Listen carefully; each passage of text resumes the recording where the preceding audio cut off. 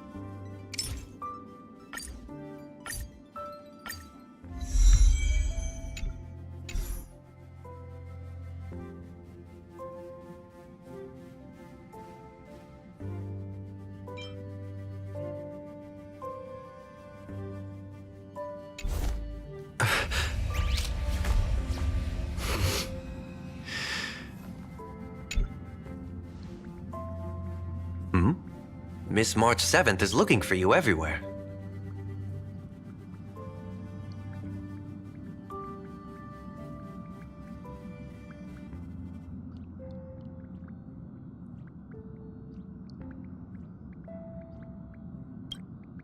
I don't know the details either, but she told me that if I see you, I should remind you to check your messages.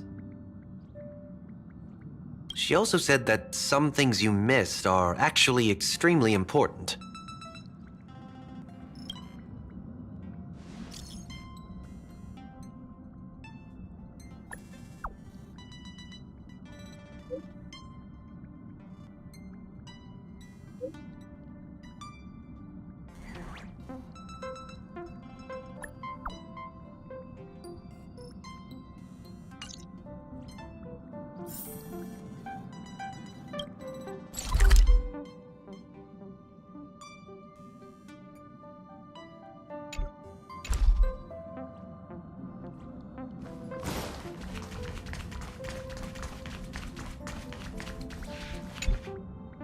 Let's skip the formalities about how the Express crew led the formation of the Cosmic Alliance and saved civilization from the destruction. Thanks to the Express crew's support, our operations stayed on course, even under the relentless pressure from the Marketing Development Department. Miss Himiko, The Strategic Investment Department extends its deepest thanks. Your department's contributions during the crisis did not go unnoticed. But besides disaster relief and holding the line, you've had your hands full with something else too, haven't you? Indeed. The Cosmic Alliance's victory this time has revealed something truly precious. A glimpse of what united civilizations can accomplish in the face of destruction. Our department is summarizing key lessons from this campaign. If another crisis of this scale appears on the horizon, we intend to have a system ready to respond. If the IPC can take the lead in establishing a true frontline against the destruction, it will bring hope to every civilization. Of course. That still hinges on continued support from the Astral Express. Once the Iron Tomb matter is settled, we will be in touch again, Miss Himiko.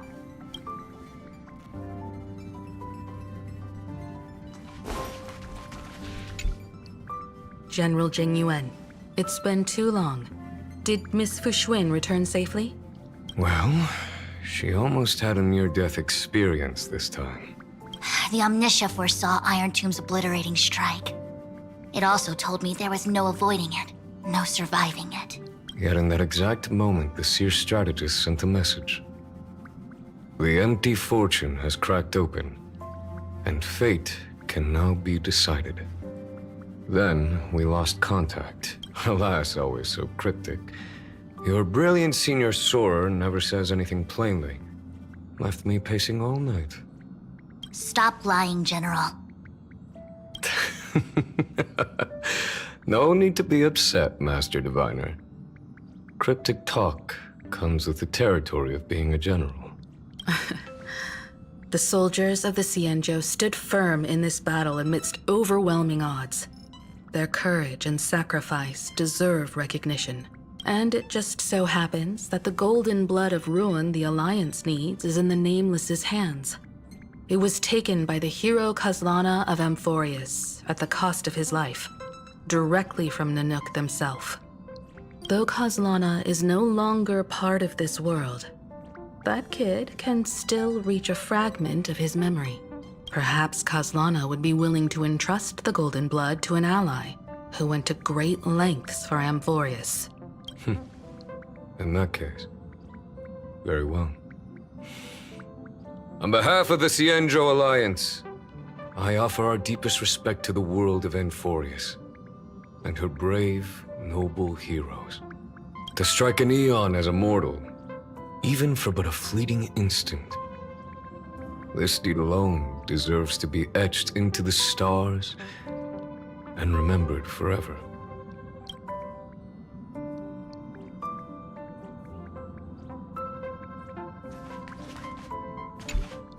Mr. Boothill, it's a relief to see you alive and well after all that bloodshed.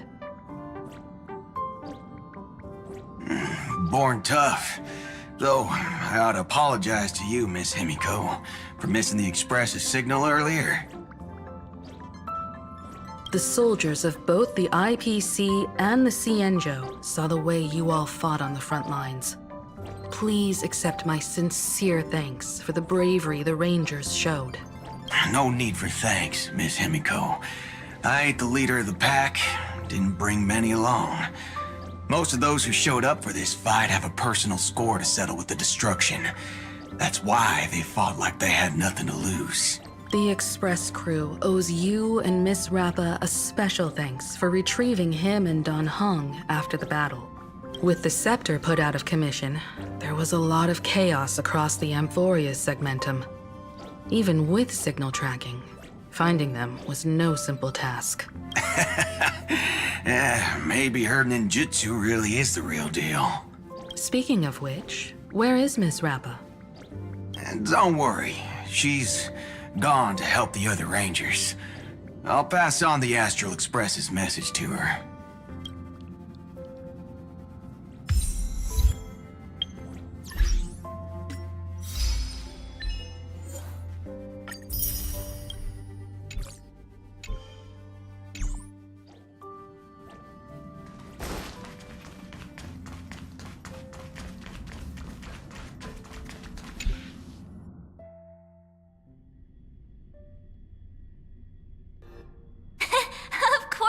like it. Big Sis Dahlia always knows what's on my mind. So that means we'll be companions again on the next Trailblaze mission? Of course. I deliberately picked up my pace for that. Though, sadly, I still missed out on some things. Indeed. Had you joined the Amphorian expedition, it would have made a lot of things easier. Oh, you're finally here! Big Sis Dahlia has been asking about you non-stop!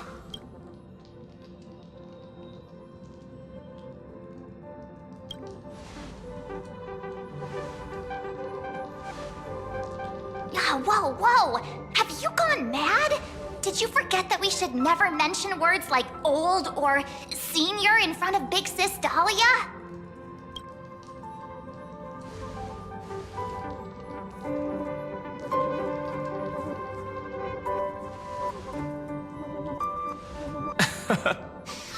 He's just been on a roll with these kind of jokes lately.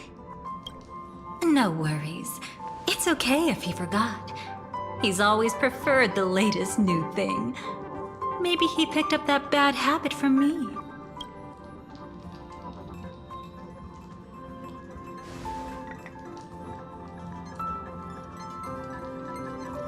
Long time no see. Now, does anything ring a bell?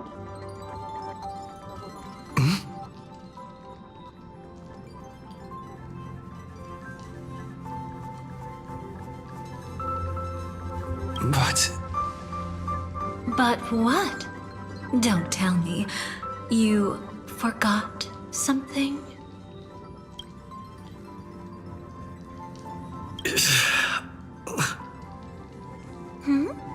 What's wrong? Who exactly are you? What's gotten into you? Did Amphorius give you amnesia? How could you forget about Big Sis Dahlia? She was the one who helped you suppress the rampaging Stellaron back at the space station.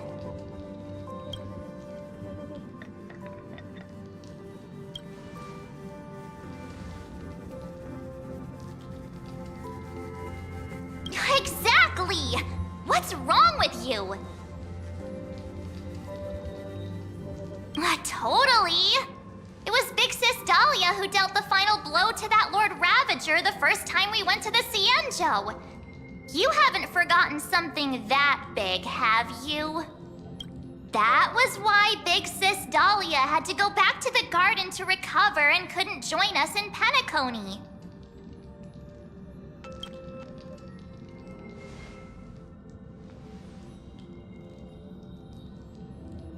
No need for reminders from us. He has spent more time with the Dahlia than anyone else. Why don't you let her diagnose you? She's the Express's resident expert when it comes to matters regarding memories.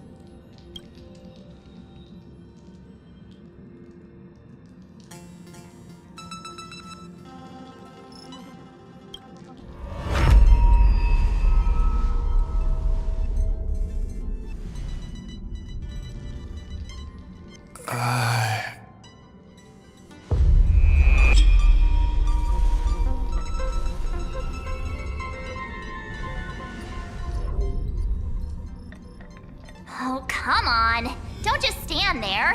Hurry up and get over here. It's not like this hasn't happened before. Leave it to Big Sis Dahlia. It'll be fine. I concur. If there's an issue with memories, then we'd better not waste any time. Why are you all...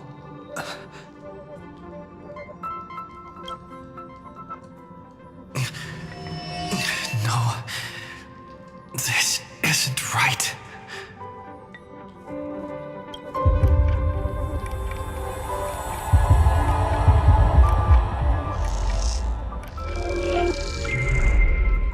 Listen.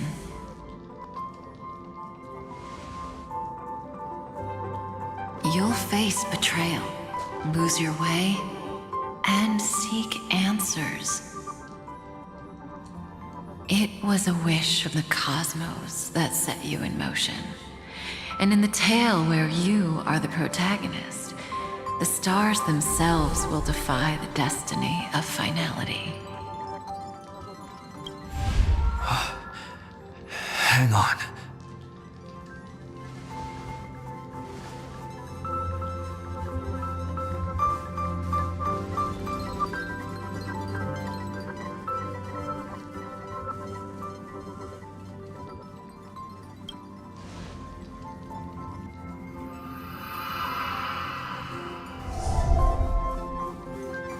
Well, this is quite unusual.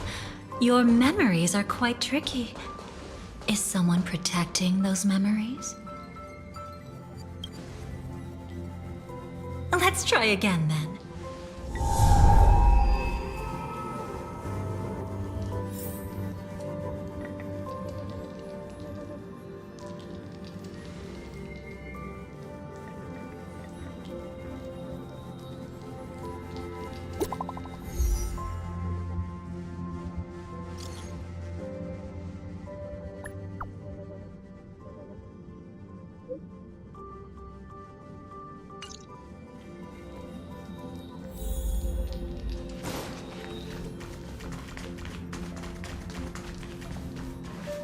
Destiny is much like memory.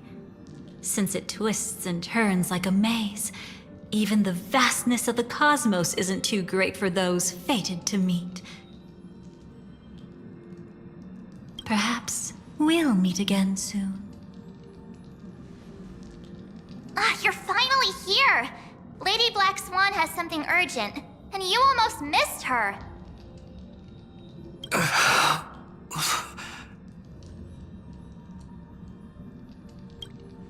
Now's not the time for jokes. We didn't have to be this direct. Guess there's no point in wasting any more effort, right? Your memories are truly extraordinary.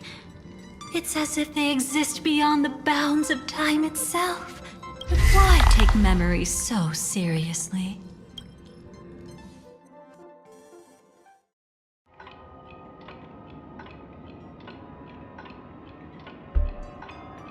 Welcome.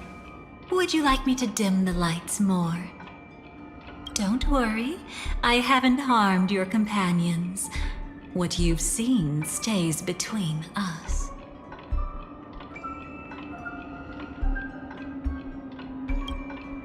I'd feel a bit hurt if I didn't leave any impression on you at all. My name is Constance, an ordinary memo keeper. If you'd like, you can do what everyone else does and call me the Dahlia for now. It's a bit complicated to explain. Through certain methods, I've brought you into my own heart. We could be watched if we met anywhere else.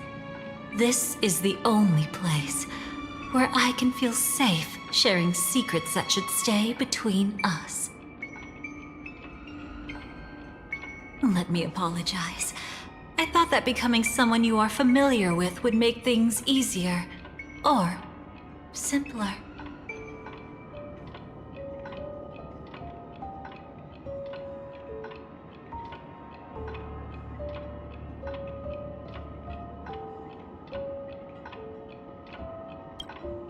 Take it easy. That's exactly why I came to find you. All your questions will be answered. Let's start with the first question. Now, slowly turn around.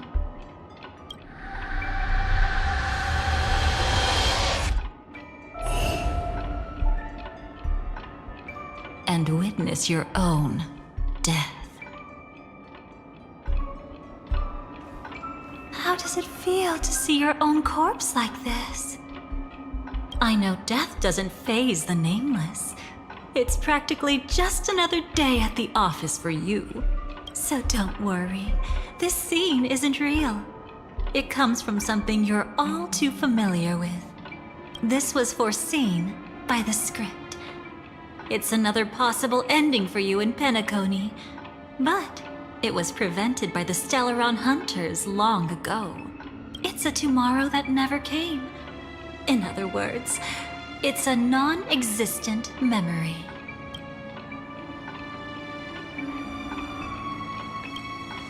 Actually, I'm one of them. That's quite the incredulous look. Like the others, I can't reveal too much. Even if we are hidden in this place, we can't escape from omnipresent destiny. But I trust you won't be surprised by a Stellaron Hunter's sudden visit. After all, that's what our two groups are. The Astral Express travels in pursuit of the light, casting long shadows in its wake. I'm here to tell you only one thing. Your memory of Penacony is incomplete. A part of it has already been stolen. It's not surprising. Have you ever kept a gentle pet? They can always guess what's on your mind, always actively trying to please you. Memories work the same way, if you ask me. Once your brain discovers a void in your memories, it'll carefully fill in the gap on its own, whether you need it or not. That's hard to say for now, but the gravity of the situation is clear. Someone might have made you forget some critically important information. Either way, I must help you recover everything about the finality. I will keep my promise. I will awaken your memories and save the cosmos's future. Perhaps I can also take this chance to peek into your past, which, if you ask me, should be quite interesting. Don't worry, I won't do anything inappropriate. It's just strictly business. Please, let me touch you a little bit. It's the only way I can probe through memories. You'll need some gentle stimulation to recover your forgotten memories. So brace yourself. Let us now go back to where it all began and see what exactly went wrong. Take it slow. Don't let the memories overwhelm you, and don't worry about getting lost. Remember my voice. Remember the touch you feel at this moment. It will guide you back to me. So, what did you see?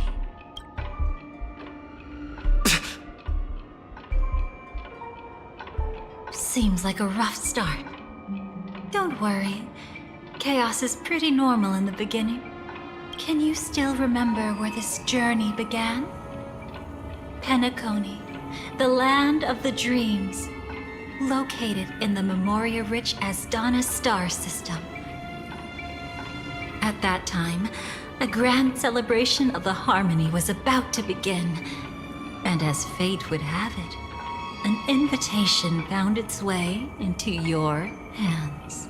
The family's esteemed guests are cordially invited to Penacony to participate in our grand celebration.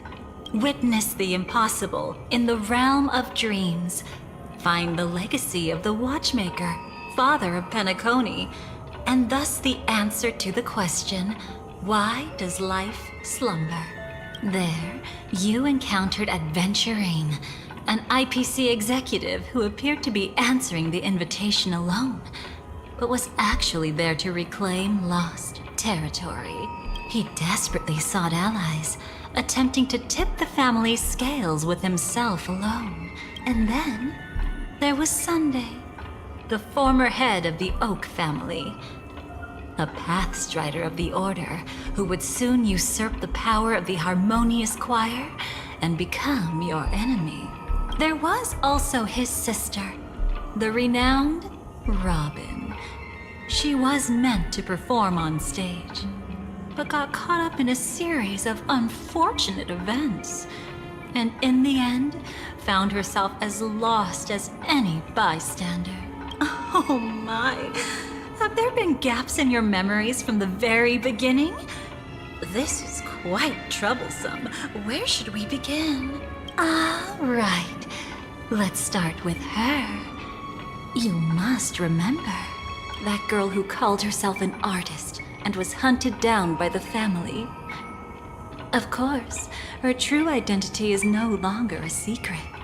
What you see as a first encounter is actually a long-awaited reunion for her. Let's begin our story here. Think of that girl who could neither enter dreams nor wished to wake. Why did she slumber with you?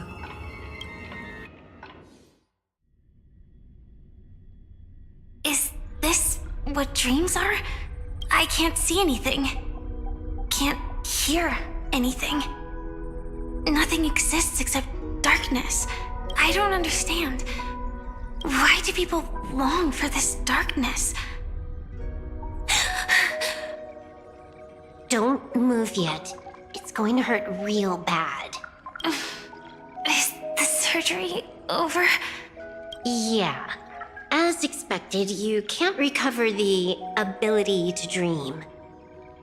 Even after paying such a heavy price, we only get one shot at this. It's fine. One chance is all I need. Is there anything else I need to do? Just don't die. Take a breather. Once the calibration is done, I'll let you officially enter the dream. And then I'll be able to enter that land of dreams. Don't get your hopes up. It's just a nickname. Your dream might not come true. I've been waiting for this day. People always describe it this way. Once you wake up, it vanishes without a trace. That's why sweet dreams are so precious. Sounds like you're just trying to make yourself feel better. Maybe. But when the day we cross paths again arrives, I think I'll pretend we've never met and get to know you anew, as if starting all over. I made a promise with him. Our reunion is right before us. I have no reason not to give it my all. Even if he's already forgotten it? But I won't forget. No matter how this story ends, I want it to begin with a smile. In the future that Elio foresaw, we never had an ending. But I still have the chance to wrestle back from fate the right to have a beginning. Thinking hard over there? Just spacing out for a while. This is my first time dreaming, so it still feels a little odd. Everything here seems just like the real world. It's mind-blowing to think that I'm actually still lying in a life support pod. Are you sure? Never mind. Hurry up. The Astral Express has arrived. How is the situation? Can we avoid the family's surveillance? ID's already taken care of, but there's a snag. Let's walk and talk. Head to the room I prepped.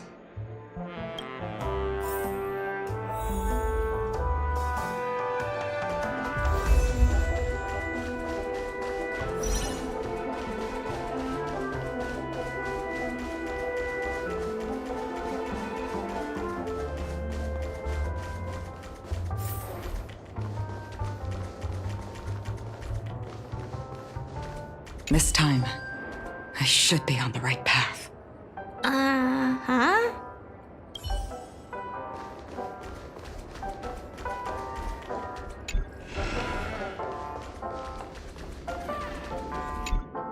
So, what's the problem?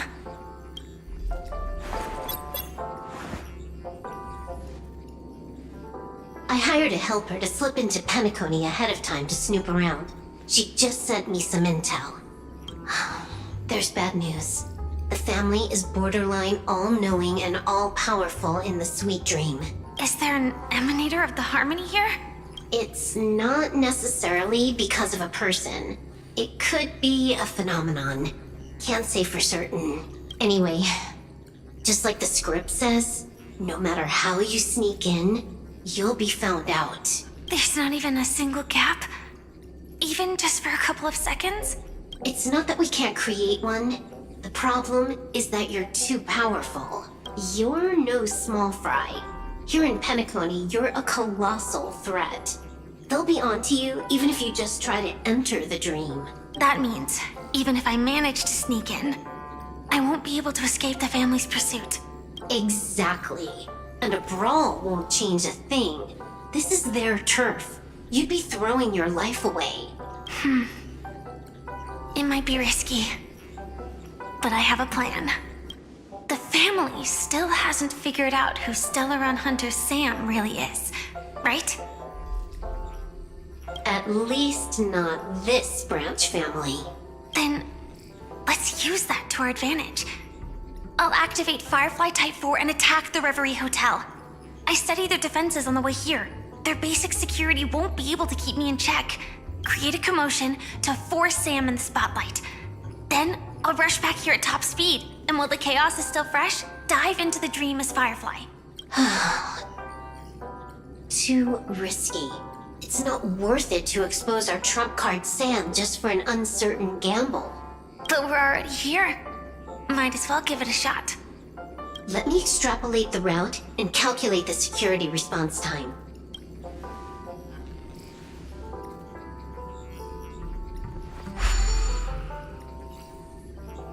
Hold on. What is it? Weird. My readings show security is practically non-existent. That doesn't match what you told me. Describe to me what you see, just to be safe. Describe? It's just your standard hotel setup. Sofa, dream pool, and... Who's there? Relax. There's no one here. I knew it. What you're seeing isn't quite the same as the surveillance I see. That is weird. How does that work? Let me fix it.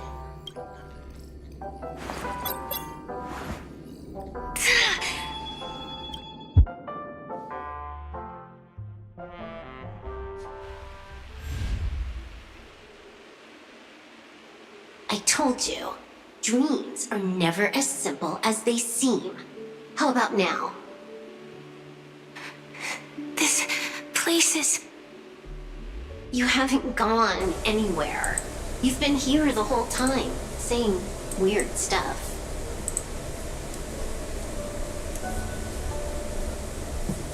This is my first time dreaming, so it still feels a little odd.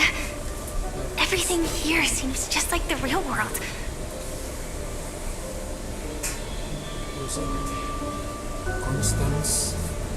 And here I thought you were just being stubborn.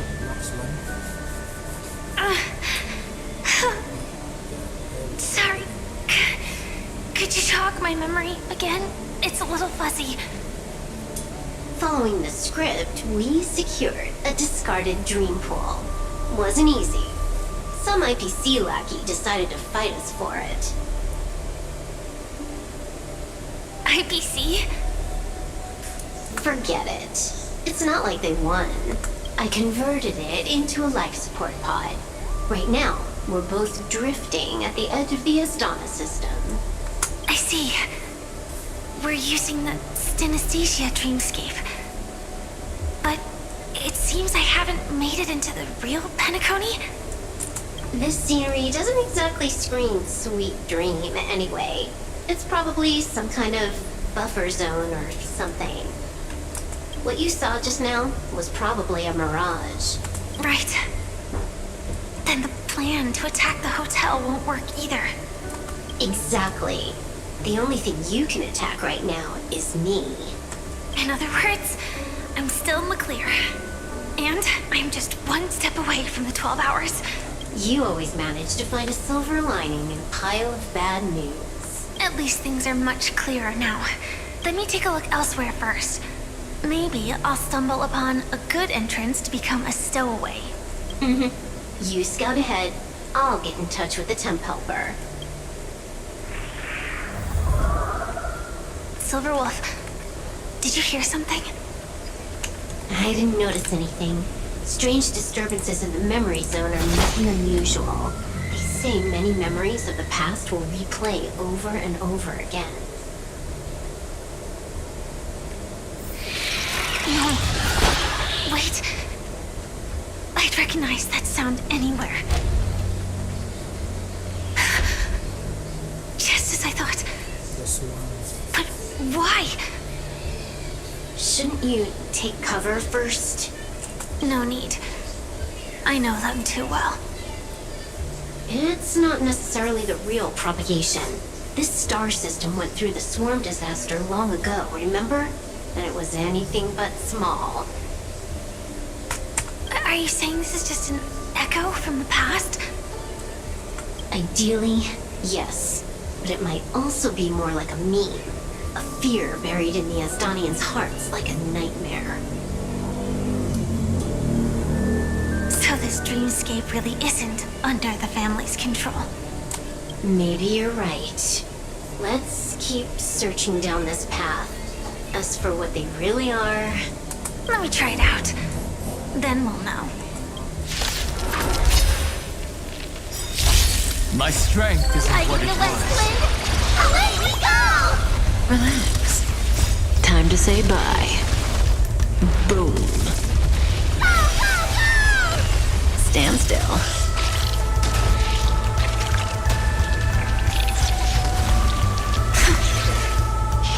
Way too weak. Nothing like in real life. Time to say bye. Boom.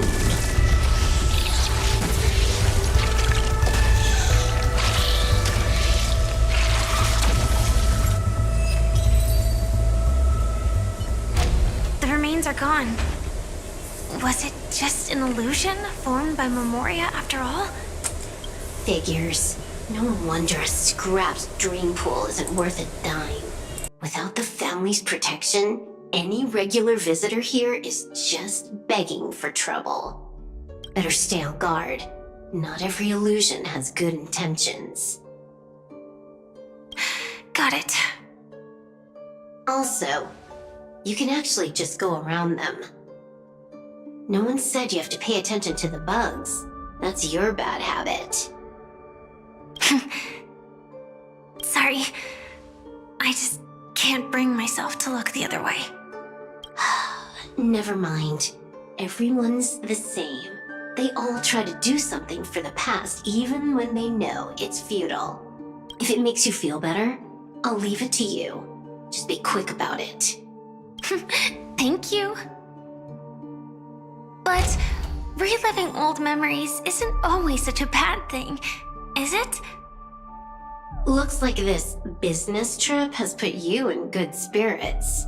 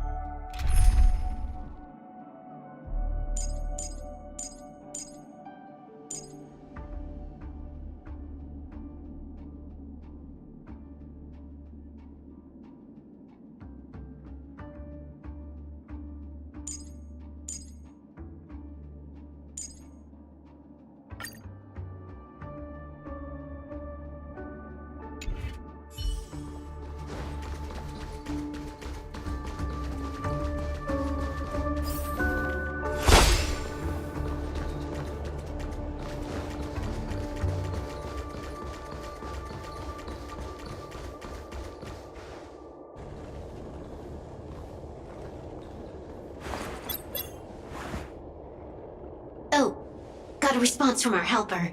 Head to the main lobby. She'll send someone to meet you. But watch your back. That one's a masked fool. Who knows what they might... Hello? The signal's gone. Here we go again. Huh? The mech won't start. Why? Huh? They didn't attack me. Are they running away?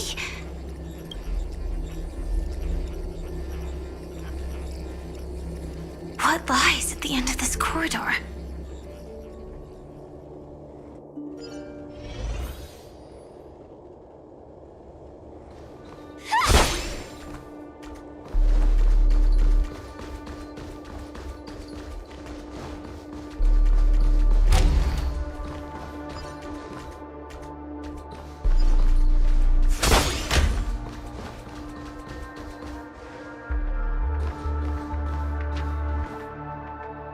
Debris everywhere. But weren't they just illusions? Could it be that there's someone else here besides me? The true Sting died from a high heat reaction. And the scar. How can this be?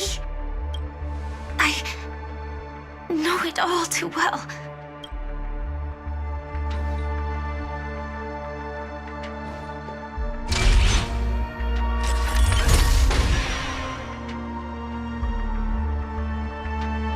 The swarm is one thing, but even for Memoria, why would Glamoth's Iron Cavalry appear in Penacony?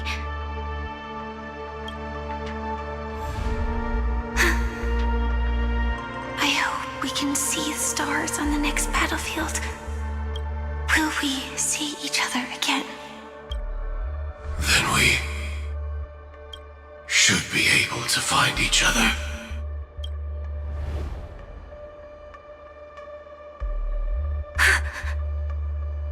AR-214. Is this what dreams are? Is this nightmare your memory? All right. Not the best timing, but that's as far as this first try goes. So, how are you feeling? Any discomfort? Strictly speaking, these are my memories. I can't presume to speak for others. You had just arrived in Penacony at that time, and were checking in at the hotel. By now, you should know that memories are both precious and dangerous. I must be extremely careful in allowing all the details of the past to come to the surface. If too many memories come flooding back at once, it would be too much for you to bear. I'm afraid I can't tell you directly. Whether intentional or not, putting memories into words would only distort them. Relax.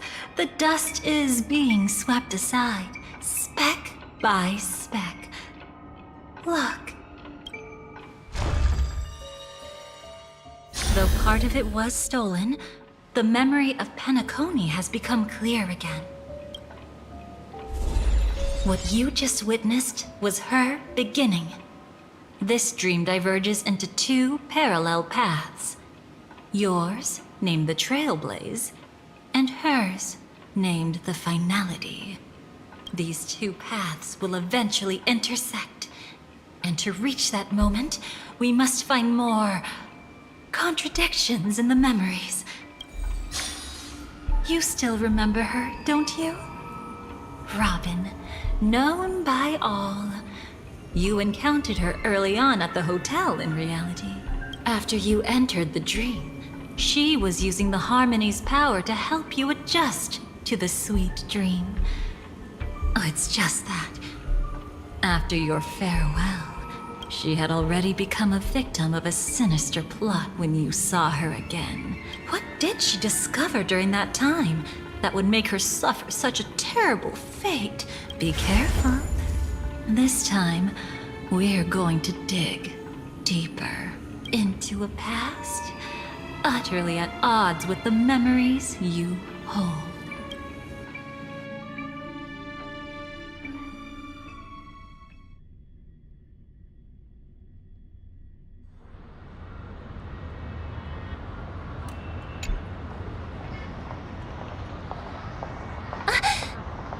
You alright? Surprisingly, I don't feel anything. Well, you are in the dreamscape after all. Seems like our guest here hasn't gotten used to the transition. Fret not. Feeling a sense of weightlessness is normal for new visitors. Robin, please guide our friend in getting more comfortable with the new environment. Robin? Leave it to me. Don't worry, just relax. You'll be feeling like your normal self in no time. Even so, tuning is still beyond me.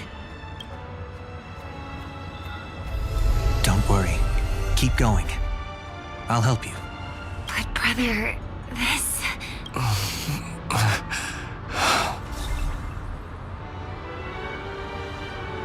What did you do to me? Relax.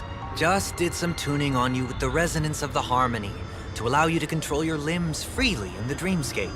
Essentially, the dream of Penacony is a world formed by memoria. Only by fully understanding its nature can you move freely within it. Unless you're one of the memo keepers of the Garden of Recollection, it can be difficult at first to manipulate the memoria as you wish. But once you've been tuned by the harmony, you can use the same laws of physics from the real world to understand how the dream world works. Oh, oops. I've fallen into my professional habits again. I just can't seem to shake off this urge to be a know-it-all. Don't mind him. He's always like that. Please, enjoy the beautiful dreamscape the family has built for everyone. We shall take our leave. Have a blast!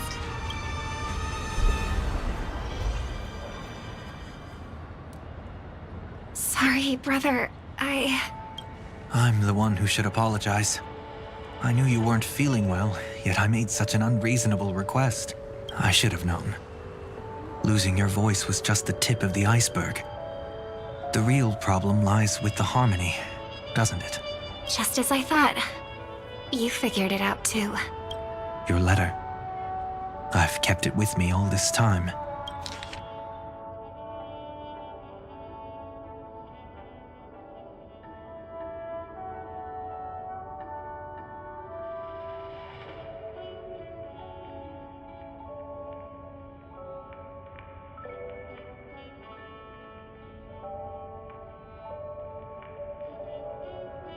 Don't worry. This is crucial. I'll uncover the truth before the festival begins. Let me help you shoulder some of the burden. Did something happen in Penacony? The Charmony Festival is approaching, and with all sorts of guests mingling, Mr. Gopherwood must focus entirely on the preparations, leaving no attention for other matters. This creates an opening for some people to exploit. If there really is a traitor in the family, now would be the perfect time to make their move. I heard the Dream Master has fallen ill. Since I came back, I haven't seen him even once. There was an accident not long ago. He's gravely ill, and I'm afraid he won't be able to appear in his humanoid form for a while. That's why we need to help him even more. Leave the investigation to me. You don't have to worry about anything else. Just focus on the stage. But... No buts. Listen, Robin. Never get involved with death in dreams. You need to sing your heart out. I promise you, when the curtain rises, no noise will drown out your brilliance. Not even the shadow of harmony itself. That's true. Ever since we were kids, there's nothing my big brother couldn't handle. Then I'll go get ready. I won't take up any more of your time. Be careful, brother. And don't forget to save a good spot for yourself. Of course. Who says I can't play favorites once in a while? See you later.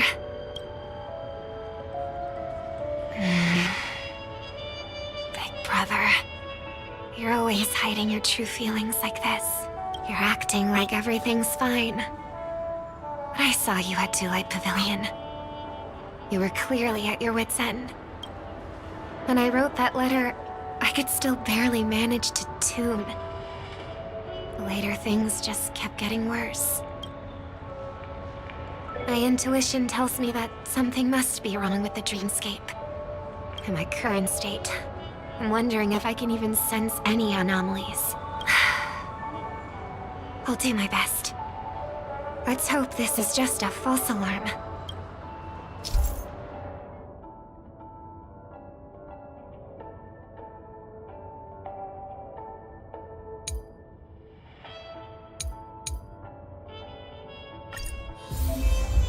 I've been wondering about something.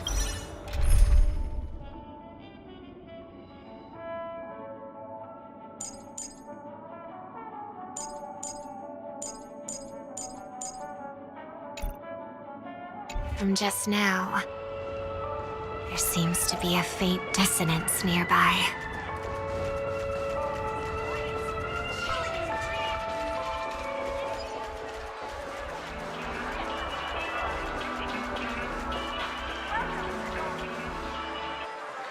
Is that her? Don't even think about running away. You stowaway. Sorry for bothering you. Please, I need your help. What's wrong? I'll help you. I can't possibly ignore a beautiful lady in trouble. Hey, look! She has an accomplice. Ha! Good work! Now we can nab them both in one go! Stowaway? Seems it wasn't a coincidence. The Bloodhound picked up that strange noise too, just like I did. Better to stay out of sight for now. If that girl really is an outsider, this could be my chance. That's enough, boys. Sir. What's gotten into you all? Open your eyes and take a good look. Is this lady the stowaway we're looking for? Huh? Who's this? Don't you know him? Look at his brown hair and grey vest. He's the officer, sent here by the family to maintain order at the Charmony Festival. I see. Sir, the thing is, we're trying to apprehend a stowaway. And that young lady there looks very suspicious. We're sure she's the one. That's nonsense. Take another look, will ya? The witness report says that the suspect is a lad with silver hair, and you guys are going after a girl with silver hair. Does that even make sense? She's our guest. Well, just get out of my way and I'll take care of this. Yes, sir. Something's off. He's not lying. But why? An officer from the Bloodhound family shouldn't fail to sense something is amiss. Don't worry. I believe this is just a misunderstanding. How could such a lovely girl like you be a stowaway? Thanks. Without your kind help, I wouldn't know what to do. Just part of the job. I need to get going. If you need help, you can reach out to me through the young bloodhounds in this area. I wish you an enjoyable experience in this land of dreams. Too many people know me. It wouldn't be wise to follow them so openly. Looks like I'll have to use a few methods of my own. We need to get closer, find a hidden spot.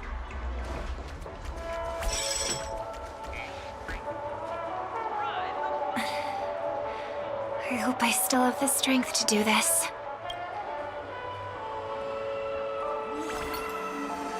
Although the Bloodhounds mistook me for a stowaway, I'm actually a local. My name is Firefly, and I'm from the Iris family. I work as a stage performer, although right now I'm just an extra. Success! Thank goodness I wasn't discovered.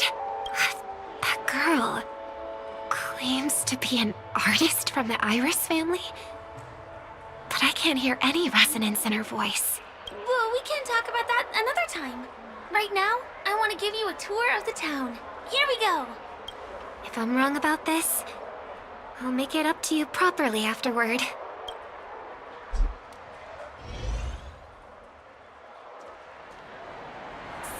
this is your first time here, I say we start with the easiest games.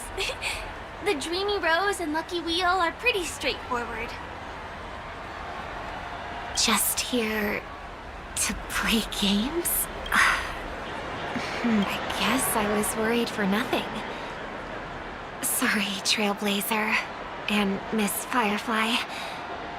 Maybe this was just a beautiful encounter. Nothing more. I should leave the dreamscape and see the sights beyond it. Maybe things will be better in the real world. Running out of time? Huh? They split up? Everyone who needs to be here is here. Not to be a buzzkill, but just a reminder. Don't forget about your first death. Who's she talking to? And what's this about death? Shh. Let's not talk about this right now. I think someone's following me. Did you have fun? No. My intuition was right.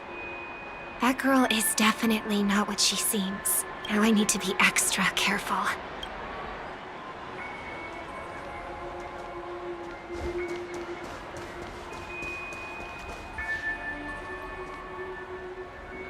He's coming our way. Hey, well, if it isn't my most loyal customer. It's been such a long time, old friend. And who's this? A companion? I feel like things are getting more and more chaotic. Long time no see, superstar. There's someone else. Oh! Lady Siobhan? Still radiant as ever. I could spot you from a mile away. I came over to say hi. What brings you here? Drawing too much attention is never a good thing. Oh, reminds me of that old saying, from afar, anyone under the spotlight seems endlessly charming. But only when you get close do you realize how restless that heart truly is. Sorry you had to see that. I just came out to clear my head. The Charmony Festival is coming up soon and I'm a bit nervous. I heard about your voice issue. Drop by the Dream Jolt hostelry when you're free, and I'll take a look at what's going on. Thanks. I never thought even after all this time, I'd still be troubling you, Lady Siobhan. You must be pretty nervous if you're being this formal with me. Looks like my analysis is spot on. Follow me, you two. Let me give you a taste of the adult world. I'm afraid I'll have to take my leave. I'll come visit you properly. It's just that right now... You need some alone time, I get it. It's a date then. Catch you later, superstar. It's a deal. Right. It is the Charmony Festival after all. As people say, you'll be performing for the Harmony. Remember? Before one of your tours, I asked you a question. It's been quite a while since then. I wonder if you found your answer. Robin? What do you sing for? I think I've got my answer now, but instead of words, I'd rather answer with a song. That would be more convincing, no? That's actually more convincing than a straight answer. Looking forward to your performance.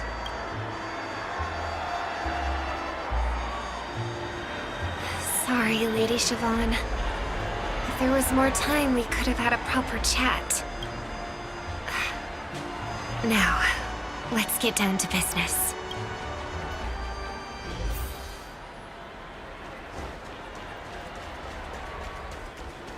The distance. It's so far. Just where did they go? The static's gone. They passed through the commercial district, and past the Papashi Club, and then the voice just vanished. Did she return to reality? That can't be right. There's no entrance or exit there. Again? Further away than before, this time in Dream's Edge. Oh, I get it now. It's The underground tunnel. Right. Makes sense. I should have known. That place is a hotspot for smuggling cases. I should have pressed those two bloodhounds for answers back then. Anyway, I'll check it out.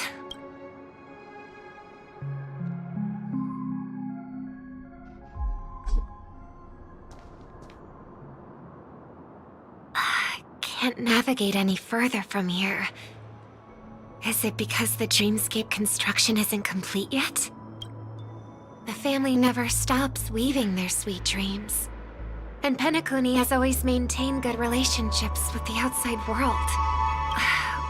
Why would someone choose this moment, of all times, to plot something sinister?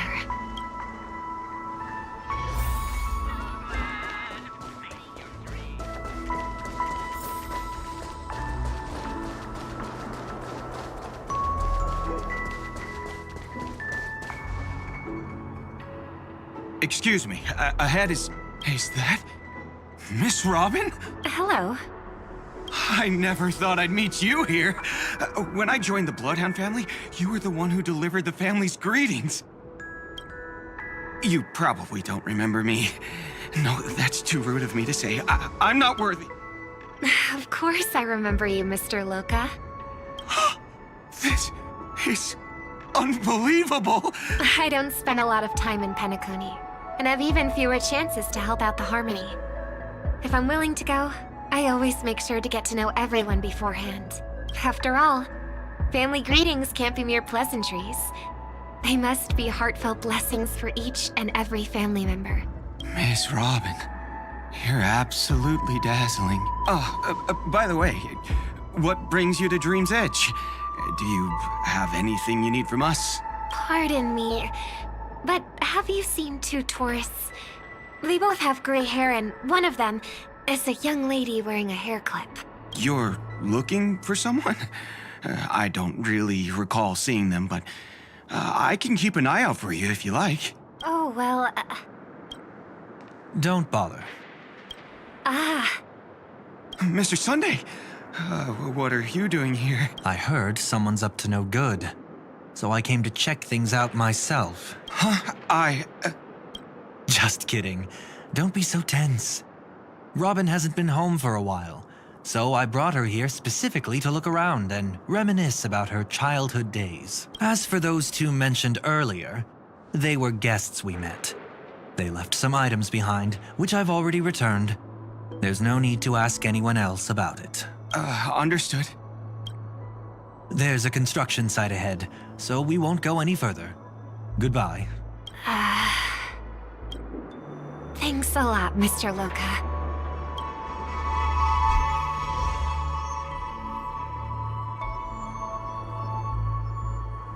I couldn't speak freely earlier. Robin, why did you come here? Like you said, I'm here to reminisce about old times. What about you? What brings you here? Tracking down criminals is my duty. And you, my dear sister, you've always been this stubborn. And in times like these, I wish you never had this trait. You're still investigating on your own, ignoring what I said.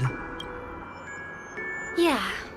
I can't stop thinking of death, so I followed some people all the way here.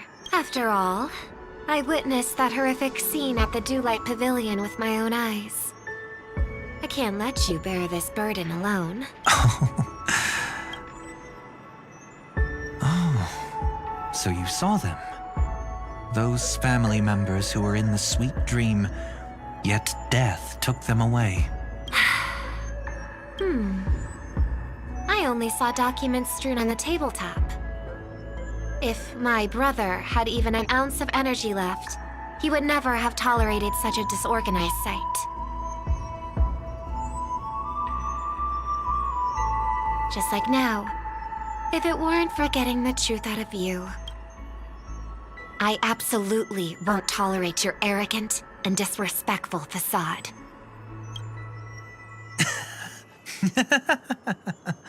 What are you talking about, dear sister? Just kidding. Don't be so tense. But my brother never jokes around with strangers. I watched as he smoothed away the sharp corners of himself, bit by bit, hiding them in the deepest corners of his heart. Stop insulting my elder brother. Otherwise, you won't just be dealing with the family. You'll be dealing with me too. And Hero thought you'd enjoy my little creative spin I put on him. Don't you think he's more likable that way? I trust you're mentally prepared to face the consequences of posing as a family head on Penacony. Jeez, I didn't expect to get played by a little bird. But do you really think you've got what it takes? There's no shortage of people trying to catch me, chicken-winged girly. What makes you so special? This place is still governed by the 5 lineages. And along the way, you've seen how many of their members are stationed here. Besides, here at the edge of the dreamscape, I can also... What do you mean, can? You think you can get your lost power back? I'll give credit where it's due. You must be quite talented to have been chosen as a chord master for the Charmony Festival. You're also quite clever. You almost got everything right, except for one thing. Silent little bird. Have you considered that maybe your sweet dreams never changed at all? They just stopped welcoming you because you grew up. Like a mask. Once you wear it for too long, you can never take it off again. As for that mask of yours, is it really called the Harmony? The Twin of the Order?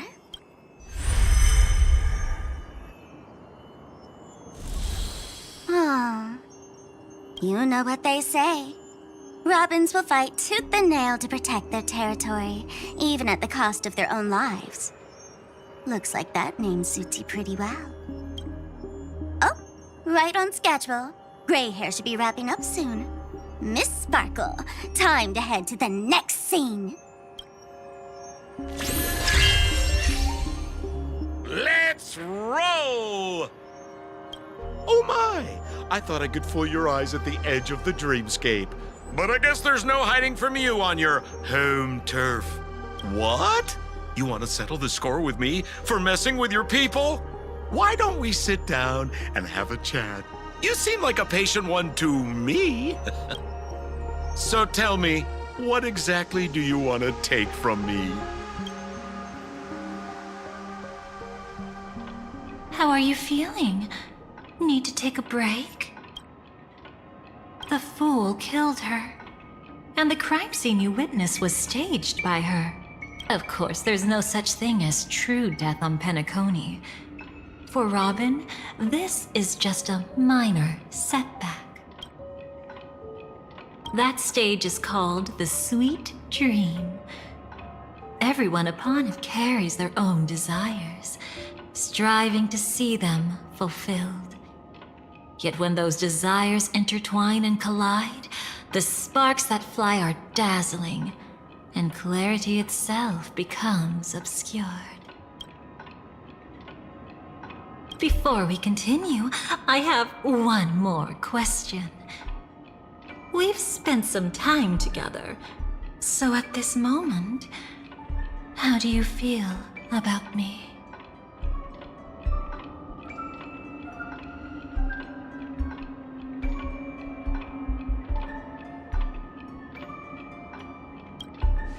How much are you willing to trust me? As a matter of fact, I've appeared in your memories before. And similarly, it was related to Penacony.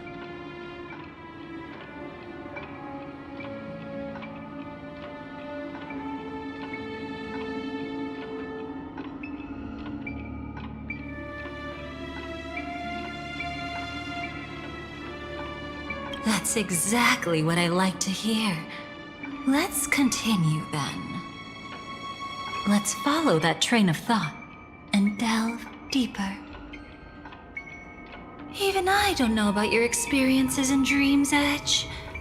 When I asked Firefly about it, she declined to give an answer.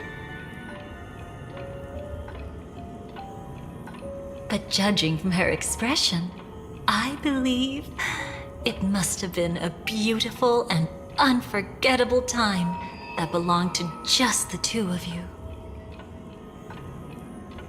And Sparkle wasn't just here for fun. She's in cahoots with the Stellaron Hunters. She disguised herself as someone from your past, using every means possible to hint at the truth of the dreamscape. In the end, she simply sent you both deep into the dreamscape. What a kind-hearted fool she was. Thanks to her, you and Firefly managed to uncover a piece of Watchmaker Mikhail's past. And the dangers that lurk within. A memory zone meme. Something unto death. At least back then, you mistakenly thought it was dangerous. With the help of a... let's say graceful memo keeper lady, you managed to escape from there. But in the rush, you and Firefly got separated. And her experiences afterward might differ from what you remember. I was there at that time, too.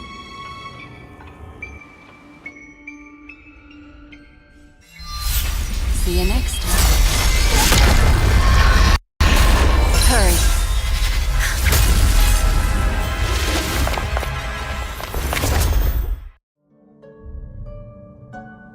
Don't worry, I've got you. How are you feeling? Passing through Memoria so suddenly always leaves you in a daze. That memo keeper had ulterior motives. She could have sent all of you away, but deliberately kept you behind. What happened just now? It's a memory zone meme. Some Penaconian legends mentioned it and called it death. I caught something unusual, but couldn't get a clear look at it. But I saw it. In that instant, before it was about to strike, a reflection of another dreamscape appeared in its pupils. It was somewhat similar to the 12 hours, yet the atmosphere was completely different. What if death doesn't exist in sweet dreams? Or so they say. But what if that's not a lie? Perhaps death is just sinking into a deeper dreamscape. Too bad. A nosy memo keeper had to show up. Next time we meet, leave it to me. I'll give her an experience she won't soon forget. Every time you say that, it's always you who seems to be having fun. This time, try not to go overboard. It's not necessarily a bad thing. If I really do meet my end, I won't have a chance to tell them the truth anyway. Are they still around? I can't sense them anymore. I'm afraid they must have gone back to reality. Hold on. Still no good. I can't get in touch with Silverwolf in the primordial dreamscape. I left her a message. If she gets it, she'll help guide him back here. Or we could head back to reality first and get in touch with Silverwolf. Hold on. Recklessly crossing through the dreamscape now would be far more dangerous than before. What's the matter? Death caused such a huge commotion that the omnipotent being within the sweet dream has turned its gaze upon this place. Then aren't we? We should be fine for now. Death has his attention. As long as we are careful, we won't be exposed. In fact, within this dreamscape, we might find a way to strike back against him. Before you arrived, I did some digging around. From what I've learned, he buried his darkest crimes right here. Whatever it is, I believe it'll be of some use. Let's go look for it before they come back.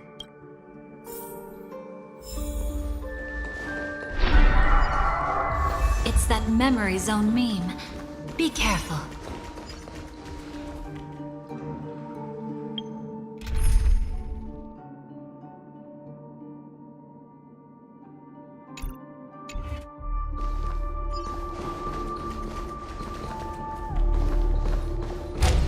that?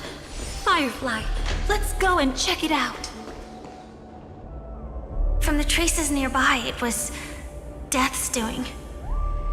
But did they really die? No, your conjecture is right. It's just that these birds weren't welcome in another dreamscape. You've seen them before? Yes, but that's what makes this so intriguing. The outcome of the battle was the complete opposite of what I expected. That reminds me, there's something important I still haven't asked you yet. Would you like to die together with me? Today? Not really. I just love catching you off guard like that. It's adorable. Then, take a few steps back. I have a few conjectures. There might be some risk. If anything happens, don't worry about me.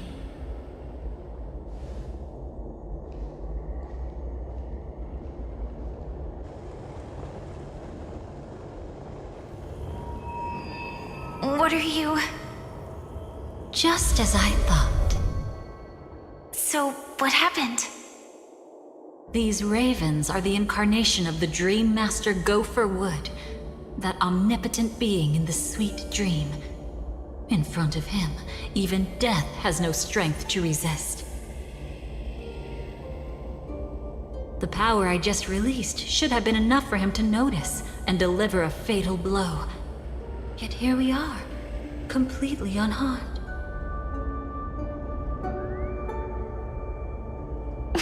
You know, you're quite similar to Blade sometimes. I mean, when you're staring death in the face. It's not relief I feel. I'm savoring a once-in-a-lifetime thrill. If only it was just once for me too. But was it really him? If I remember correctly, the Dream Master's body was burned to ashes in a riot long ago. And he can now only sustain his life within the sweet dream. Not only that, over the long passage of time, he has merged himself with every inch of Penacony's land. The title Dream Master doesn't mean he merely controls the dreamscape. Rather, it means he has already turned the dreamscape itself into his second body. In extreme cases, he could probably burn all of Penacony to the ground, though hopefully he wouldn't have the heart to do it.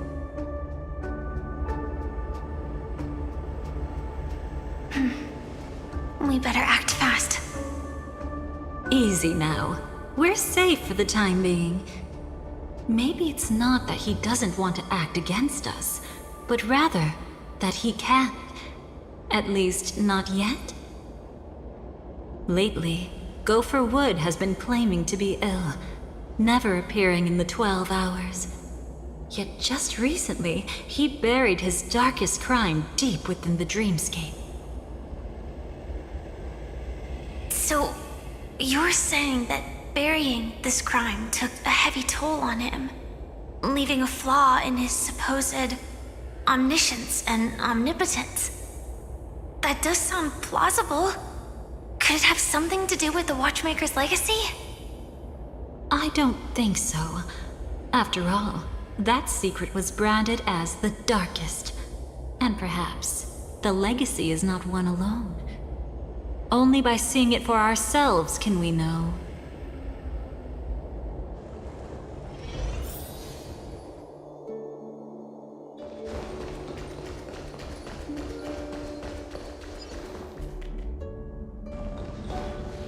A mistake anyone could make. Setting up layer upon layer of security around a secret only ends up exposing its flaws. Why don't we give it a shot and build up some experience dealing with memes? There won't be any new experiences. I'll activate Firefly Type 4 and end this quickly. What a pity. I would have much preferred to see you in a pinch, so you'd have to rely on me all the more.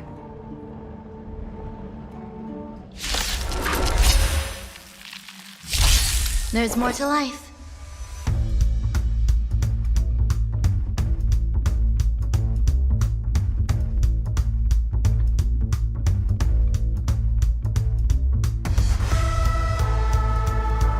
Waiting means change.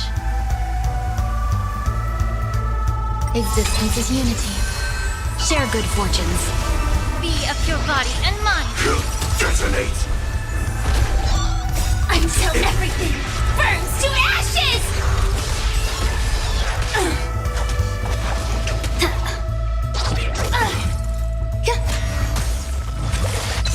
Fight to live!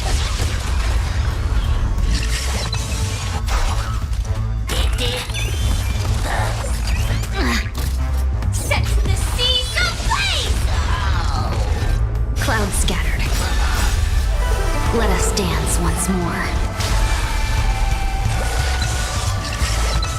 Yeah. Everything in this world is bleeding. When it comes to this, you're the expert. Yet I've always Is this it? An entrance? It only looks like an entrance. That crack doesn't lead anywhere. It's a lock of memories. And the key is a light cone carrying specific memories. Clearly, Gopher Wood had help from a memo keeper. And since that light cone isn't in our hands, I fear we'll be returning empty-handed. Is there really no other way? We could try our luck. Perhaps the memo keeper helping Gopher Wood shares the same habits as me. I'll take a look, but don't get your hopes up. Pretty careless indeed. Looks like we're in luck. We found one of their contingencies. Do you have memories like that? A moment in time you never want to forget. One that you find yourself reliving over and over again. Of course. More than just one. What a shame. Huh? Don't take it to heart.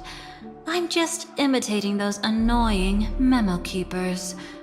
In their view, the more memory is recalled, the more likely it is to become distorted beyond recognition.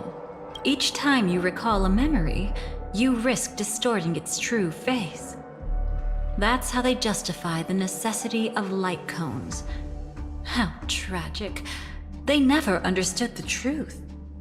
The more eternal a thing, the more it stirs the desire to destroy it. But they weren't wrong about the present situation. Even if Gopher Wood were to come in person, he'd need to bring a specific light cone. His own memories can no longer be trusted. That's exactly why we have a contingency plan right in front of us. But I haven't seen anything since just now. Oh, sorry.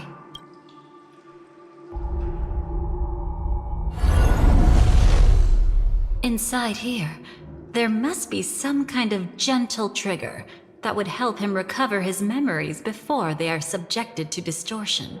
But for us, that's probably meaningless. Whatever triggers his memories would just seem bizarre and random to us. Still, let's go take a look inside.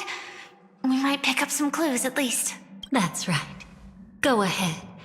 Every action brings joy. And a price to pay. Paradise shall fall into this world of sorrow. And once dawn breaks,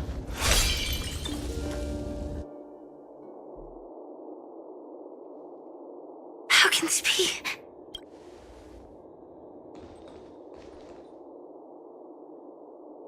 AR 214. Is that really you? You don't have to force yourself.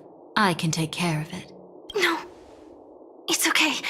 Was it her that you saw when infiltrating Penacony? Yes, I saw her fighting off the swarm. But it was just Memoria, and it vanished quickly.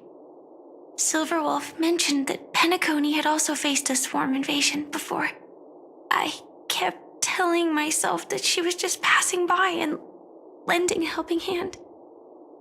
And after everything was over, she had already left, safe and sound. So this time, do you still want to know the answer? Would it be any different? I really want you to tell me that this is not real. It's just Memoria. But thinking about it calmly, nothing can change it. A memory is ultimately something that's already happened. You're more composed than I expected. I wish I wasn't like this. She and I, we could be called friends. I wish I could just break down and cry for her, like any normal person would, to mourn her loss. But what surfaced in my mind was that one sentence. This is our predestined fate, and one day, I too shall meet the same end. One day. Not today. Though it's already too late, there are still other things I can do for her. Maybe you should calm down first. Unfortunately, this isn't Memoria, but a real Glamoth Knight. Clearly, Penacony was her final destination. I'm surprised she made it to Penacony at all. Oh, the Glamoth regulations. She broke those prohibitions? Worse than that. She was the first and only deserter of the Glamoth Iron Cavalry. The Empire hadn't fallen yet, but she didn't want to accept a fate of dying in battle. So she left on her own. She said she wanted to choose how she would die. We had a brief farewell, but I didn't stop her. I couldn't. Leaving the Glamoth Empire itself would quickly drain her life away. If we can't change the outcome, why should I stop her from making her own choice? Quickly drain her life away. Oh, entropy loss syndrome. Yes, just like me. Leaving the cockpit without permission is strictly prohibited. Surviving knights must actively return to formation. These aren't just military regulations, they're the terms of our survival. When not piloting the Firefly Type 4, I must stay in the cryo sleep pod. Otherwise, my entropy loss syndrome will only get worse. So, have you figured out the reason yet? When he and Kafka found me, I had just finished my duties as a Glamoth Knight, my final battle. As a Glamoth Knight, the Empire fell, and all restrictions vanished. For the first time, green flames ignited upon my body, and for the first time, I touched the true path power that the Glamoth Knights wield. That's when I realized entropy loss syndrome is a death called living. The propagation? That's the true source of the Glamoth Iron Cavalry's power? Yes, I've seen it happen. When the Swarm King dies, the Swarm completely loses its vitality and falls into silence. Just like Glamoth's Iron Cavalry, they weren't given a sense of self. The moment they stray from the hive, they're already dead. The same goes for entropy loss syndrome.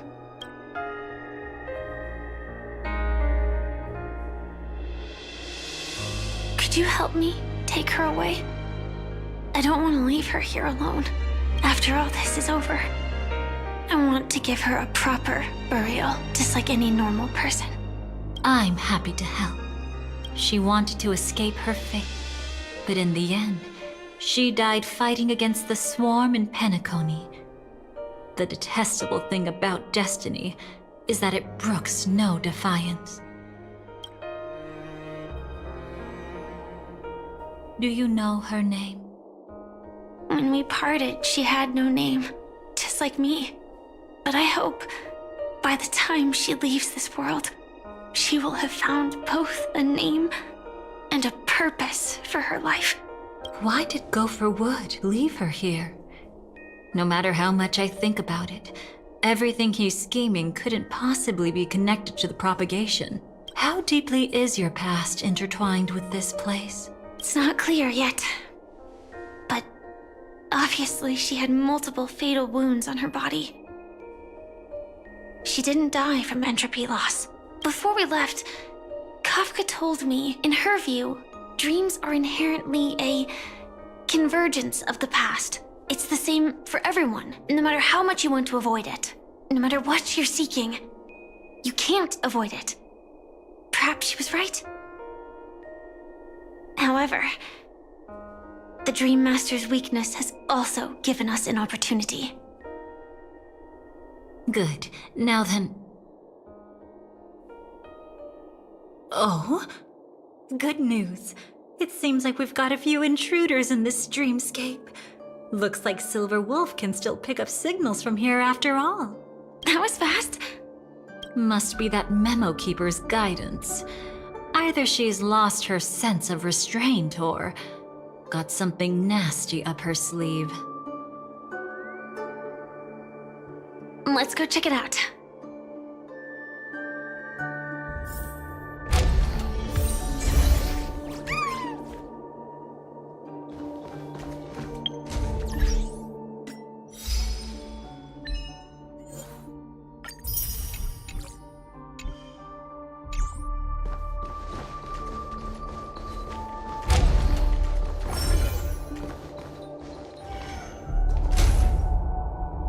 You aren't hiding anything, are you?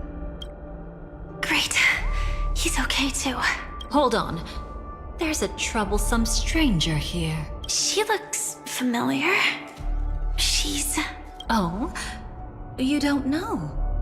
Setting allegiances aside, she's much more dangerous than the Dream Master.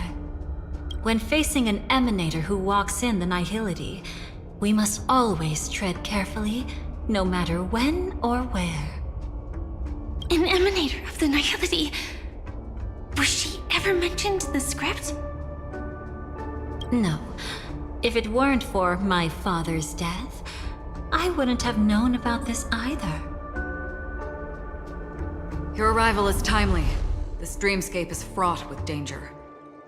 Since our destination is the same, how about we join forces? I can protect you from harm, but in the memory zone, I'll need assistance from the Memo Keeper as well. And if we run into the family, it wouldn't hurt to have one more person to explain the situation. Absolutely not. We need to keep her away from him. Shh, be careful. What's wrong? Right now, their journeying together is actually saving us a lot of trouble. I can sense it. Death has cast its shadow once again. It's close. And unless things change, they'll cross its path before long. That Mr. Stellaron is clearly unfamiliar with Memoria. And that arrogant swan, always mindful of appearances, is unwilling to show all her cards. Only with Acheron present can they cross beyond death. Then all the more reason I should find them right now and tell them the truth. There's no need for another conflict with death. But Black Swan is still here, with unknown intentions. If she chooses to twist the truth, you won't be able to convince the others. Here, a Memo Keeper's word carries more weight. No need to rush things. There's still time to reveal the truth later. Absolutely not. Have you forgotten? As a Stellaron hunter, I have a 0-point mission. One that must be completed at any cost. If there's even the slightest chance that Acheron might draw her blade, I cannot let him be there. I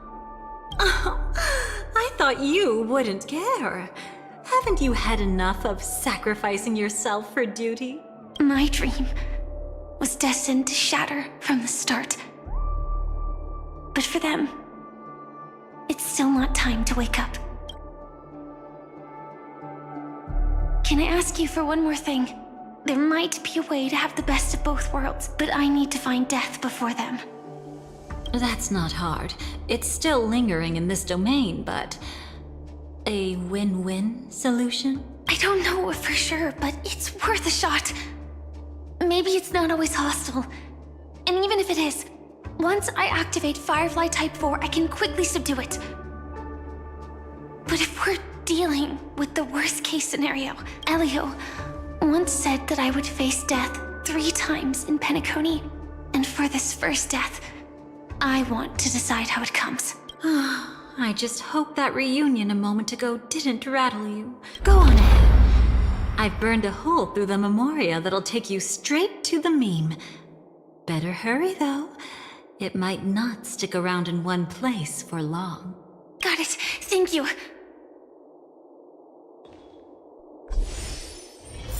There's no sign of anything. Could it have already left?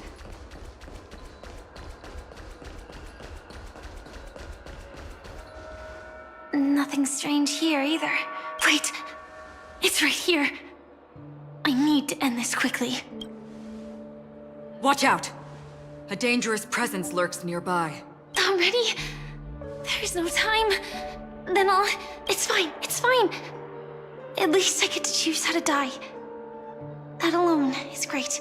Besides, this is just a dream. So it won't hurt that much. This is just my first death. I still have plenty of time to fulfill the promise we made together.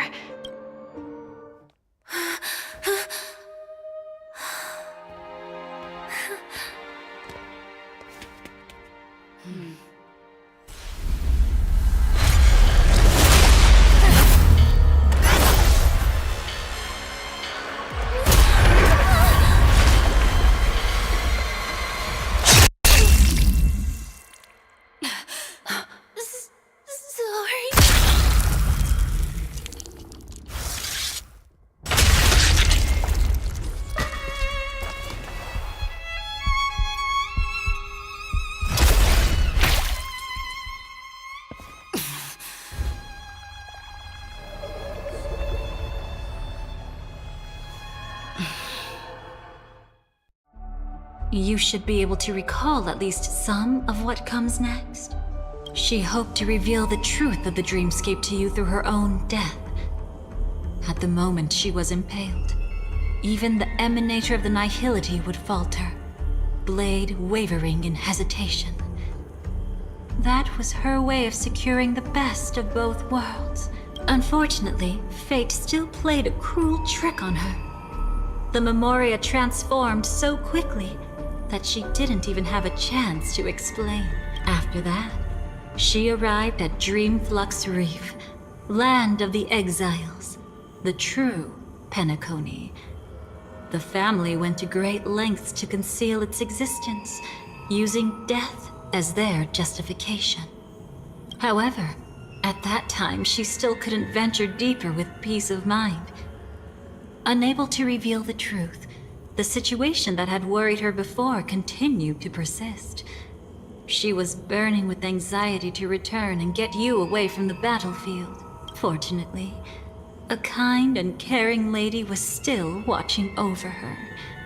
I reached out to help once again. Her worst fears didn't materialize. Death retreated on its own, allowing you all to escape unscathed. After that, guided by Black Swan, you tried to uncover the truth behind Firefly's death. However, as you must have noticed, be it losing contact with her companions, or the embarrassment of being unable to activate her mech, those Memoria illusions were clearly left behind when she infiltrated Penacony from the memory zone. But that hardly matters. Because of Black Swan's blunder, Firefly gained the precious time she needed. When she appeared before you again, she was already using a different identity. That encounter stirred the whirlpool of destiny, causing many paths to converge. And after you left... Do you still dream, Hunter, of those slain by your hand? I still see them in my dreams. Hold it. Your time hasn't come yet. My time? I've seen many clever disguises that can conceal appearances, but they can never cover up who a person really is. And you're no different. You had no desire to kill the Trailblazer. You only did what you did to drive me and the Memo Keeper away, but... why?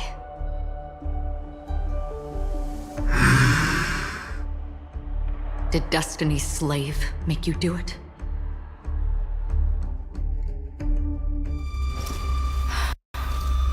I still see them in my dreams. Hold it. Your time hasn't come yet. I've seen many clever You had no desire to kill the Trail. Did Destiny's slave make you do it? You know, Elio. I thought this is just the kind of thing that'd get written into your script. My script has always been brief. Other than that, anything beyond that is unnecessary. Now it's my turn to ask. Who exactly are you? Why ask when you already know the answer? I tend to forget things. Which is why, rather than memories, I'm accustomed to using my emotions to capture what I normally wouldn't otherwise. I know who is inside that cold armor. Therefore, I can sense it. You know who I am. You know this blade, and the meaning that lies behind it. How about it? Ready to take off that armor and sit down for a talk? It's not yet time. You shouldn't know so much. Lost self-annihilator. Like I said, my memory isn't great, so you needn't worry. What's next then? The Trailblazer's been taken by Black Swan. Will you go look for him? No need for that. No harm in telling you. On Penacony, Elio only gave me one instruction. Allow the Astral Express to pursue the Grand Legacy. The Astral Express is not your enemy. If your goal is the Watchmaker's legacy, then go look into the family. Not only are they covering up the existence of death, but they're burying the past and the truth about the dreamscape. Already on it. Before we part ways, let me give you a piece of advice. No matter which path you and I walk, death is the inevitable finale. Even if we say farewell in the mortal realm, we shall have one final reunion when Terminus ascends to godhood once more. And the same holds true on Penacony. I've already been to the Dreamflux Reef. It's not a secret that's hard to uncover. Well, I'm afraid you have yet to realize just how awake you truly are. It is precisely because life dares to slumber that they can awaken. Ascends to godhood once more. Even if she's an emanator, she shouldn't. After today, Japella's name will disappear from cosmic history, and the Everflame Mansion will take its place. In the not-too-distant future, you'll receive an invitation. That's your next stop. Land of the Dreams, Penacony. I hope you find whatever you seek there. Be it answers or salvation. Thanks. I hope. Huh? A phone call? At a time like this? You can turn him down. You know what I mean. But Elio said I'm the perfect candidate. Candidate? So Elio finally came to a conclusion. Yes, he said he saw the fourth fate clearly, and there won't be any more surprises. He also chose me as the last survivor. Just like him. Which path is it? The Nihility. After it engulfs everything, I must be the last survivor. Giving my all to turn the tide. How ruthless.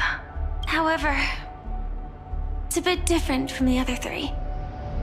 Before that, I have other matters that need my attention. If possible, I must prevent him from being tainted by the power of Nihility. Even the slightest trace of it. After all, everything he carries is not only heavier, but also more precious. If possible is a bit vague. I suppose. If it comes to that, even if I have to die for it. I cannot run away. In the future that Elio foresaw, we never had an ending. But I still have a chance to wrestle back from fate the right to have a beginning.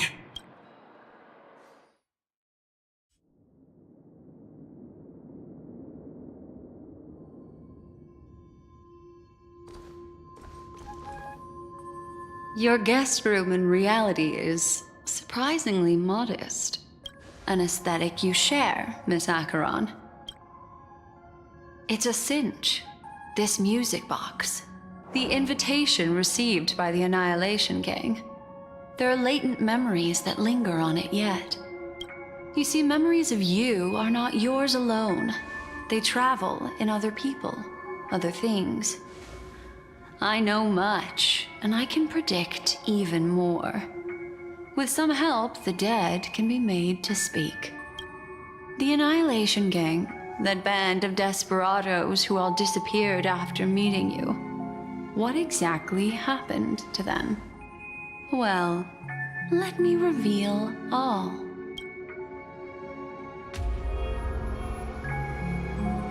Gradation 12. Dreamscape 12. Father, I dedicate this to you. Well done, Dubra. Wherever they go, shall be met by annihilation. There it is. It's hazy, but it's Ifrit's voice. The other one is probably his progeny. This is the residual memory from when the invitation was first delivered. They were abruptly interrupted. Then, what happened next is... They sought refuge in the land of sleep, merely wishing for undisturbed rest, away from the storms. Children of the flame, this marks your rite of passage. She won't be necessary. I alone am enough. When have those on the path of destruction feared death? The Everflame Mansion has set out on a journey. Those poor people, they have no idea what lies in wait ahead of them. Memory recovery is going well, but slowly. She'll be here soon, and time is short. There's nobody else here, so there's no need to be delicate. In fact, I think I'd better go all out.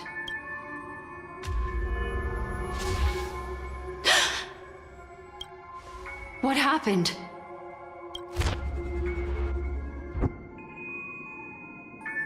The memory after that is blank. How is that possible? This music box fell into Acheron's hands, and she brought it to Penacony. That's a fact, and that's how it should have gone. But along the way, it's like it's been erased. Who's done this? Who are you? Who are you? It's... No. Is this not a memory? Oh, a memo keeper. Do you serve the Garden of Recollection? Or the Cremators? My name is Constance. A pleasure to meet you. We were supposed to meet in Penacony and spend an unforgettable time together. But that seems unrealistic. Dolly is not welcome on the Banquet Star, and I don't need a coming-of-age ceremony. And you, I know what you're looking for. Want her secret? I can give it to you. And then, you can enjoy the banquet for me.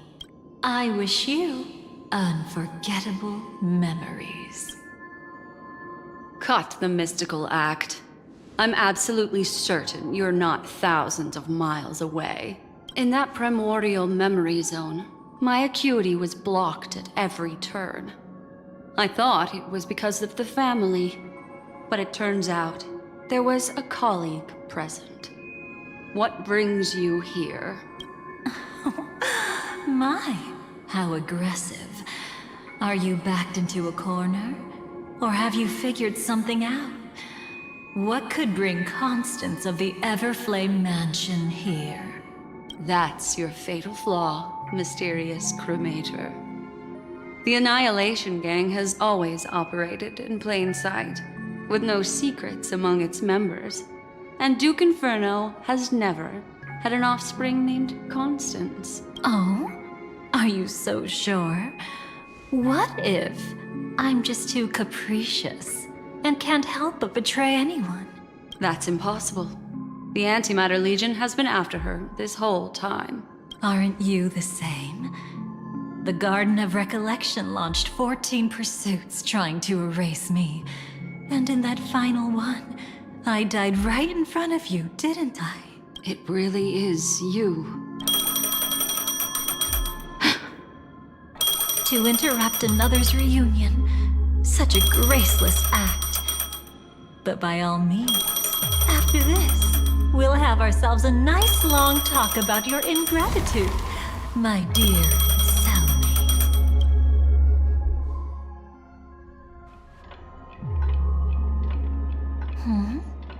That's a peculiar look on your face.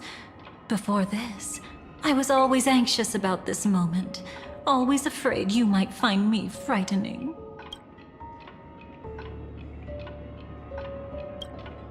Of course. Everything about Penacony is more important than you think. To prevent other terrible outcomes, the Stellaron hunters were forced to use great power. Yeah, we were quite close. Don't get the wrong idea from how I phrased it back then. I've always thought that when two people are locked in a knife fight, with their blades pressed to each other's throats, they become more intimate than any pair of dancers. If you're willing, and if you can endure it, I can keep going. Or perhaps... would you prefer to indulge in my double standards? Now, let's turn our gaze to where the threads of destiny intertwine. Soon after, you finally learned Black Swan's intentions. She made a deal with the IPC to bring you before Aventurine. In order to reclaim Penacony, the IPC had been seeking temporary allies. As a show of initial sincerity, he revealed his discovery to you. The crime scene of Robin's death that was staged by the Fool. From that moment on, Adventurine embarked upon his great gamble, willing to shatter the cornerstone as precious as life itself. He deceived Sunday with his schemes, earning himself a chance to risk it all. With such a high-stakes gamble, he succeeded in provoking the Emanator's strike. The family's carefully guarded secret was exposed, and you, caught in the eye of the storm, were pulled into the chaos. But that's all about the living. In the same moment, what became of those within the world of the dead? Miss Robin arrived at Dreamflux Reef ahead of you. But what awaited her wasn't the uncertainty of a gamble, but rather a destined life and a destined death.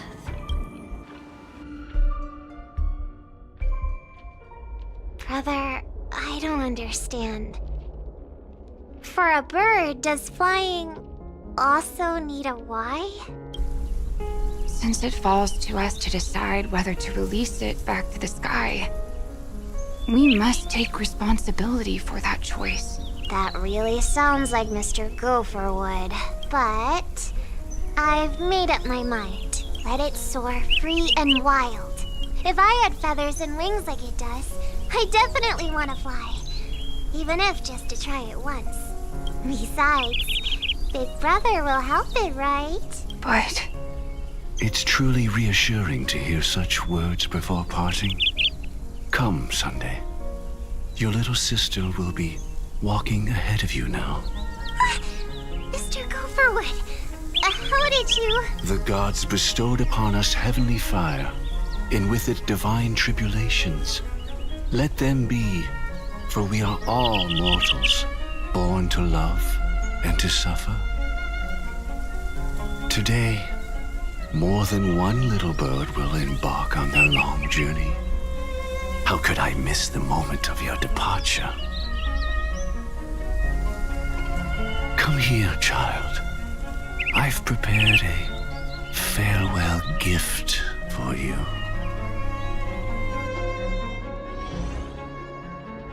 What did she give you? Miss Robin? Sorry. Where was I? In Dream's Edge, a masked fool attacked you and left behind a parting gift. Oh, it's hard to call it a gift. When the fool killed me, they put a mask on my face. But when I woke up in Dreamflux Reef, it was gone, and I couldn't feel any effects from it. As for that mask of yours, is it really called the Harmony? The Twin of the Order. She might be hinting at something, but I still can't figure out what she means. Speaking of which, how is that anomaly of yours doing now? I'm gradually getting better. There's no denying that Dreamflux Reef also spreads the Harmony, and it hasn't been affected by the family's traitor.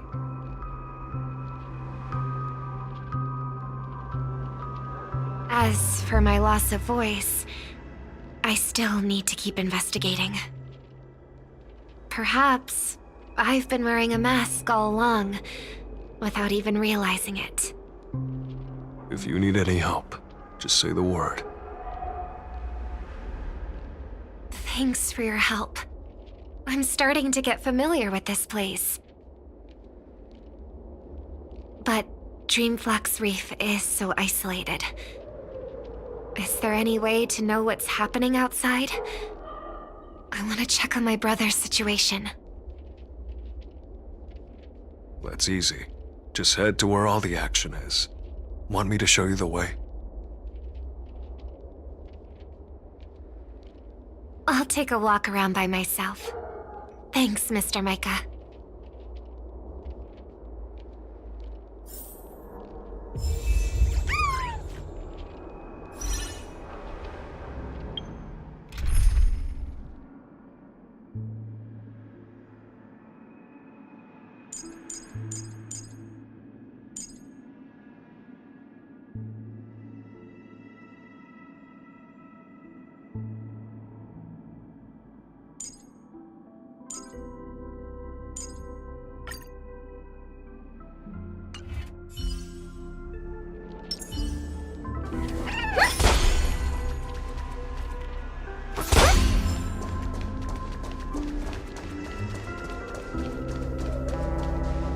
Miss Robin, can you hear me? That voice. Over here.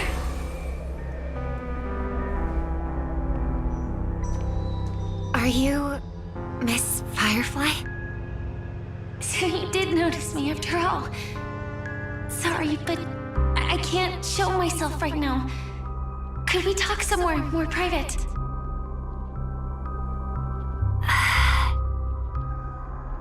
To be honest, I have no reason to trust you.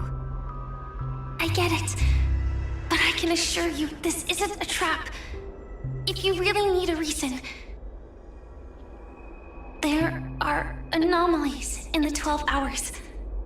We are suspicious of the Dream Master's true identity.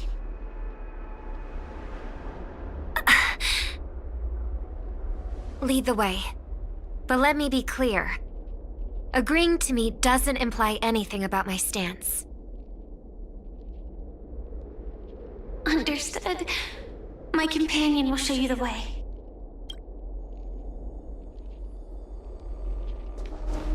Blue flames. Is there a cremator among Miss Firefly's companions? Miss Firefly? You can show yourself now. Sorry, just a moment. My companion will bring you this way shortly. This way?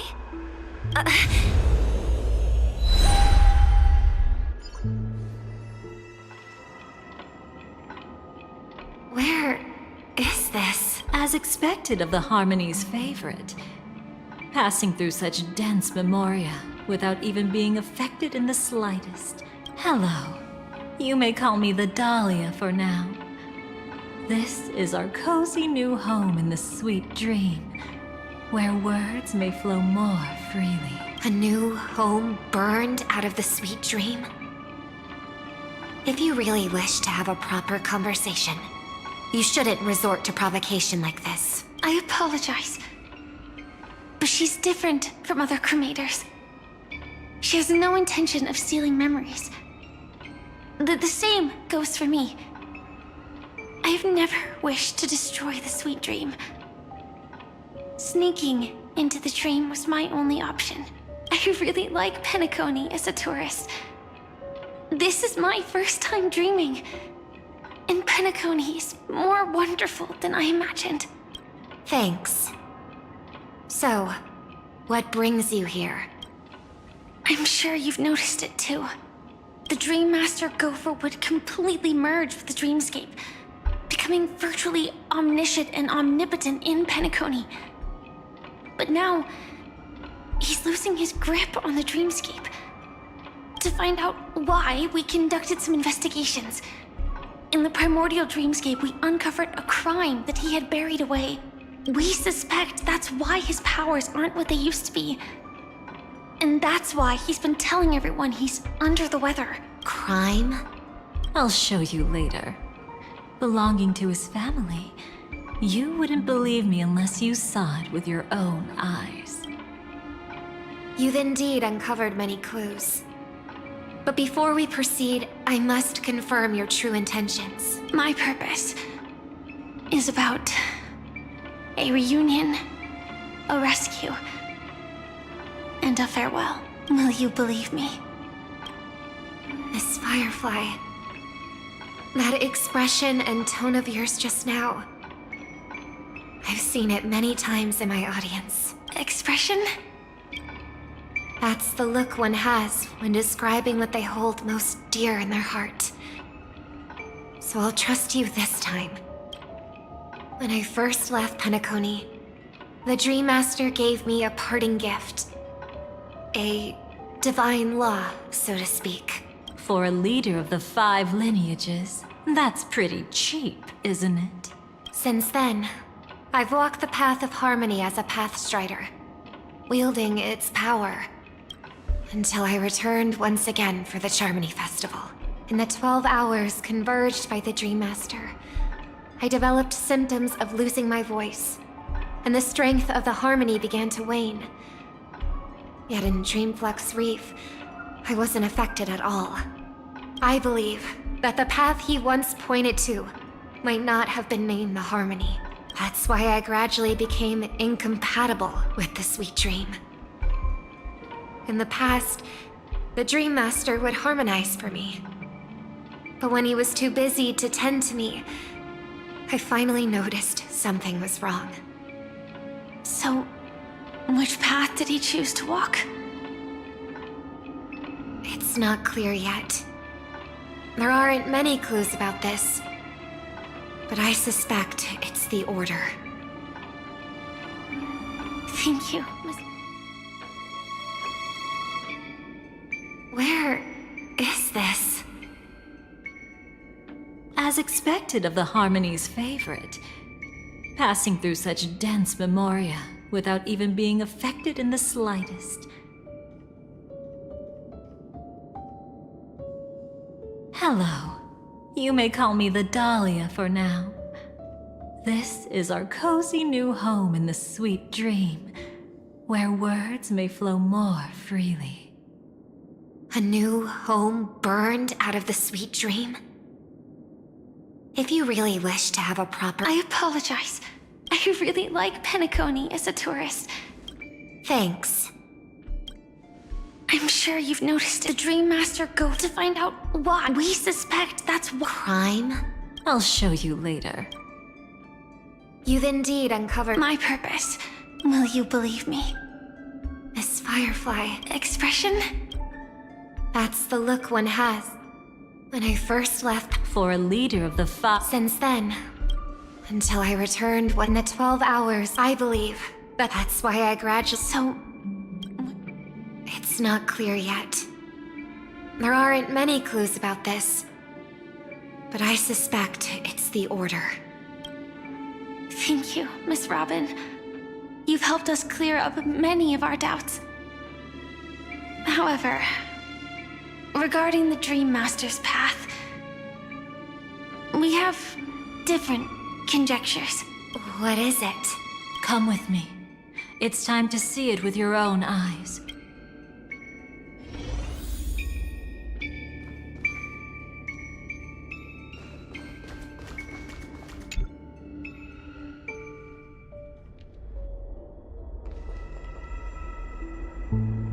Here lie secrets that the family tried to conceal, and a long, romantic tale. Sadly, most of it has nothing to do with us. Brooklyn Tiernan. I remember that name. A Galaxy Ranger, worthy of admiration. When Penacony was plagued by the swarm disaster in the past, he was the one who fearlessly protected our sweet dream. That's why we had to come here. We suspect that after turning away from the family, the Dream Master sided with the propagation. How could that be? History as we know it may be long gone, but people's memories remain preserved in the memory zone. If we can master the technique, we'll be able to pierce through time itself and salvage the past from chaos.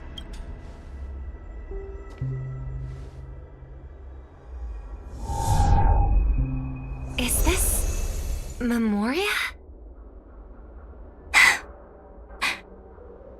Every disaster brought by the swarm was accompanied by countless sacrifices. Some names were remembered, but others were not only forgotten, but betrayed.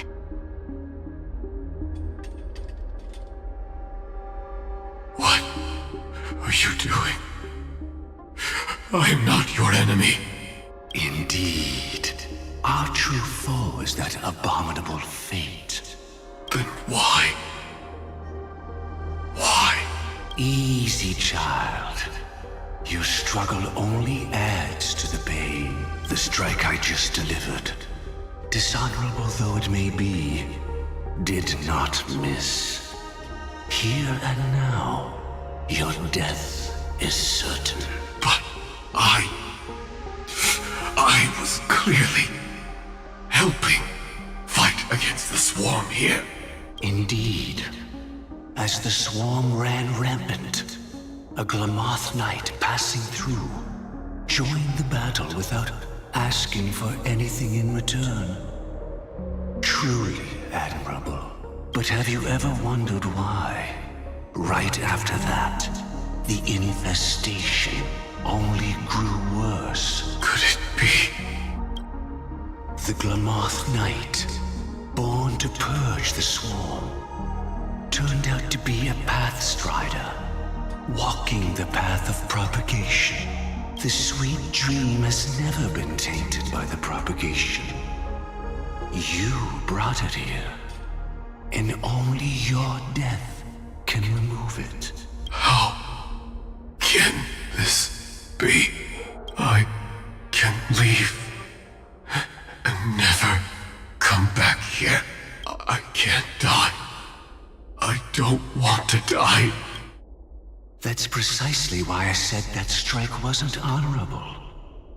I explored your secrets for the sake of the sweet dream. But striking you down, that came from selfish desires. After glimpsing eternity, paradise shall fall into this world of sorrow. And once dawn breaks, it will shatter in the light of day. How could anything golden abide in glory forever? You shall become my darkest crime, in the beginning of a great undertaking.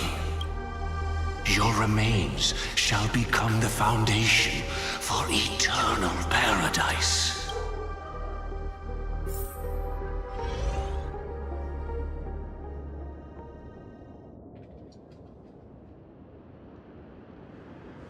You're quite familiar with the Memoria, so you should be able to tell whether this memory is fabricated or not. Laying the foundation for eternal paradise? This... At that time, she was trying to escape her own destiny. But when the swarm was discovered on Penacony, she didn't just stand idly by. Even though she died while fighting against the swarm, it wasn't destiny catching up with her again. It was her own choice. Because, like any ordinary person, she had a conscience and knew compassion. Is she your friend? Yes. And in many moments, looking at her is like seeing myself.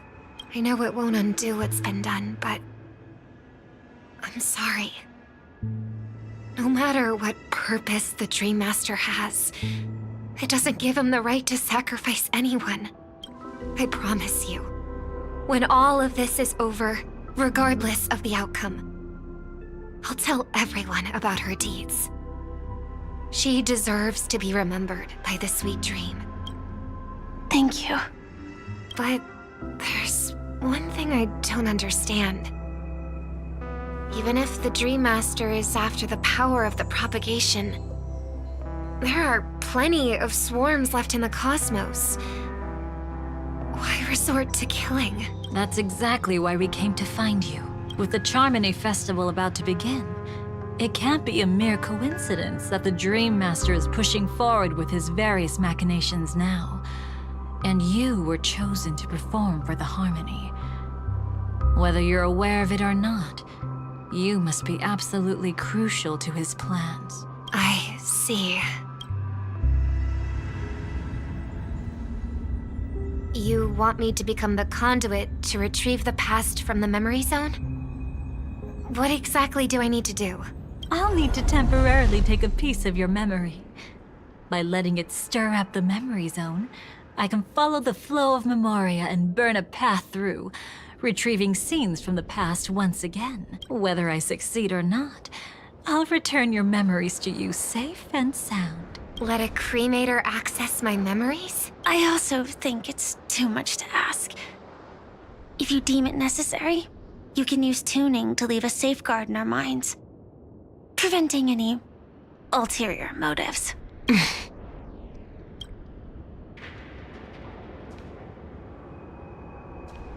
There's no need. Let's get started. May the harm that befalls you never lead to your downfall.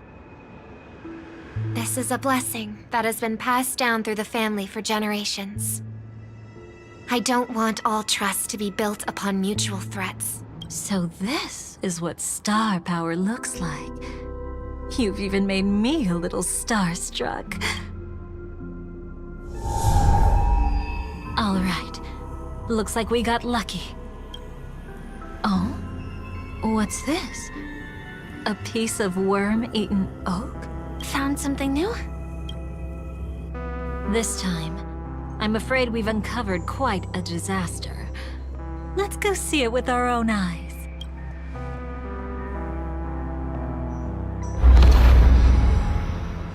Nothing but lies, my dear. Hiding behind the title of a memo keeper? Tell me, how long have you been lying to them? You really seem determined to savor those unforgettable moments, don't you? Be smart and take a hint. I don't have time to entertain you right now. Oh, because you're busy, pretending to be a Stellaron hunter? Who are you talking about? Quite the clever move there. Miss Firefly, if you're willing to take my advice, why not make a trip back to reality? Ask that Silver Wolf lady carefully who your true companions really are. How did you... All right, you. Still can't help sticking your nose into everything, huh?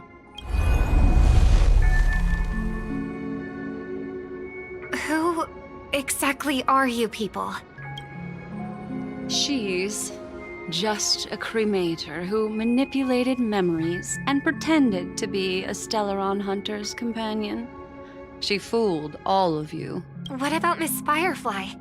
Is she all right? She might get lost in the memory zone's turbulence, but don't worry. She's quite something. She'll only be stuck there temporarily. I'm here to bring you back to the Oak family. Mr. Sunday is worried about your safety. He tasked me with finding you in the dreamscape. As for this Dahlia, she cannot be trusted. To extract specific history from the memory zone through just one memory? While there might be memo keepers capable of such feats, they certainly wouldn't be mere pathstriders. Seems you've been watching for quite a while. Yet you only show up fashionably late when we're about to make progress. Who's the untrustworthy one here, I wonder? Save your excuses. I bring a message from Mr. Sunday that will prove my identity. Just a message? Don't you find that a bit ridiculous? Let's give it a try. It's only 2 words. Charmony, Dove. I don't know the details, but Mr. Sunday said you would understand. Indeed. Unless it's an extreme situation, this is enough to earn my trust. The IPC, Astral Express, and now you're even taking assignments from the family? My, aren't you popular? But you just had to choose the path of your own demise? Back then, I not only kept Lady Acheron's secret, but also left you with your life intact. What? You're that eager to rekindle our past? Well, you are the Dahlia, after all. I have to keep an eye on what kind of trouble you're going to stir up next. I've been questioning this for a long time. How could Destiny's slave possibly accept someone like you, whose very nature is betrayal? And what's the deal with the Stellaron hunter? Let's get somewhere safe first, then we can talk. She's too dangerous for us to let our guard down. Many thanks.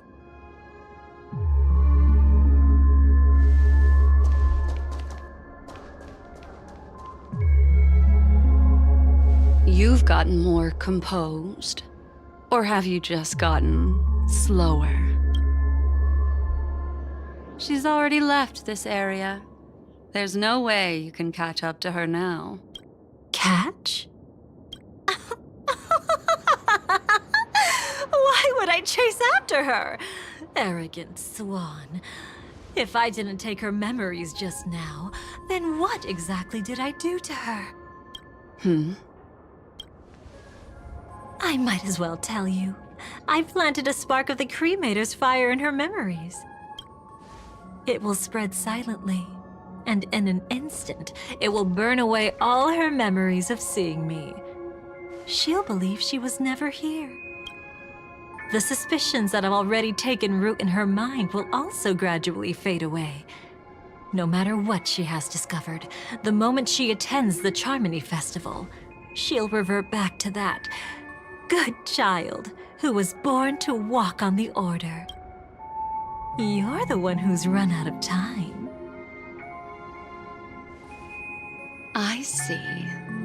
Not a member of the Everflame Mansion, and definitely not a Stellaron hunter. Your true ally is the Dream Master. Oh, aren't you clever? How about a little reward for that? Cut the act. Even with your usual reckless methods, you can't handle me alone. You're right. I can't do it alone. But I rarely feel lonely anyway. Repent and return to righteousness. Though you soar like an eagle and make your nest among the stars, I will bring you down from there. Now, can you still keep your cool? He actually gave you strength through the divine law. The Dream Master would go this far for an ally? What can I say? I'm just that trustworthy. If he hadn't done that, how could my control over Memoria far exceed that of ordinary memo keepers? Let alone allow me to tamper with the Stellaron Hunter's memories. Unfortunately, you lost your composure in your euphoria. In the dreamscape, I might not be your match. But if I want to leave, you can't keep me here. Harsh words. Want to test that theory? It's easy to throw away a flower, but the fragrance lingering on your hands won't fade so easily. I can be quite persistent, you know. Even if we rekindle what once was, I remain unchanged.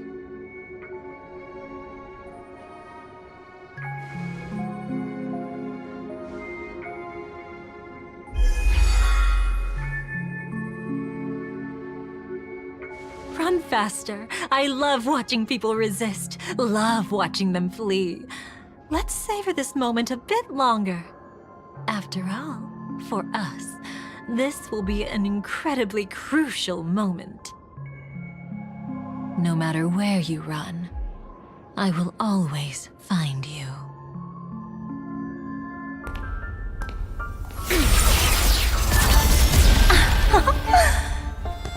I have the numbers advantage. You have no chance of winning. I don't want to use the cremator's tricks. Not that I can't. I knew it. Your ever-shifting morals.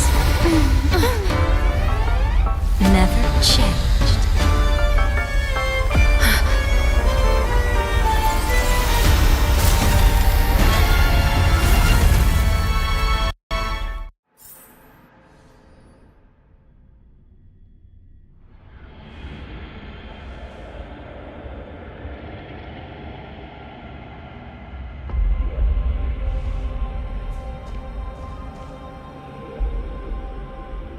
Where do you think you're going? After putting on such an elaborate show, Won't you stay for a little chat?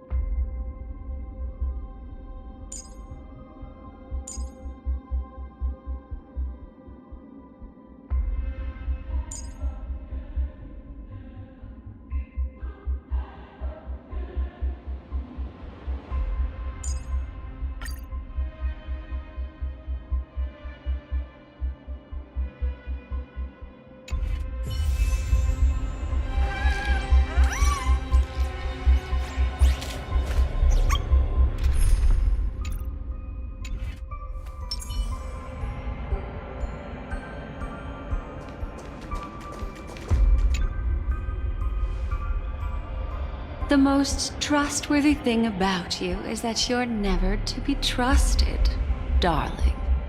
And that's one thing that's never changed about you. When did you figure it out? That the divine law used to share power with me was also the shackles he placed upon me.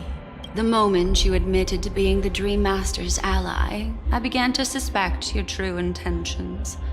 Until now, you've betrayed every single faction you've joined, without exception.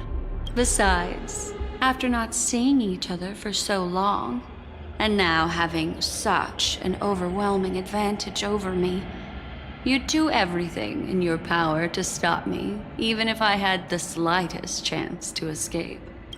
The openings you deliberately left during our clash weren't exactly subtle.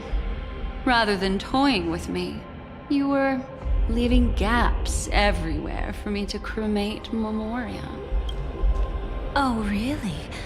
I'd love to drop the act and give you a proper taste of torment. But alas, as long as the constraints on me remain, I'm not my own master.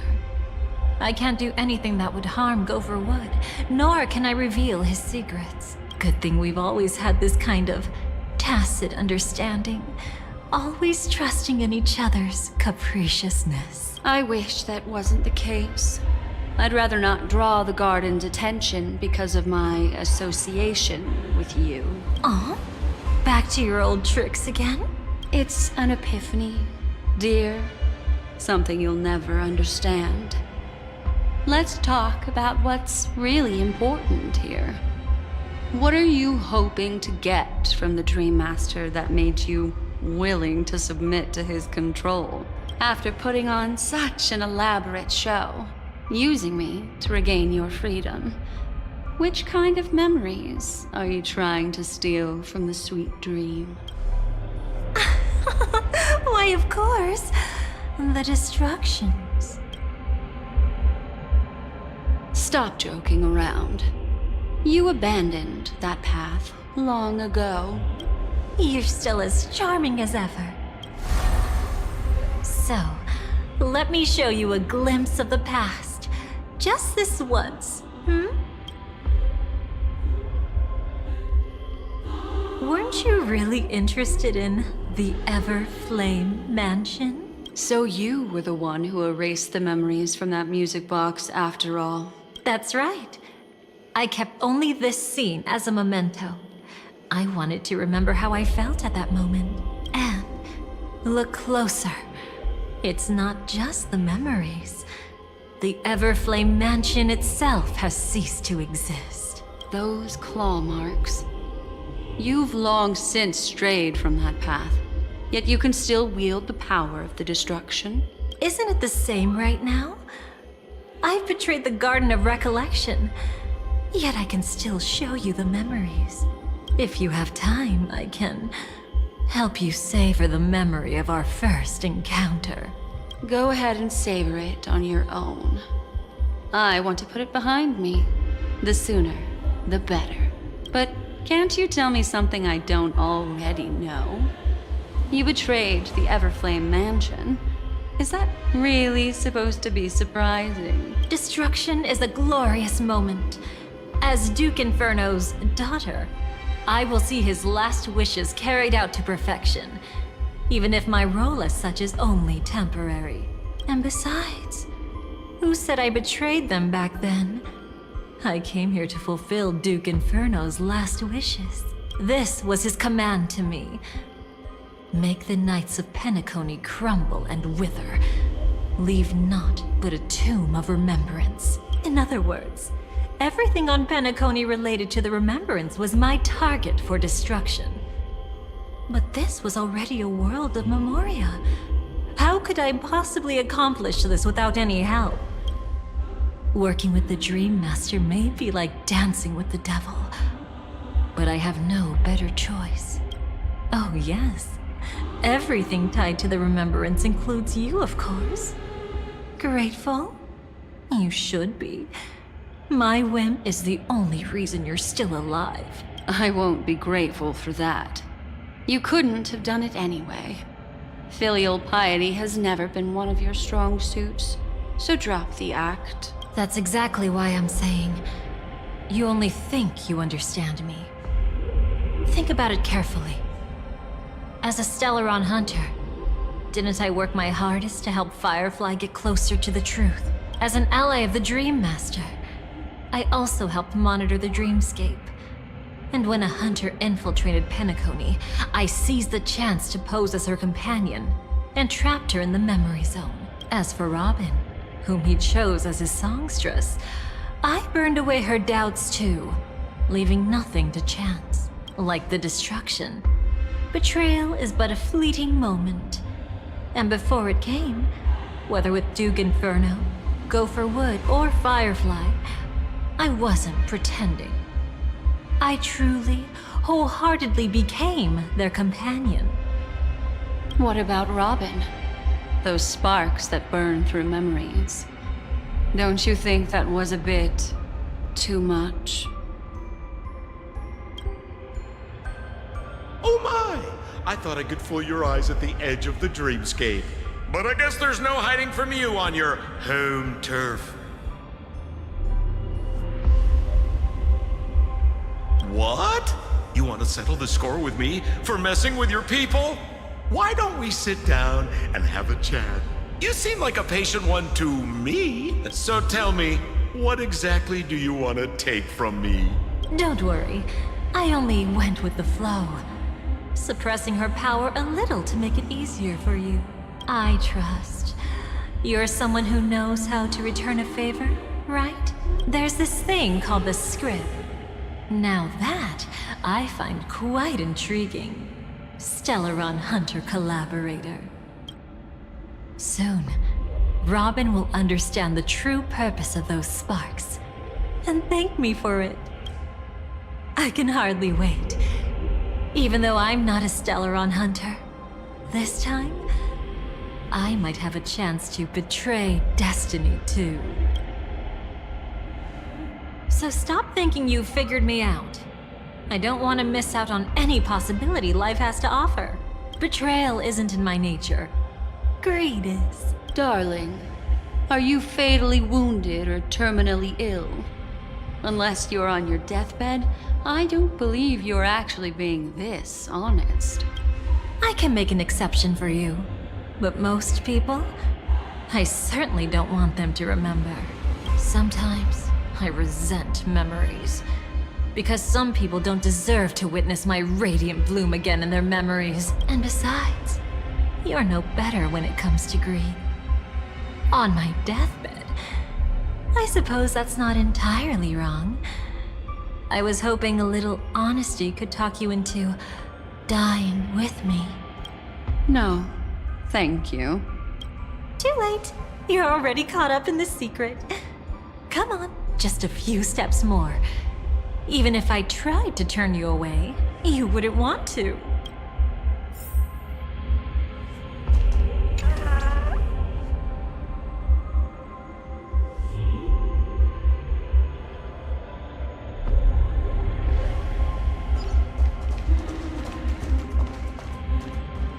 Come, ignite memory. Come, ignite memory. I see now. A piece of worm-eaten oak. You weren't just making that up. Oakwood is prone to insect infestations. Nothing surprising about that.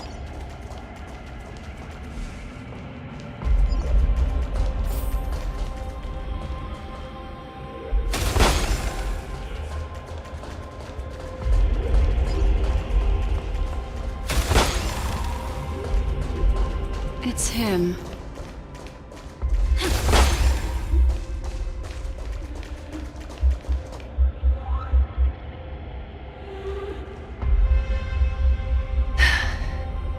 Just look at this place. Shouldn't be this lively here. Ladies, which one of us would you say is the uninvited guest? Mr. Aventurine, what are you doing here? Well, the game's over. And I scored a big win. Oh, what did you get out of it? The Nihility Emanator cut me, and I died in the most spectacular fashion. Oh, speaking of which, you must know exactly how that feels. My dear lady who loves to dance. Still better than having no invites at all, my dear helpful lady. You two are really something special. You're quite interesting, Mr. Aventurine.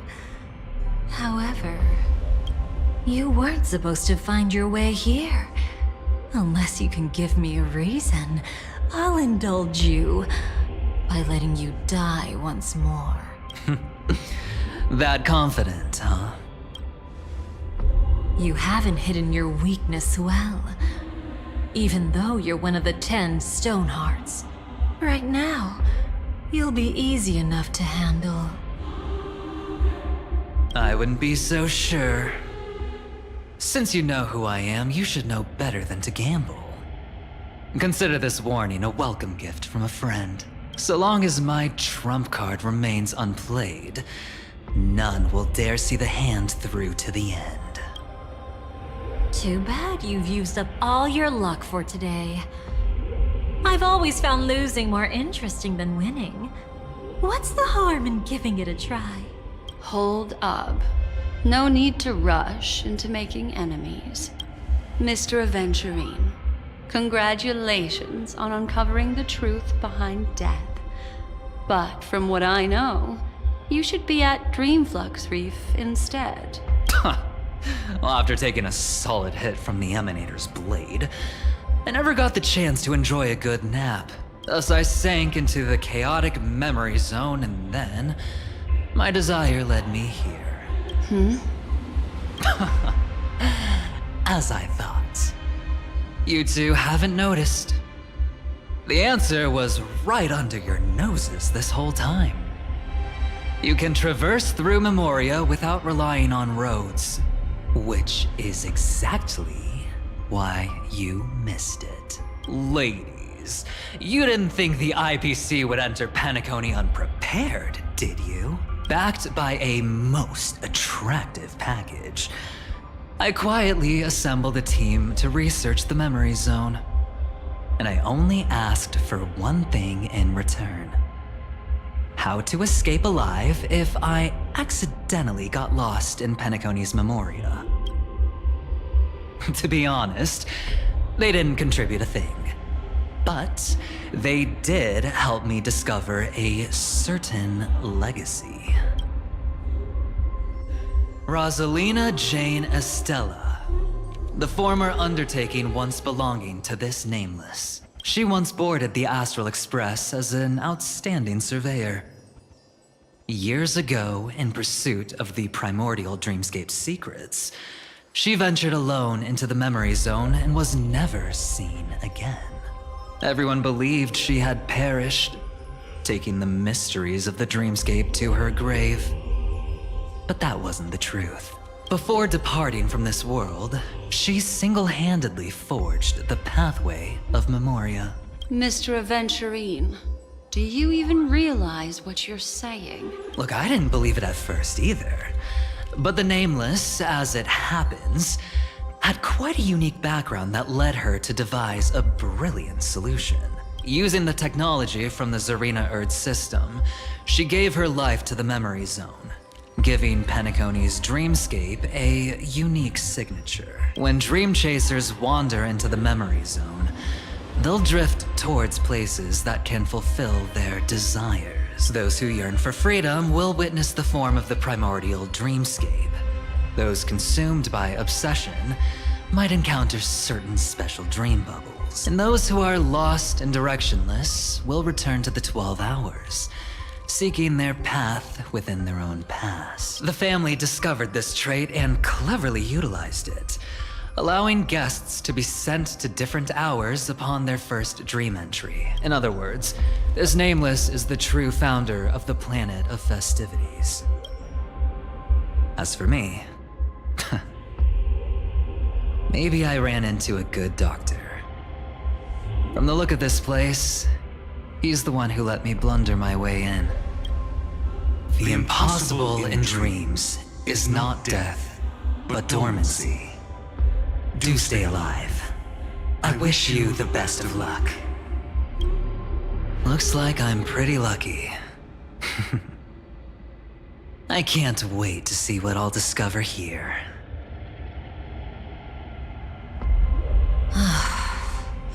It would seem luck favors you still, Mr. Aventurine. Fate is truly fascinating, yet cruel. Remember Miss Robin's question? If the Dream Master was after the propagation, why did he have to harm the Glamoth Knight? Years ago, he had already completed this plan, waiting for a Glamoth Knight to enter the dream. Unfortunately, with the sudden fall of his empire, his hopes seemed to have been dashed. Yet just as the Charmony Festival was about to begin, a descendant of the Glamoth Knights appeared uninvited, and everything began to turn once again. The Dream Master was never afraid of Firefly investigating the propagation. That was exactly the truth he wanted her to see. Wait, is that why you trapped her in the memory zone? Correct. This place is where the Dream Master wanted her to be. And he wanted her to think she'd figured something out, only to make the wrong decision at the most critical moment. So, what exactly is the Dream Master plotting? It doesn't matter anymore. We've missed our chance to stop him. Even if we catch him in person. From the very beginning, he never existed anywhere at all. When he attempted to merge with the dreamscape, he transformed himself into 4 primordial divine laws.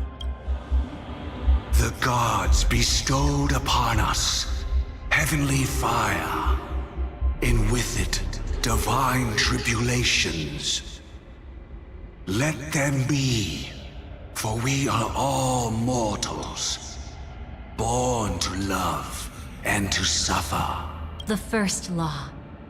As his parting gift, he bestowed it upon Robin, guiding her onto the harmony. Repent and return to righteousness. Though you soar like an eagle and make your nest among the stars, I will bring you down from there. The second law is the power he bestowed upon me as his collaborator. At the same time, it serves as a constraint to ensure I won't act recklessly. And the third law... Paradise shall fall into this world of sorrow, and once dawn breaks, it will shatter in the light of day. How could anything golden abide in glory forever? I haven't seen it myself either. According to him, it was an all-out attack, like a torrent of fire pouring down from above. And the last one? Nobody knows. After claiming to be ill and withdrawing from public view, even though the constraint remained in place, he never contacted anyone again. Not even me, his collaborator. It's just my theory, but I'm pretty sure I'm right. By then, he had finally completed the last law and used it to eliminate the one weakness that exists in any plan. The mastermind himself. The moment the plan was set in motion, Gopher Wood died a martyr's death for the just cause he believed in, and the swarm disaster shall reappear again in the sweet dream. The moment has finally come. Resentful from being deceived, confused by conflicting memories. Your expression right now is so similar to what I had imagined.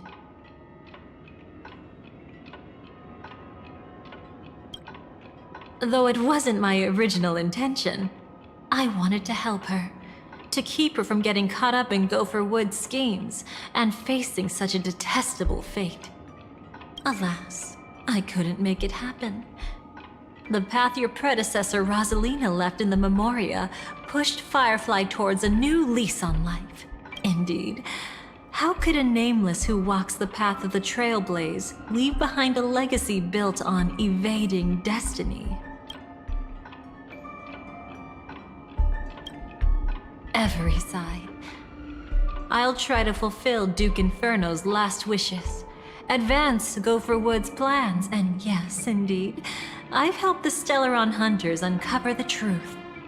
Don't be too mad. I wasn't a Stellaron hunter back then, but wasn't everything that happened in Penacony the perfect opportunity to join? As you can see, he became a martyr, leaving all his power in the 12 hours, like a self-turning hand of time, driving his plans forward. The Order truly is a harsh path. Enna, Gopher Wood, and Sunday, the one you know even better. They all chose to sacrifice themselves for it. But then, something interesting happened. You turned out to be that variable. As Aventurine said, Rosalina's legacy would send dreamers to where they truly yearn to be. For Firefly, that place turned out to be by your side. She revealed her true self to you, reuniting with you as a Stellaron hunter. Then, guided by a history fictionologist, you witnessed the life of the watchmaker Mikhail. It was truly a life worth remembering, worth giving everything for. I would have loved to raise a glass of hello and goodbye to him, just like the one who saw things through to the end, Mr. Gallagher. What a shame I can't do it properly here. Sunday also came here, feigning cooperation, to reveal to you the truth about Penacony. The foundation of the sweet dream, hidden behind the Grand Theater's curtain, was actually a Stellaron. And the true mastermind behind everything was none other than the Dream Master Gopher Wood. But you know now that his words weren't entirely true. What followed was one of the few beautiful memories that Firefly has held onto to this day. In order to win tickets to the Grand Theater, you and Firefly participated in the moment of scorched sand auditions.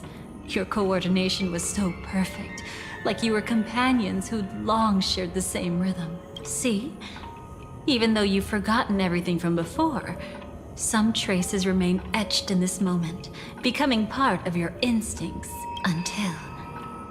Following the script, Firefly sent you all to the final stage before departing on her own. In those beautiful moments before that, she experienced the joy of living, yet she still had to face the terror of death. However, you may have noticed that during this period there was a small gap. She and you weren't together the whole time. You returned to a child's dream through a dream bubble left by Mikhail and witnessed his legacy. However, Firefly was not a trailblazer, so she couldn't enter it. While waiting alone, she met her true collaborator, and thus learned that there was more than one legacy in Penacony, and more than one watchmaker.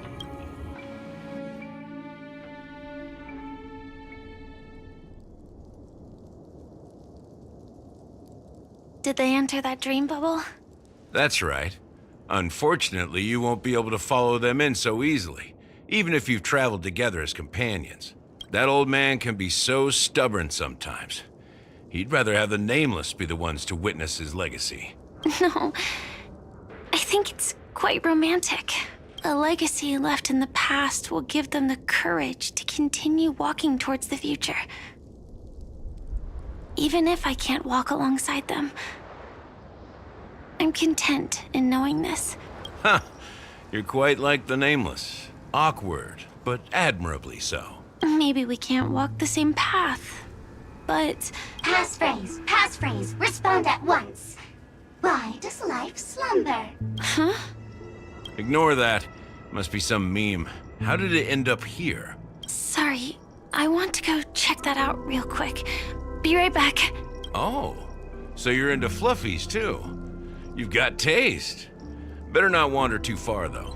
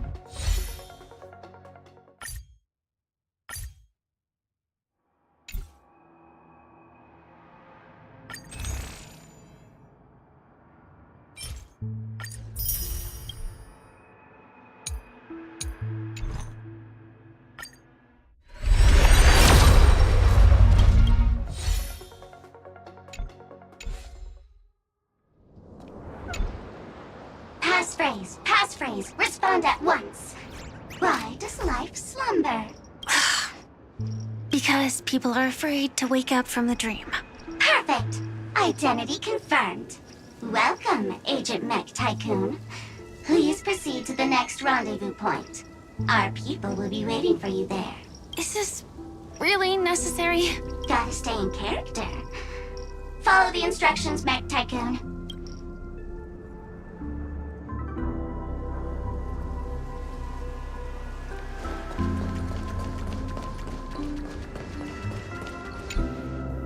Hello. Please submit identity verification for Agent Ultra Firepower Instant Star Traveler. Who? Mech Tycoon wasn't cool enough, so... So, Miss Sparkle went ahead and changed it. Masked fool. You shouldn't be here. Well, someone's been kept in the dark this whole time, completely oblivious to their real buddy standing right in front of them. Buddy? Don't tell me you still haven't noticed. That memo keeper has already stabbed you in the back once. No way. Silverwolf never mentioned me. But she's the one who invited me to team up. The family's omnipotence in this sweet dream, that was my intel. Now you all are going back on your word? Your intel? With Kafka's spirit whisper, my cognition shouldn't be susceptible to distortion. Could things be different now that I'm in a dream? Before heading to Penacony, Silverwolf did tell me to keep an eye out for anyone asking, why does life slumber? But as evidence, that's not enough. Oh, really? Then what if you were to die 3 times in the sweet dream? Then why is this the first time we're comparing notes? What else could I do? As a fool, how could I ever catch up to a memo keeper in a dream? Every single time, just when I was about to reach you, poof, she'd vanish with you. Who exactly is Constance? She works for the Dream Master, but she definitely has her own agendas. She secretly made a deal with me. She pointed to a nightmare in which all the Dream Master's schemes would be carried out. I've been looking everywhere for you just to give you this spoiler. A nightmare? What exactly is in it? Tell you straight up? No way. I went through hell and back for this. Here's the short version. After you've lived through the best of times, soar toward the sky with all your might. You'll hear insects chirping at the oak's crown. That's way too cryptic. I can't trust you. Please, we're working together. I'm not some lackey. Just because someone else fooled you doesn't mean you get to pin it on me. You're back sooner than I thought. Any results? Yes. And now, it's up to us to forge ahead. Sorry, I'll catch you later. But thanks. At least you brought good news. Which part was good news? The best of times. And now, the Dream Master's plan begins to turn like clockwork. And so too does destiny. What does the Dream Master gain from recreating the swarm disaster? Oh, reminds me of the good old days during the War of Gods. Silly me. I almost forgot. I need to retrieve a certain lost item. Otherwise, there's a lady who won't be too pleased. Sorry, but I need to get going. Sorry, but you're not going anywhere. This is the land chosen by Gopher Wood to meet disaster. But he doesn't want the swarm to truly surge forth and devour the world. The swarm disaster will be trapped here. And so will you, in your weakened state. Unless a kind memo keeper lends a helping hand, right? But I can't find a reason. So far, there hasn't been a single case of one of the 10 Stonehearts being killed. It's driving me crazy with curiosity.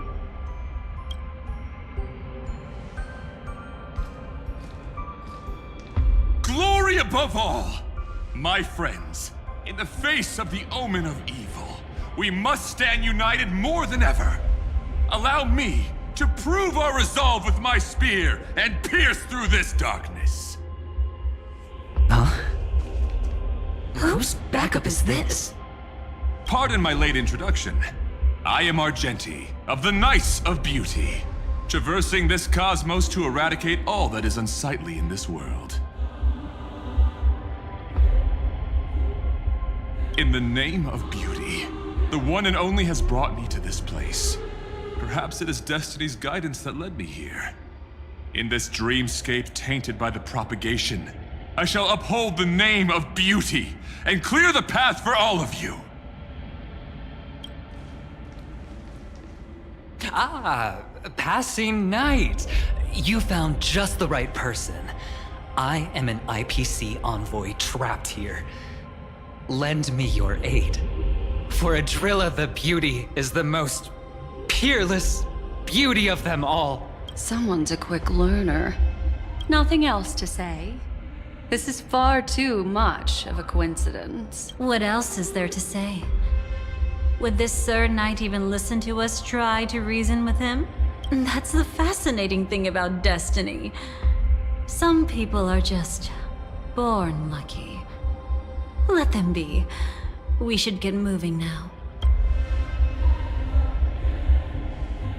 Where are we going? To find your dance partner, darling.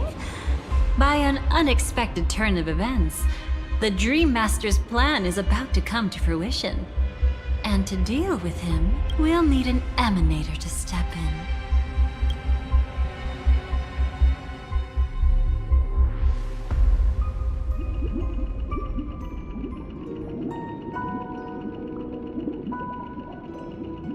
Since the future of the Stellaron, Penacony, and even the entire cosmos is at stake, let's draw a conclusion there, in all fairness.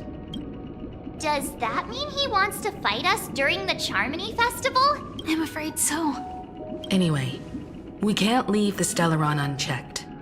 This is about trailblazing a bright future for Penacony, and fulfilling the long-cherished wishes of Mikhail and our other predecessors. After you've lived through the best of times, soar toward the sky with all your might. You'll hear insects chirping at the oak's crown. It's all over now. So that's how it is. Well then, it's time for me to depart. They've harnessed the will of an entire planet to create an Eon. This confrontation is far more complicated than a simple power struggle. To secure Penacony's future, fighting on the stage alone is not enough. What do you mean? Are you not coming with us? I believe Firefly is trying to say that she's heading off to another battle. Before I left, the Destiny Slave told me that this journey would bring unforgettable rewards. Even though the script he gave me only had a few lines, I couldn't ignore them. Because one of the lines said, I'll experience death 3 times in the land of the dreams. 3 times? This can't be serious, right? The first time was a painful death when I was stabbed by the Blade of Dormancy, which led to all subsequent events. The script will always come true, but in a way that will only be revealed when that page is turned. But the death granted to me by the planet of festivities was merciful enough. For my first death, I chose how it would come and what it would change. For the next 2, I want to try my best to achieve the same outcome. Have you made up your mind, Firefly? Yes. Otherwise, I wouldn't be here. Thank you again for your assistance for the Astral Express. May we meet again, in reality. Yeah. Farewell, everyone. May your trailblazing expedition never end.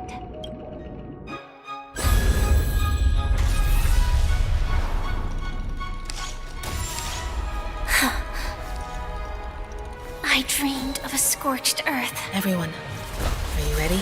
A new shoot sprouted from the earth. It bloomed in the morning sun and whispered to me. Like fireflies to a flame, life begets death. May we meet again in reality.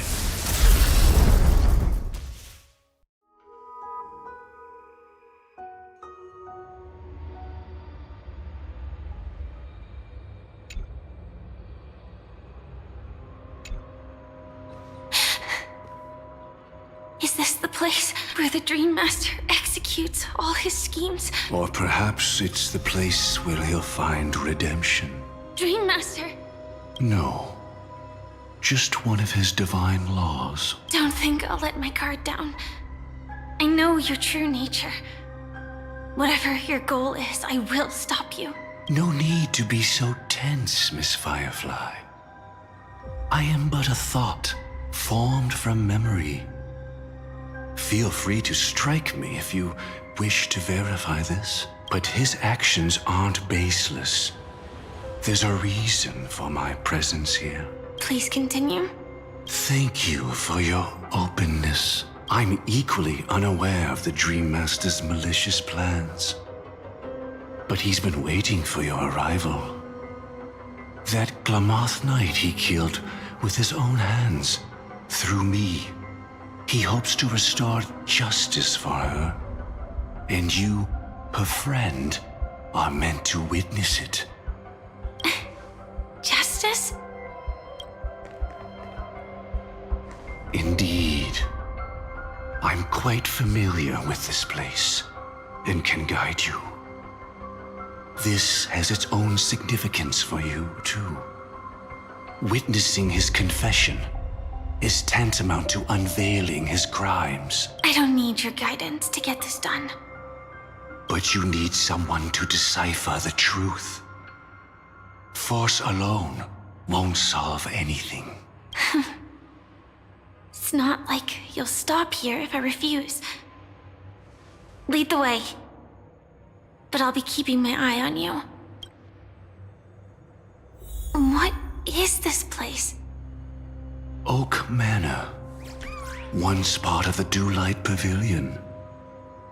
Before becoming the Dream Master, he used to hold family councils here.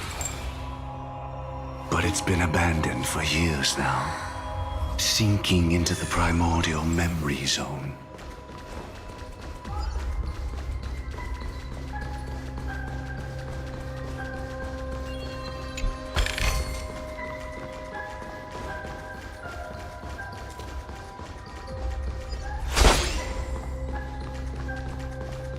Is that... I'm afraid it's pain.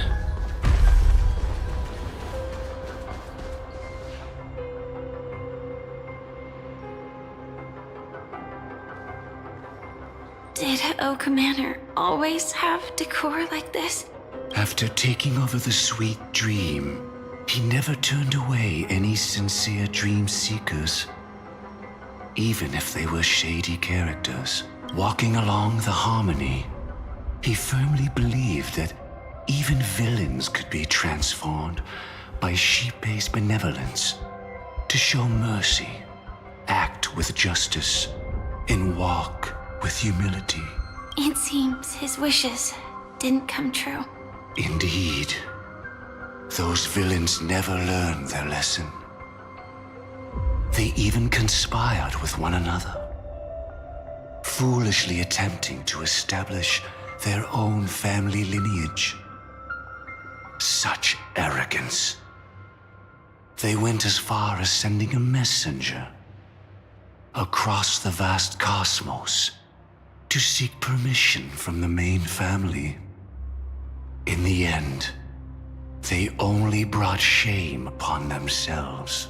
And then there was a revolt.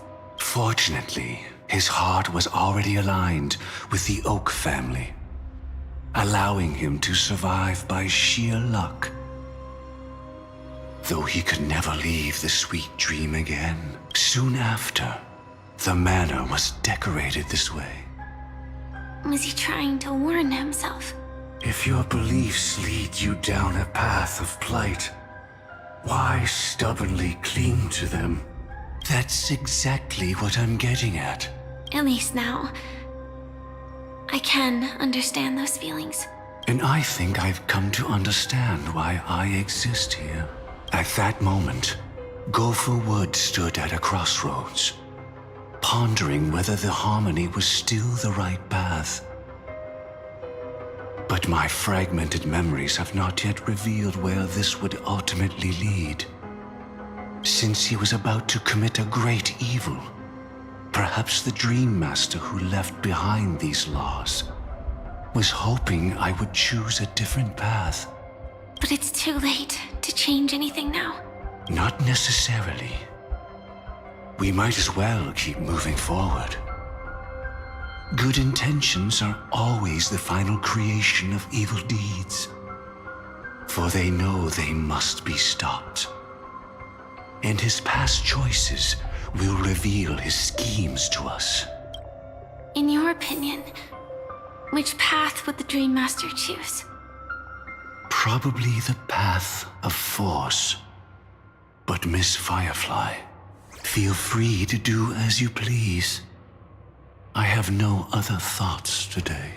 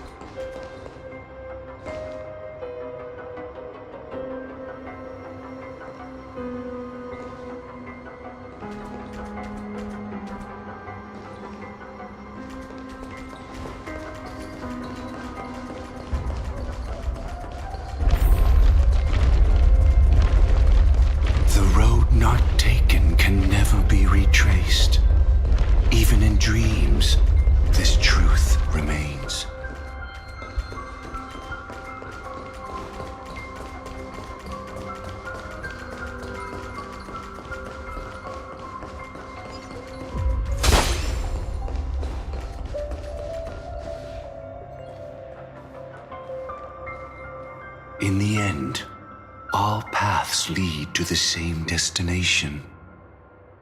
Human will, it seems, truly has very little impact. Is this? The manifestation of Nanook and the fall of the Eternal Centurion. Such news has shaken the universe, and I've long since known about it. So why would a messenger of the main family take the trouble to visit this frontier? Just so you know, I'm here to deliver punishment, and you're the guilty one. I barely escaped death, and I still can't reveal my true form. Tell me, why have I been branded a criminal upon returning to this place? You've already confessed to your crimes. The family doesn't tolerate incompetence, even from a branch leader on the frontier. Not only did this one fail to quell the situation, he was even murdered.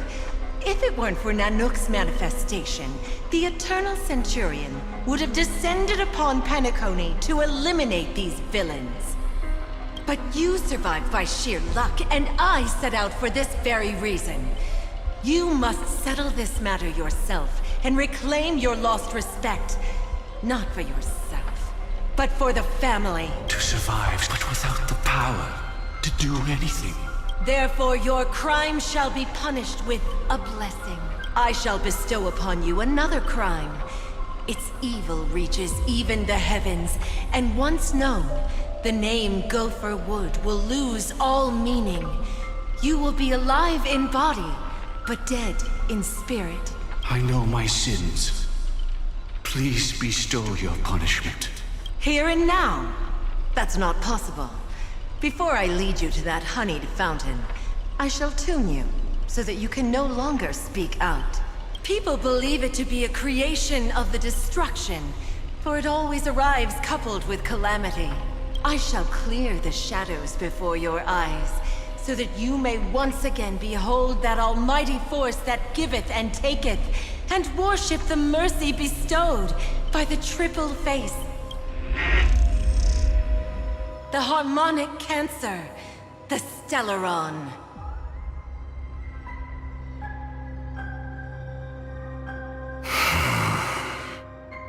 Did the Dream Master already know back then that the Stellaron was actually a creation of the Path of Harmony?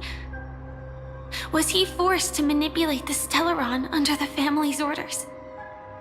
I'd like to defend him, but calling it forced would be self-deception. He claimed he was powerless, not that Shippei taught us we shouldn't do this. Whatever the family's true face may be, right now, Gopher Wood is no longer a follower of the Harmony. What if you were the one standing there? Perhaps I too would betray the Harmony. But in any case, that would only mean I found the family unworthy of obedience. It doesn't justify the Dream Master's heinous acts. Miss Firefly, have you ever pondered over destiny? I often wonder, if we could face our past decisions again, would we really make different choices?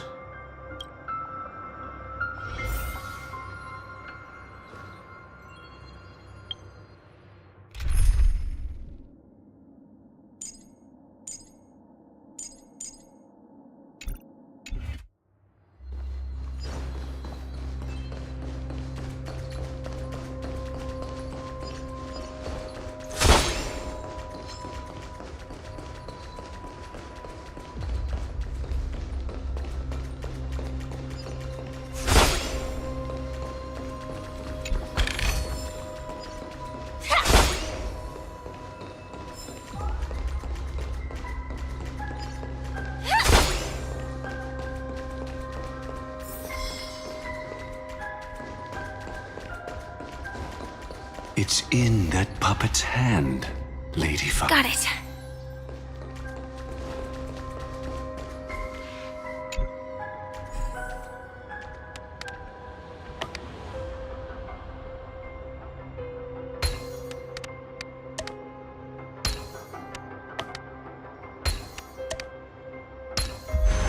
mechanism deactivated. Rest in peace now, old friend. Mikhail, was it you who killed him? Is that what you think of the Dream Master? Someone so unforgivably evil. He was once the Dream Master's closest friend. But they ultimately parted ways due to their differences over the sweet dream. Mikhail once gave the Dream Master a wristwatch. And even though it's broken now, he still treasures it to this day. I came for confession, old friend. I wonder, what did death feel like to you? I died once, yet returned to the mortal realm.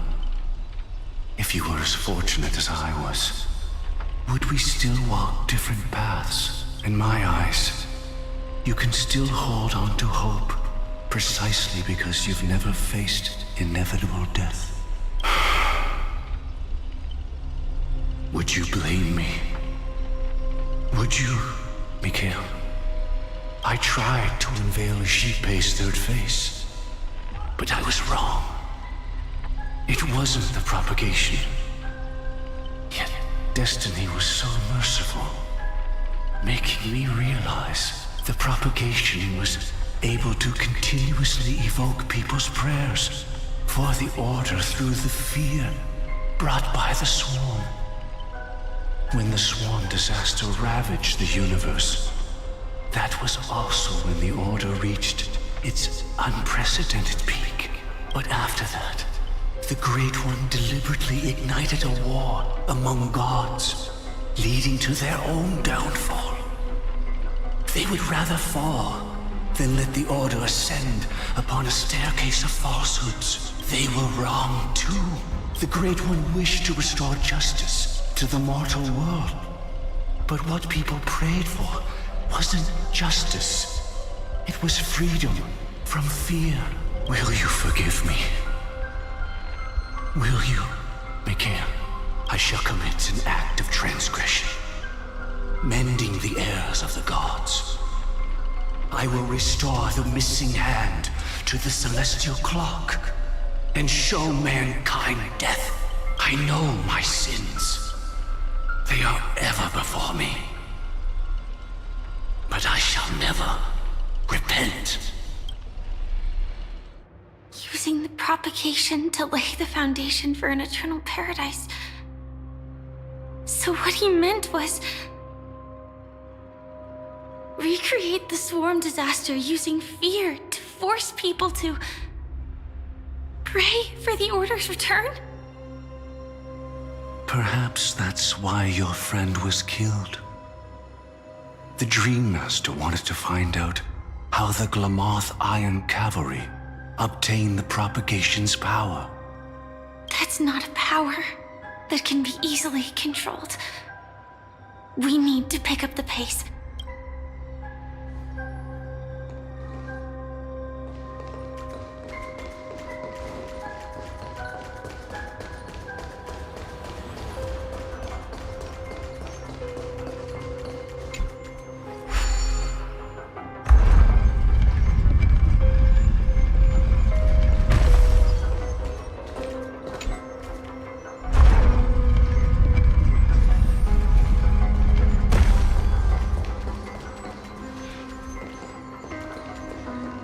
Past this point lies the Grand Hall at the end of Oak Manor, and before us lies his final decision. Where to go after turning away from the Harmony. Since he wants you to choose again, which side will you take? Go ahead with whichever path you think is right. I'll take the other one. Don't worry. I can't change anything. Even if I have a sudden awakening, it would only give the Dream Master peace of mind. He deserves absolute punishment and must be brought to heel. So you made a different choice after all. I will stop him. I hope everything goes well. This is goodbye, then.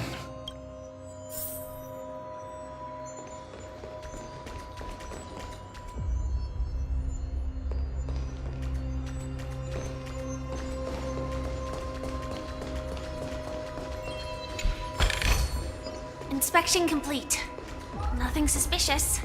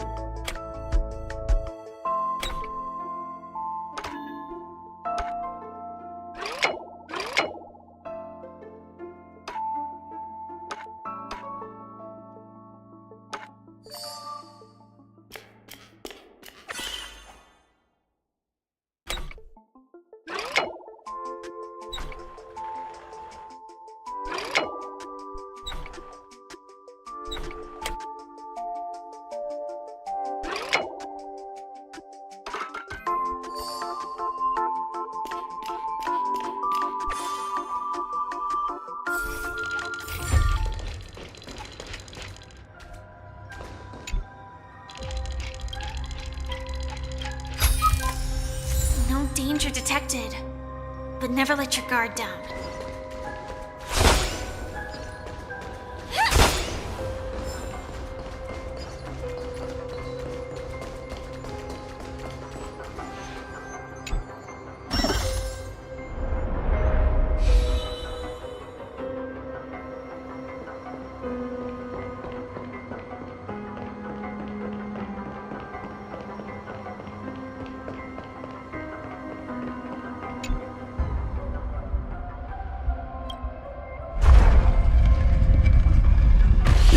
Propagation rain down heavenly fire once more, heralding the mournful cry of death.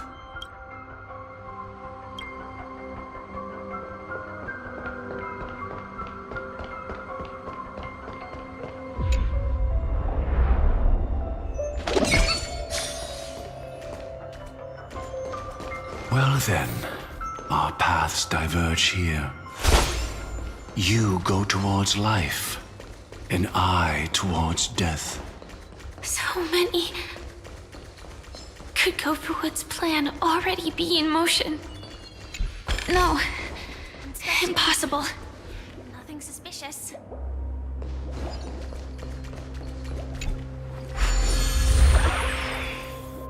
This place already looks... We need to hurry!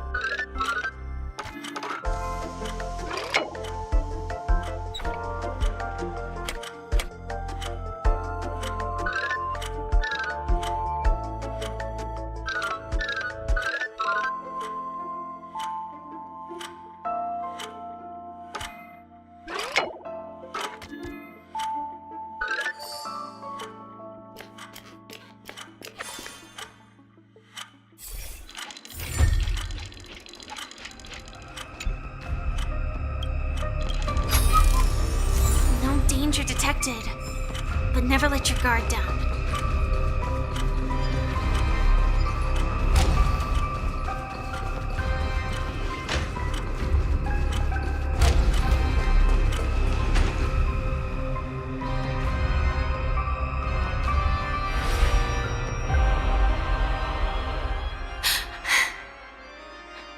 No doubt about it. This is the place. My apologies for keeping you waiting, Lady Firefly.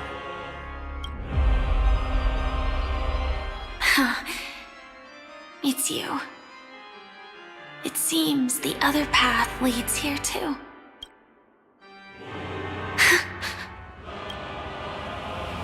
What is this? It's the terror that humanity dares not recall. The swarm disaster's chrysalis of extinction. The Dream Master's devastating strike, like a torrent of fire, lies hidden behind the stained glass, waiting to shatter it and unleash the swarm disaster once again.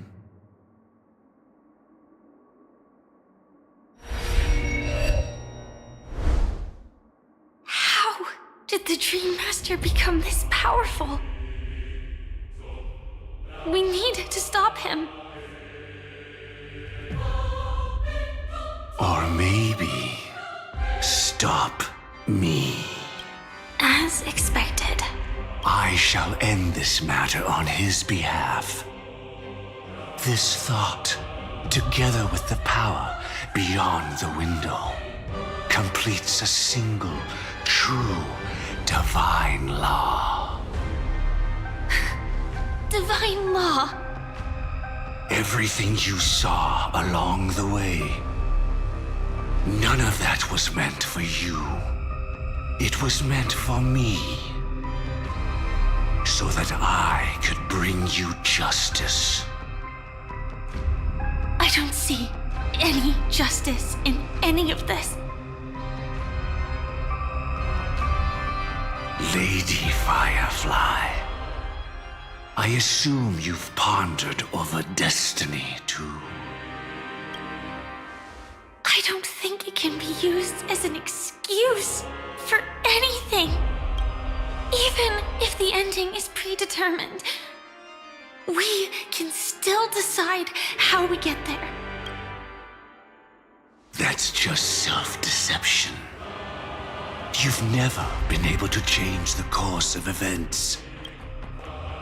When we stand at the crossroads of choice, no matter how many times we start over, we'll always make the same decisions.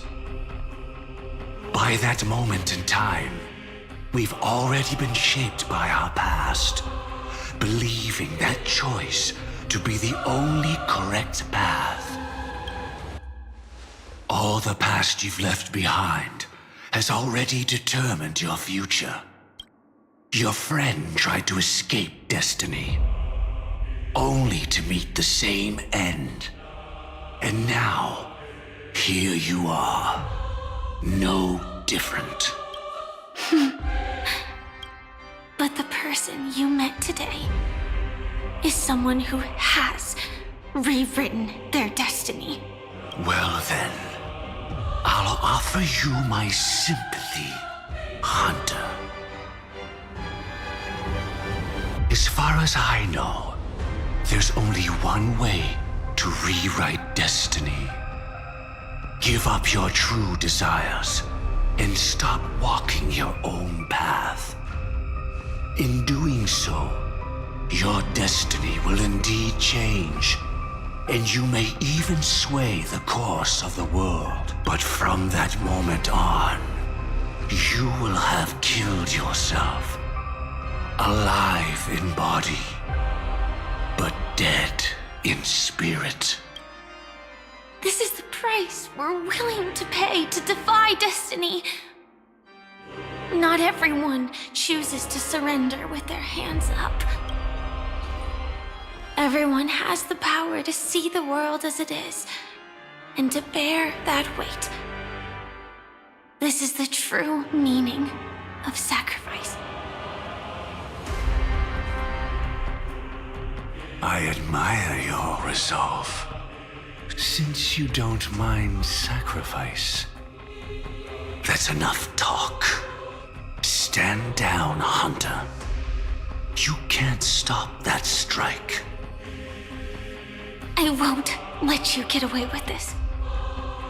Oh, really? How did the Harmony succeed in spreading its cancer across the universe, then?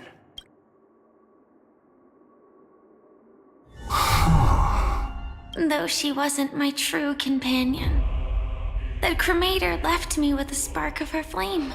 I never trusted you. During our journey together, I planted it on you. And now, I'll let it reignite.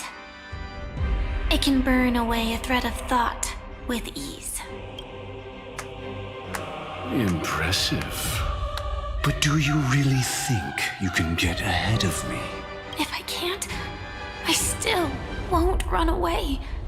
If that strike is inevitable, I'll be the only one who dies in this nightmare. Your courage shines like pure gold. Even so, paradise shall fall into this world of sorrow, and once dawn breaks, it will shatter in the light of day. How could anything golden abide in glory forever? Come forth and present yourself, last heir of the Empire. I permit you to unveil the true face of order. I permit you, with mortal hands, to bring forth the Great One. The swarm will again devour all things and fill the hearts of the lost with terror. Someone must cast down rage in their stead. All that lives will one day die. Even so, I will still do as I've always done, and pray that I can stay alive. I can do it. Right? But death will come because you, out of all people, are the foremost in seeking life.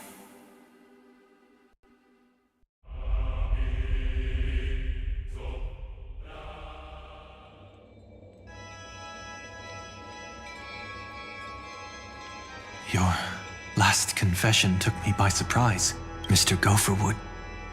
No. The final divine law. I suspect there was never any chrysalis of extinction from the swarm disaster to begin with. Was there? What exists in Oak Manor is nothing but a disguise. The only thing hidden within is a Stellaron. True. I never unraveled the secrets of the propagation. Now, split into 4 parts. A single strike of mine cannot harm that hunter. But if a Pathstrider of the same origin as the Swarm were to be deceived by tuning, mistaking what lies before them as certain death, if they were to make a wish to live before the Stellaron, the outcome would twist into a catastrophe that brings death. The Swarm disaster. Her life shall beget death, and that death shall beget life unto this world. But why are you so certain that nothing will go wrong? I've already glimpsed the secrets of the Stellaron, and I have no need for certainty here. Even if she never entered the game, that strike would still fall at the appointed time, causing the Stellaron to shatter. The dreamers will learn that the power to destroy their own lives comes from the Harmony, but that it is ultimately the worst option. You should know that I won't agree with this.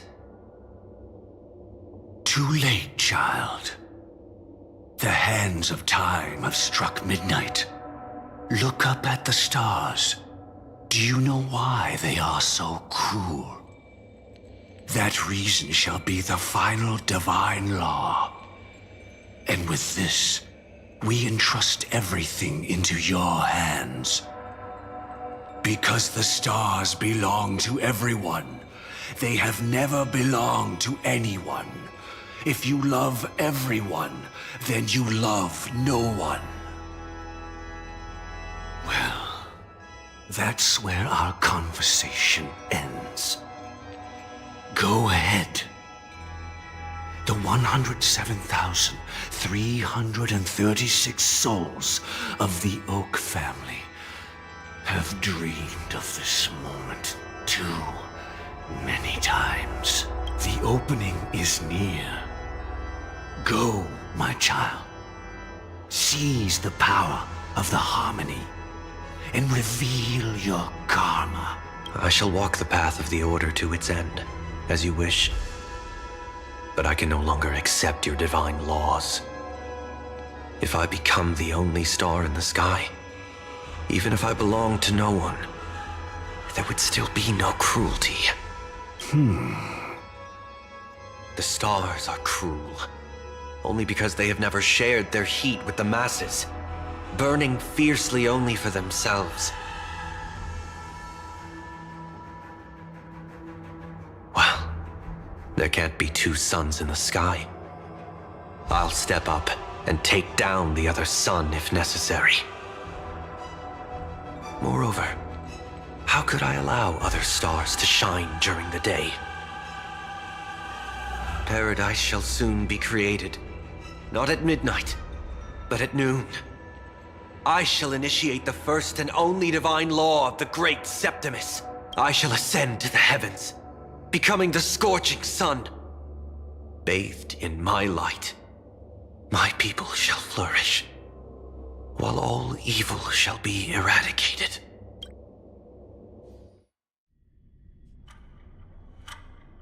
Very well, child. Do what you must. Perhaps I was never without choice, merely too entangled with the fear of losing, never knowing what was possible if I chose to act. I should become a watchmaker too. The harmony I seek has but one note, repeating endlessly, never falling out of tune. Life, too, has its time. We did it. He faded first, causing their power to lose control.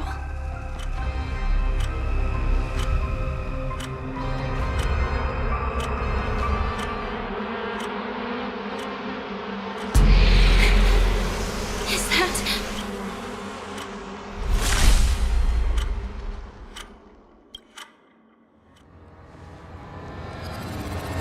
How...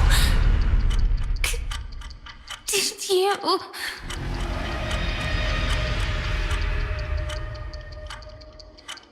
Death comes for us all, eventually. I'm starting to hate how powerless I am. How I wish that I had some way to comfort you right at this moment. Oh, don't worry, that was all in the past.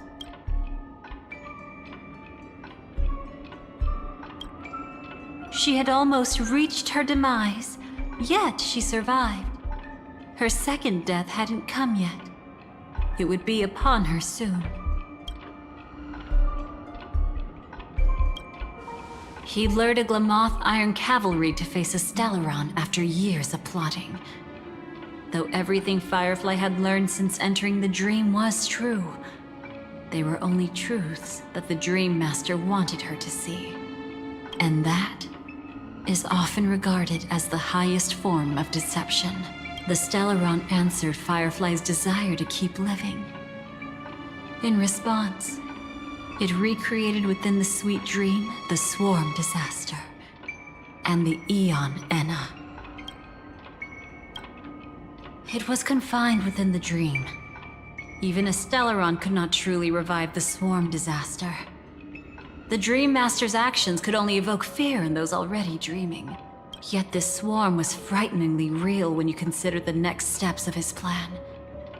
Enna's dream had enveloped the entire star system, which meant the swarm disaster would gradually become indistinguishable from the propagation would awaken the most primal fears in all dreamers. Through their cries, the path of order would be sustained, until the entire cosmos drowned in a singular dream. You engaged in a decisive battle with Sunday at the Penacony Grand Theater afterward. He had, without question, become an emanator at that time after usurping the harmonious choir. But you showed no fear, and gave it your all in your fight against him. And you emerged victorious with the help of your allies. Yet that battle, the setbacks, the victory, was just an illusion woven by Sunday. Enna's dream had already enveloped the entire Asdana system. It was impossible for you to beat Sunday at that time. Enna's dream was so terrifying that even memo keepers could not act freely in it. Fortunately, we sought out Acheron first, and she lent us a helping hand. That allowed us to take action and try waking people one by one. Indeed. Don't forget that, even within the sweet dream, there were still many people yearning, striving, and pushing forward with all their might. At that moment, you too would face a similar deathmatch. Being woken up by Black Swan was a watershed moment. Due to the existence of Enna's dream, your memories from that point onward can no longer be viewed from the same perspective as before.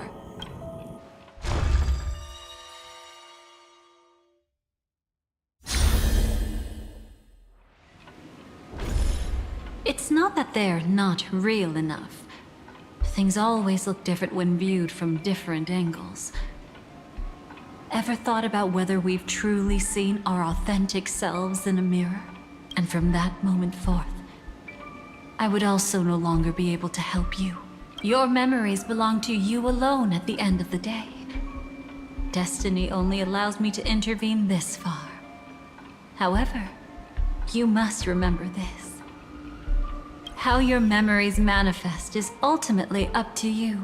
People can't dream of things they've never seen before.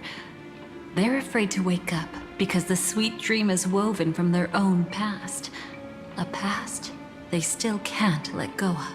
It's just like your actions at this very moment. Only by embracing the past can you find the strength to walk towards the future. Firefly, me, the Stellaron Hunters, this entire world, we're all waiting for you to reach that moment. I can hardly tell if this is nervousness or excitement. You are different, unique, and worth waiting for. Go and write a prelude to memories once more.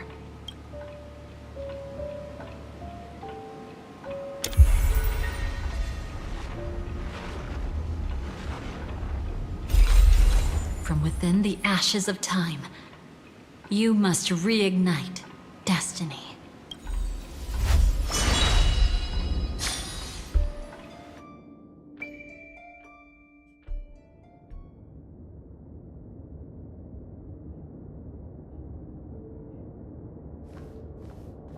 This way, darling.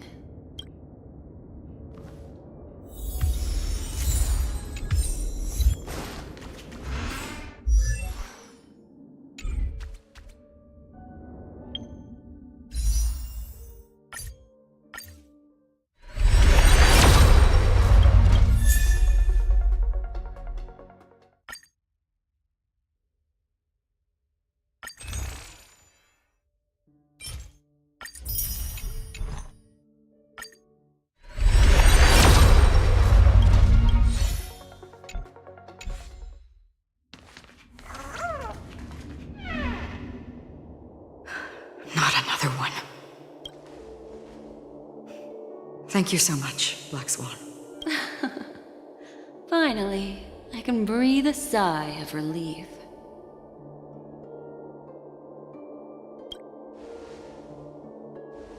I understand you must be confused, and will do our best to shed light on the situation. However, before that, it's essential to know that this place is the rift between dream and reality. A place reserved only for those who have awakened from Enna's dream. Do you remember Sunday's ambitious plan? He intended to harness the power of the Stellaron, the collective will of over 100,000 Oak family members, and the desires of everyone in Penacony to usurp the harmony and restore the order. Unfortunately, it didn't stop there. From the early days of our journey into Asdana, we were already affected by the Stellaron. That strange dreamscape where we met. Maybe it was a sign that your thoughts were beginning to drift away.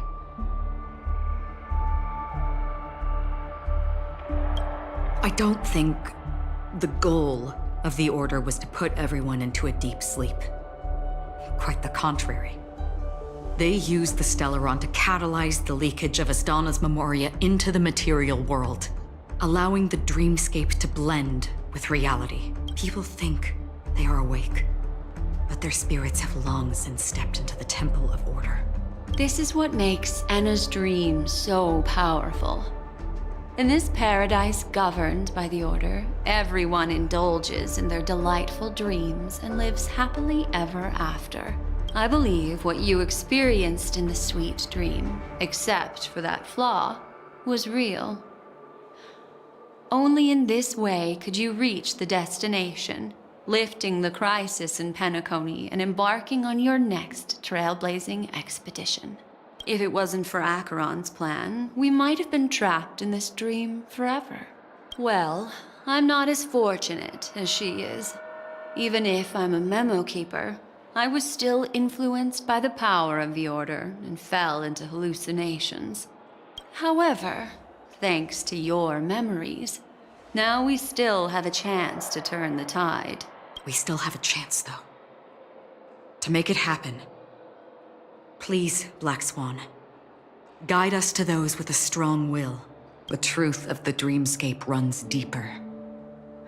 We must notify anyone willing to wake up, so we can end the long night together. All right, please come with me.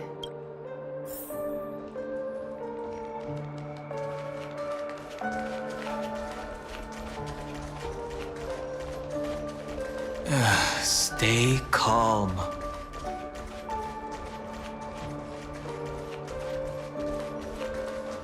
I bet that even if I don't resist, you'd still... Time to get down to business, cowboy. You okay?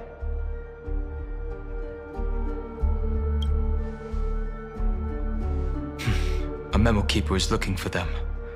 We must do everything we can as well. Quite the fateful encounter we have here, friend. Seems you're also a light sleeper. I'll send you some of the IPC's sleep aids one of these days. Unfortunately, we need to stay awake right now rather than sleep. We're still nowhere near capable of breaking free from Enna's dream. Let me break the bad news first. The enemy we're up against isn't just Sunday anymore, nor is it the harmonious choir that he's usurped. The Dream Master has awakened the swarm disaster within the sweet dream, and cast shadows into the hearts of all dreamers through Enna's dream. The primal fear taking root in people's hearts had led them to call out to the Order for protection. The path of order is gradually being restored, and this has transformed Sunday into Enna. Specifically, he's just one step away from becoming an Eon. The IPC starships converged here at an opportune moment, and the power of the preservation seeped into the sweet dream to prevent him from completely ascending. However, that is only temporary. With the IPC around, the cosmos doesn't need a second order. But it doesn't make much of a difference for us. Sunday's true form has broken free from the dreamscape becoming as vast as an eon. The Asdana system is no more than a plaything in the palm of his hand. Indeed. Forget about stopping him. We can't even manage to face him again.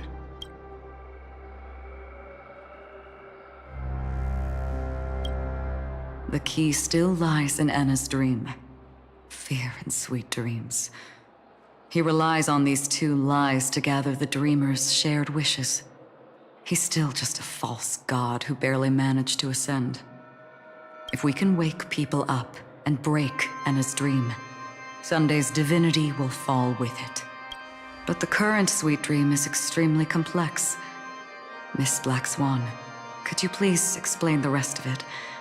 My memory isn't the best, after all. Time is of the essence, so I'll cut to the chase. There are 3 layers to the dreamscape trapping us. First, there's Anna's dream controlled by Sunday. It wove a beautiful illusion for every dreamer, making them flounder in it. Second, there's the primordial dreamscape, which includes Dreamflux Reef. The swarm disaster is manifesting again in the Oak Dream within this layer, and is continuously empowering the Order through an endless stream of fear. Third, there's the 12 hours established by the family. This layer was the first to merge with reality and is itself an enormous trap. Forget about winning. We need to cross all 3 layers of the dreamscape before we can even face Sunday again.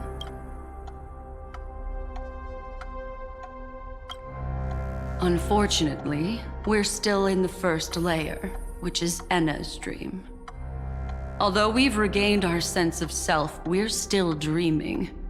We've only managed to connect our individual dreamscapes, but have not escaped.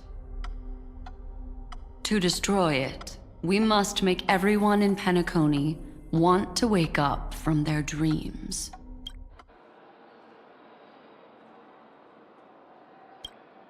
Humans yearning for sweet illusions borders on obsession, leading them to subconsciously resist the harsh reality. Therefore, I carefully selected a moment where he was completely unguarded, guiding him to uncover the truth himself to make him regain his consciousness. However, to wake up everyone in Penacony and get them to share the same determination, that would be nearly impossible. But we can't just stay here and do nothing. This is the first step of our plan.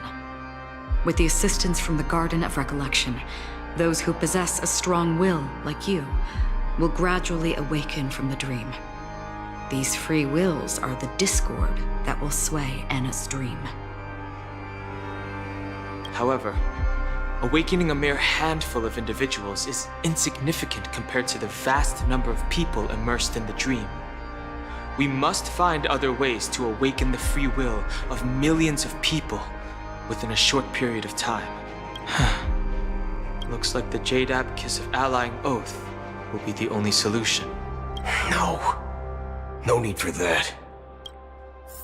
Keep your once-in-a-lifetime treasure.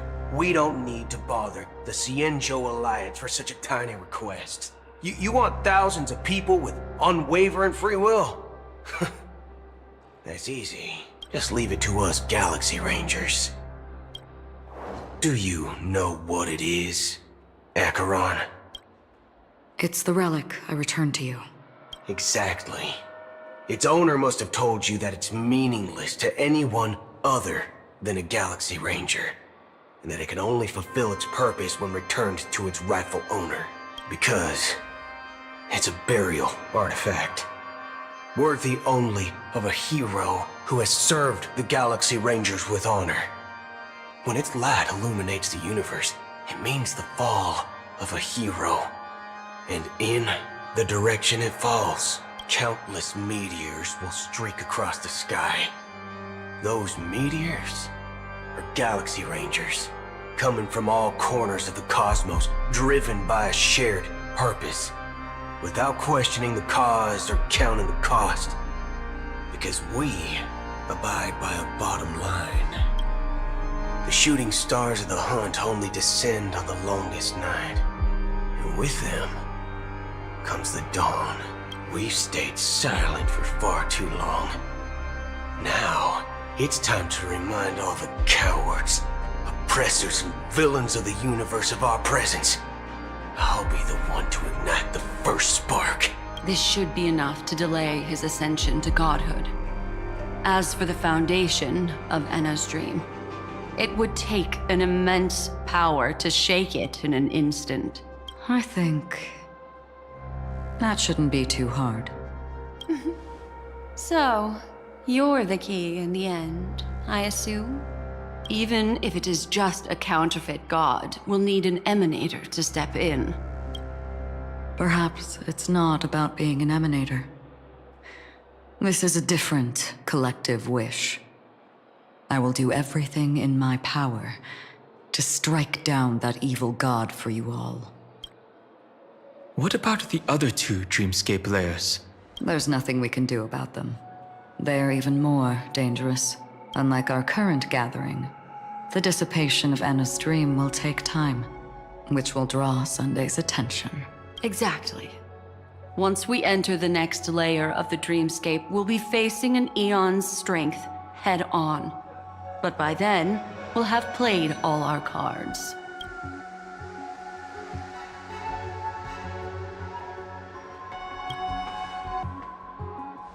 It's too late. Unless another eon intervenes. But that would be tantamount to igniting a cosmic war among gods. The Order is one of Shibei's aspects. Yet the Harmony stands idle at this moment as Enna is being reborn, without any further intervention. There must be some deeper reason behind this. Enna's dream is no ordinary matter. Even with Constance and me giving it our all, we can only reach the few of you here. It's impossible to find more help. But time is of the essence. We must take our fate into our own hands. In other words, those who only want to survive by playing it safe will die. All those who dare to face death head-on will live. I like that. Just these few people? Oh well, that'll do. It's not just Penacony. The entire Asdana system is done for. A Stellarod hunter? She was at the edge of the Asdana system, but she still got dragged into this mess. Just finding her nearly wiped me out. Quite a bold investment strategy. Tell me, with such a huge risk, what kind of payoff are we talking about? The other two layers of the dreamscape will be handled by the Stellaron hunters. One of our associates is searching in the 12 hours for the other person chosen by the Harmony. Oh? Miss Robin? She broke free from Enna's dream through her own strength, and left behind a song for those in slumber. It's true that some people are born strong, and others are born weak. If the Trailblaze is the target of heroes, then the Harmony will guarantee that the strong help the weak. Only the people of Penacony themselves can be the saviors of their homeland. Their path of happiness should be forged by themselves. While I may not be a nameless, I'm willing to instill courage in all those who need it. This includes my brother as well. Enna's dream is too cruel for him and everyone else. I see. So, we were able to wake up thanks to Miss Robin's help. But the flaws rooted in human nature can't be eradicated overnight. Do you believe that these efforts alone are enough to convince everyone to choose the right path? I agree with you, Black Swan. That's why the most critical aspect of this plan is not to convince everyone to choose the right path, but to inspire them to save themselves. They'll stir up something big to help break you free from the 12 hours. As for the primordial dreamscape, Sam is standing by, just waiting for you to break free from Enna's dream.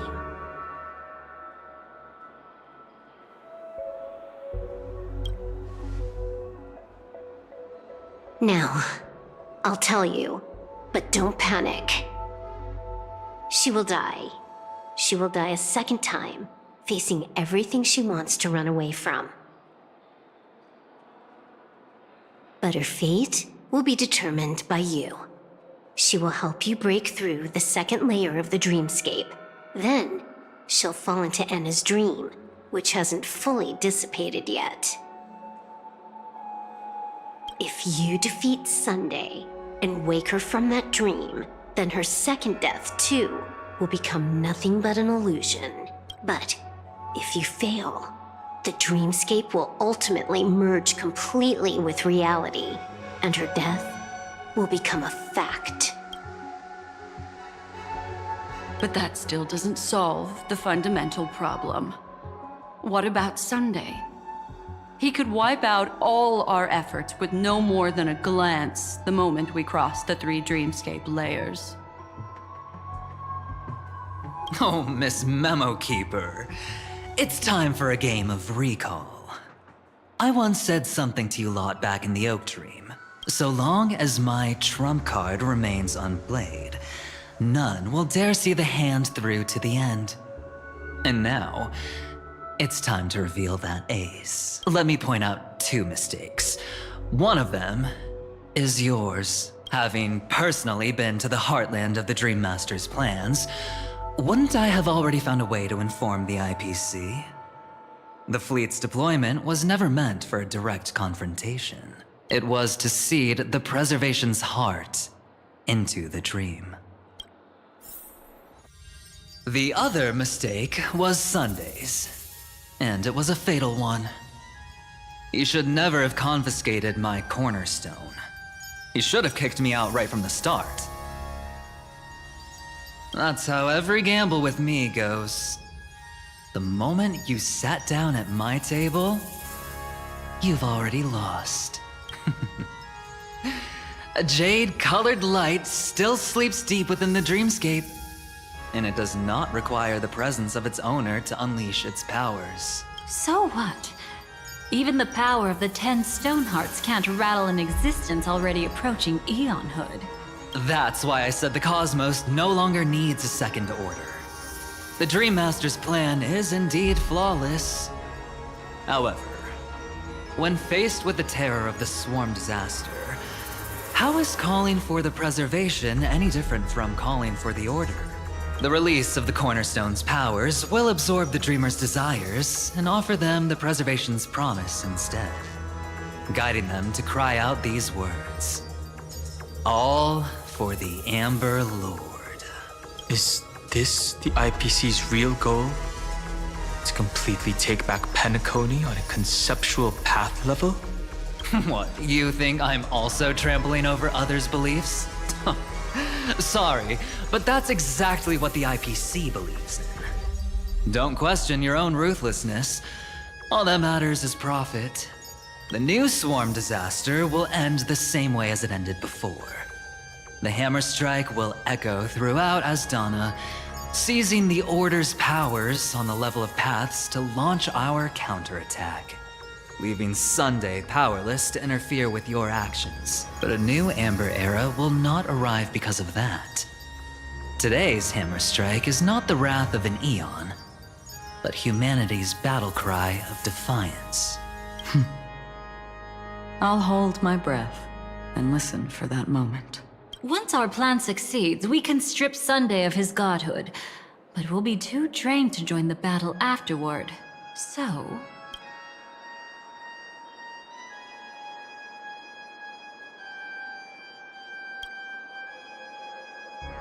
take your time to prepare. Before you head out, may I have a moment alone with you? There's one more thing I need to explain to you.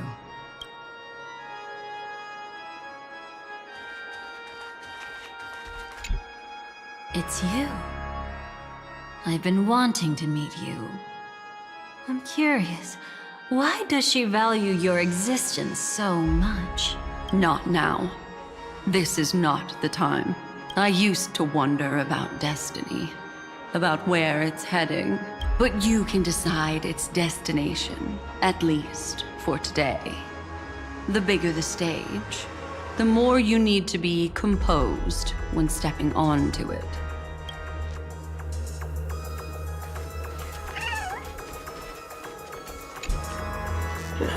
Now that our roles are assigned, let's get to our battlefield and pose a grand finale. Go. You already know what I want to say.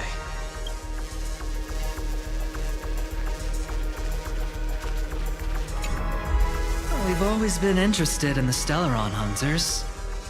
How about we have a chat after all this is over? A chat? You're just after my bounty, aren't you? Stay in your lane.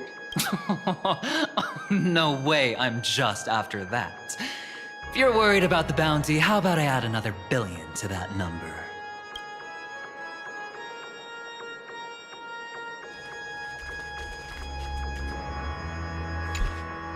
This grand festival is drawing to its close. This is the starting point for the ultimate stage of our journey. Just as it marked the beginning of all the stories in Penacony. Are you ready?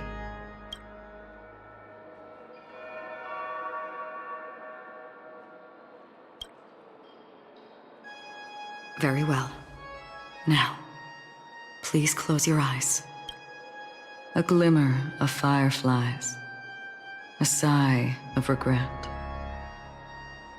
It is because life dares to slumber that they can awaken.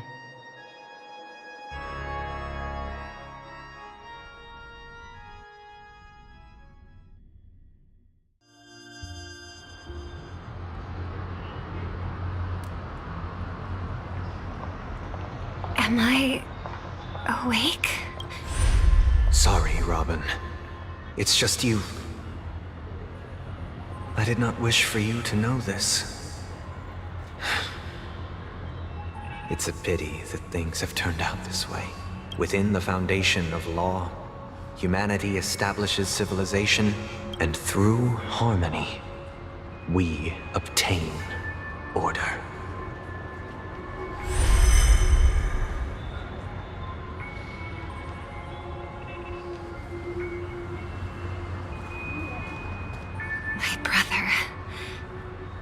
You still bring the Order's sweet dream into our paradise? Ow! You're still trying to play the family card at this hour? Your brother doesn't exist anymore. As of now, you'd better call them. Anna. Impressive. You really woke up on your own. Let me reiterate. If you've had your fill, it'd be wise to leave before it's too late. The music of the harmony doesn't tolerate discord. Ow! Then I'll reiterate as well. I've done my part, and now I'm simply waiting for the fireworks to begin. Why don't you just cut to the chase? Time's short, so I'll condense the report. Oh, that even rhymed. I'm so talented. A nosy cremator left something on you. She wanted to use it to burn down the illusions you received from the sweet dream, allowing you to wake up from Anna's dream. But it looks like you don't need it anymore. Then, how were you able to reach this place? Well, a fool has thousands of faces. It's gonna take a lot to create a sweet dream that can satisfy me. Both you and I can still stay awake for just a little bit longer. Just a little bit? Honestly, I don't even need to find you. But I am just so kind. I've already killed you once to give you a chance to regain your home field advantage. You're the last festival host awake in Penacony. So, do you want to play a round of roulette? The wager will be the entire planet of festivities. Stay where you are. What are you trying to do by showing up in front of me? I want you to watch me blow up all of Penacony. Only then can everyone else launch a counterattack and wake up together. Think about it. Your brother's already a god beyond the heavens. You're not even gonna see him unless you rip open the sky. Ever heard of the trolley problem? Make your choice. Do you want everyone to go down together? Or to have Penacony make a small sacrifice? Why should I trust the words of a masked fool? Don't think that I'm just trolling you. My bombs are hidden all over Penacony. They took a really long time to set up, you know. Maybe I should blow up a few to demonstrate how they look. Let me see. Which ones should I choose? Stop. What's gonna happen to the dreamers? Once the bombs go off, they will all die. Then you know I'd never agree to it. When it's time to make a sacrifice, reality won't be giving you any choices. Or do you want to replay the old joke about the Harmony treating everyone the same? Life is never a joke, fool. There is no such thing as a lesser evil in this world. Evil, just like morality, cannot be measured, nor can it be compared. Isn't that still the Harmony's same old song and dance? But that suits me just fine. Didn't I already say this is a round of roulette and not an ammunition showcase? Get ready to sing. Be like a bird. If you can make Sheepei hear you, then they definitely won't allow me to blow everyone to pieces, right? What will you choose now? You can either watch as I blow the entire place up, or you can try to save their lives. Maybe this will be your last ever performance. Last ever performance. You feeling nervous? I know the feeling. You should feel nervous when going up on such a big stage for the first time.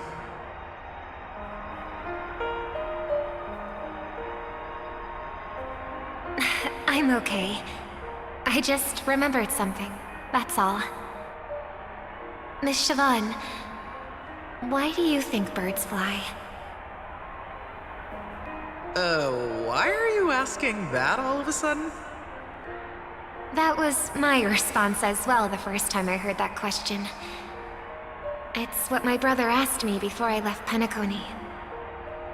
I keep finding myself thinking about it. I don't know. I fly when it's time to fly, and I stop when I don't want to fly anymore. There's no reason. It seems that your answer is really similar to mine. You've also asked me, why do I sing? I think I can answer both of these questions in one go. The answer wasn't what I initially had in mind. Originally, I wanted to sing because of something specific that I experienced. A Stellaron fell onto my homeworld when I was young. Everything I knew was instantly destroyed. We didn't even get a chance to react to it. No matter what we did, it was too late. But for some reason, my mother chose to hum a song when she tried to comfort me and my brother. I remember that story. Everyone thought that's why you decided to sing. No. That experience only made me detest singing. I've believed for a long time that songs can't change anything when disasters strike. That music is the most useless thing in this world. I might be extraordinarily talented in singing, and I might feel super happy whenever I sang. But its futility had always made me depressed. Then what changed?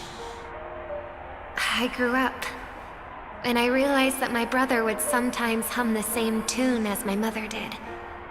And I thought maybe he missed her, but I was too embarrassed to point that out. I tried to comfort him instead.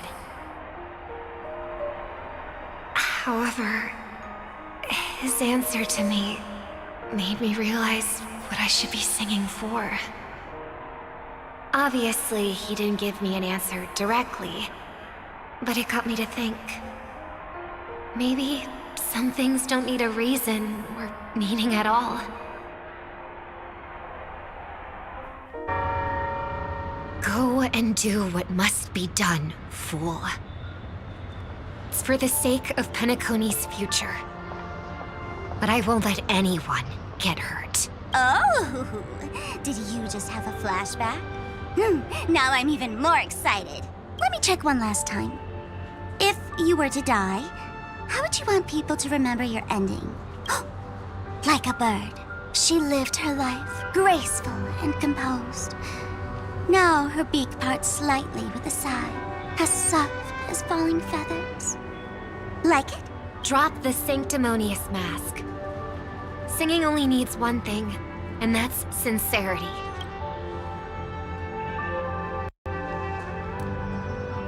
My brother. Birds born with wings need no reason to soar into the sky. And those forced to fall back to Earth don't need anyone's condescending sympathy. The sky and Earth are each other's proof and aspiration. When a soaring bird looks down below, it discovers that even after falling, life still holds hope to continue. And when a fallen bird looks up to the sky, it discovers that the possibility of soaring once again still exists in this world. Perhaps they'll never truly understand each other. But what people need is an understanding. It's showing a little more compassion for the way others choose to live. And, when necessary, extending a helping hand. Even if you become the only star and prevent everyone from soaring into the sky, they will still be inspired by your radiance, flap their wings with all their might, regardless of whether they've been hurt in their fall. Thus, the Order's sweet dream will eventually fall. Oh, triple-faced God. If I manage to step onto the path of harmony, then please extend your hand and shelter those who believe in you. And if I am a bird destined to fall, doomed to never sing again, then while the sound of me hitting the ground may be my last note for the harmony, it will never be this world's swan song. In the name of the sweet dream, the Charmony Festival now begins!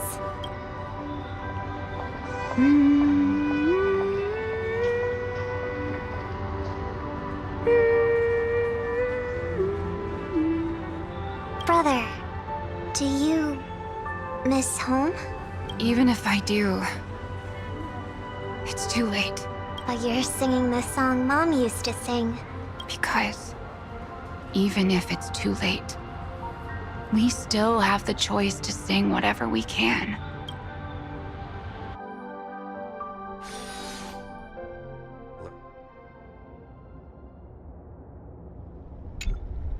Welcome to the horizon of existence. This place is one of the thousands of manifestations belonging to the sleeping and shapeless.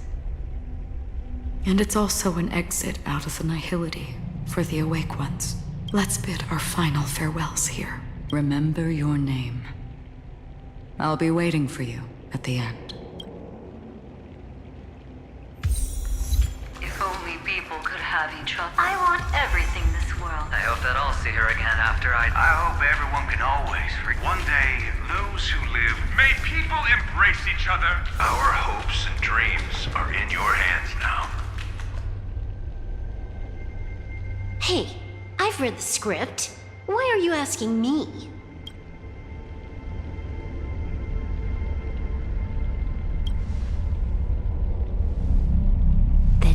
your best to not fail.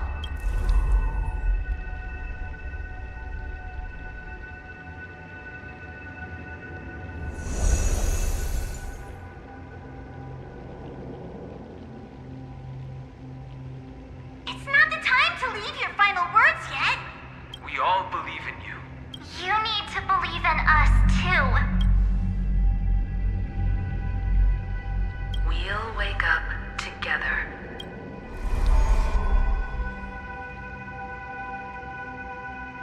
Why does life slumber? We don't know the answer yet, but we're about to awaken from this dream. Or perhaps such is the answer itself.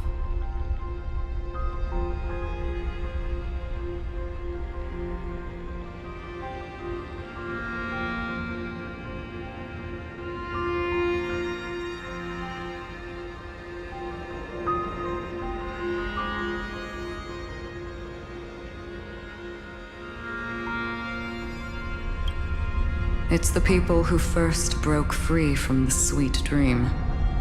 The sleeping and shapeless caught a glimpse of their desires. It was because they held on to these desires that they could dream. It was because these desires were never fulfilled that they could wake up.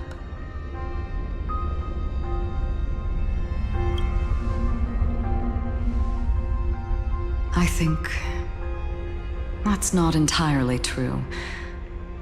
I wish people could find happiness, but I've been tainted by too much nihilism.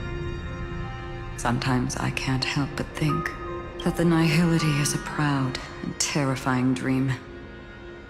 It's brought forth not by gain or loss, but by the severing of roads, or even the loss of desire itself.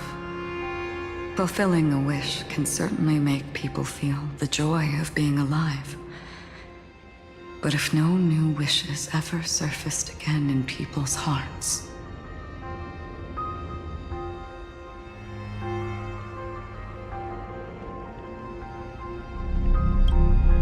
indeed, behind the shadow of the nihility, there must exist the most blazing source of light in the world. Just as every life that edges closer to death fervently approaches the end of the nihility, we must pursue that primordial light. Before you go, would you tell me your wish?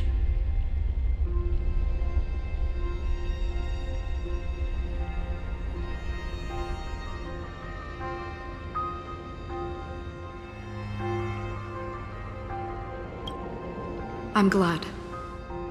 The answer itself doesn't matter. What matters is that you've made a decision. Only a name remains. A person that I was, and now want to become.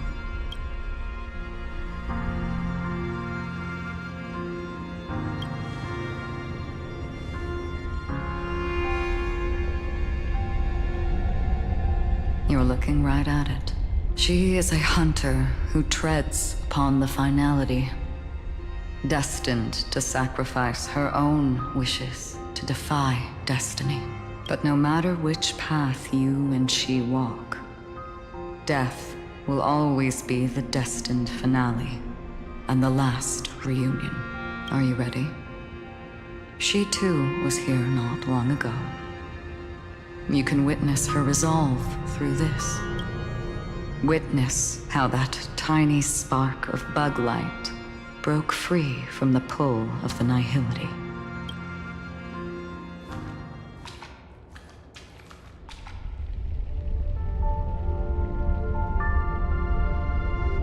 Who were you in the past? The scenery. Am I dead? Really dead? Death is one step away from here. Step over this place, and you will truly embrace death. Or you can turn back. Tell me, who were you in the past? The Moth's Iron Cavalry.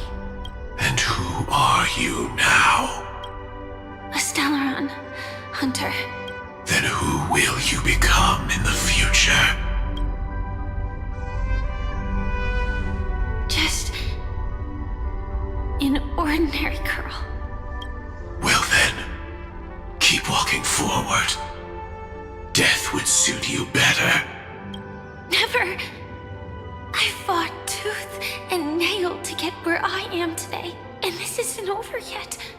Even if everything burns to ashes, I won't give up. You should know that's a wish that can never come true.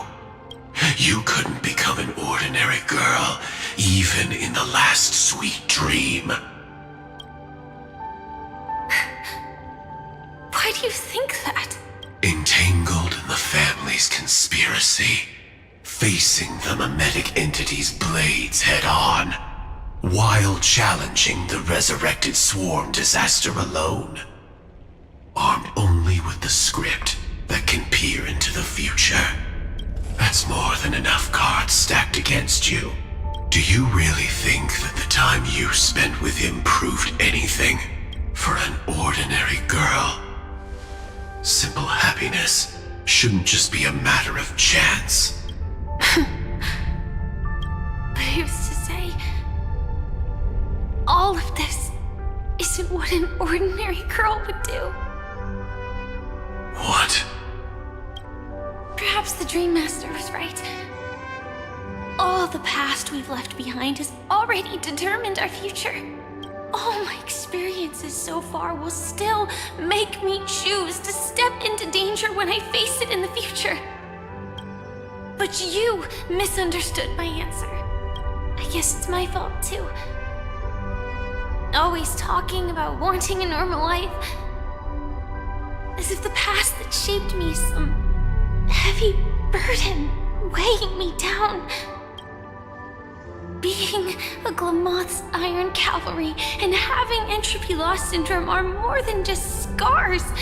They are a past that taught me to cherish, urged me to seek, and showed me how to love.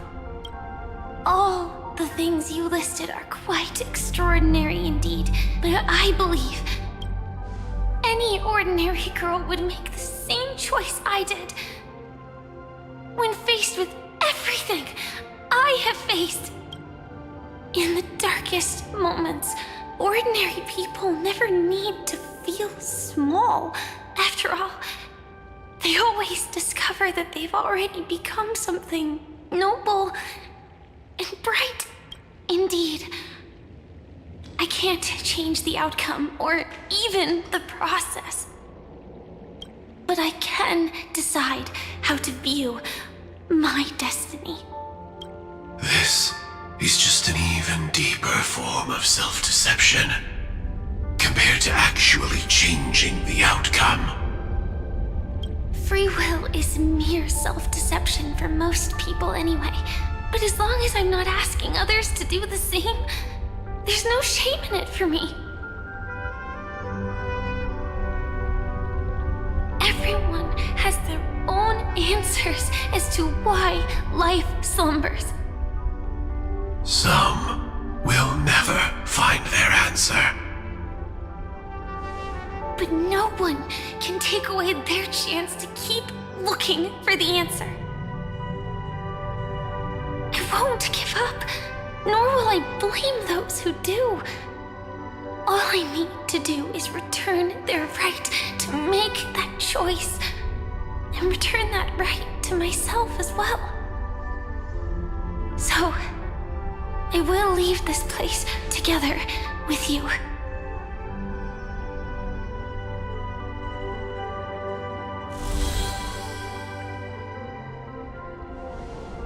Even if embracing my former strength means speeding towards my death.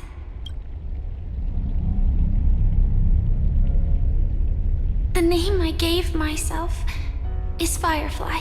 I used to think I was similar to a firefly, just a fleeting glimmer of light. But later, I realized no one would give themselves an unlucky name. It was also because I thought fireflies were beautiful. Later, someone told me that my eyes don't actually work very well. Otherwise, I would have figured out that those insects aren't beautiful at all. Beauty, love, all our feelings stem from the flaws we were born with. And that's what makes each of us unique. Yet, I can't help but love these little things. Even though I'm sensitive to cold and can't stand the night wind, I still go stargazing. Even though baking cakes is really troublesome, I'll still keep trying.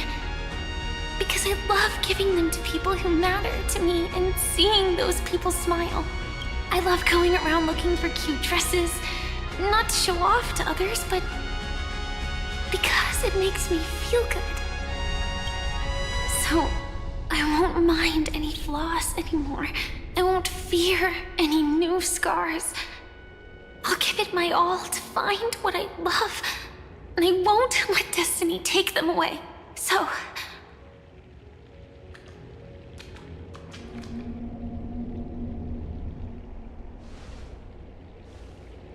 moths don't fly to flames because they yearn for light. It's about going through the flames, igniting yourself and burning with the most intense light. My destiny won't fall into darkness. I will light up everything around me.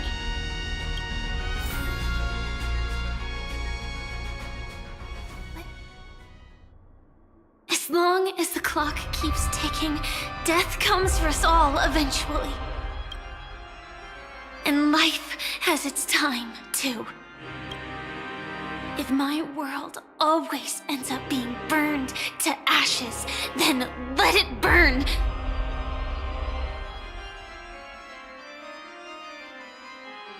As long as I can keep burning, then wherever I am will be flames, not ashes.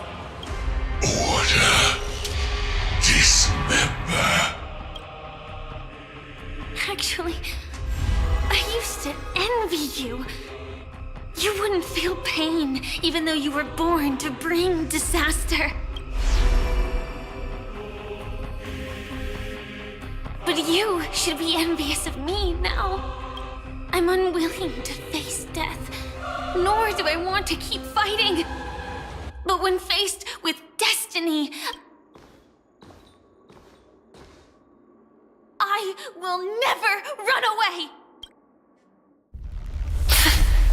My dreams were always a scorched earth, where even a single new bud could never bloom. But I will still burn, and keep on burning, until the light rises from the ashes!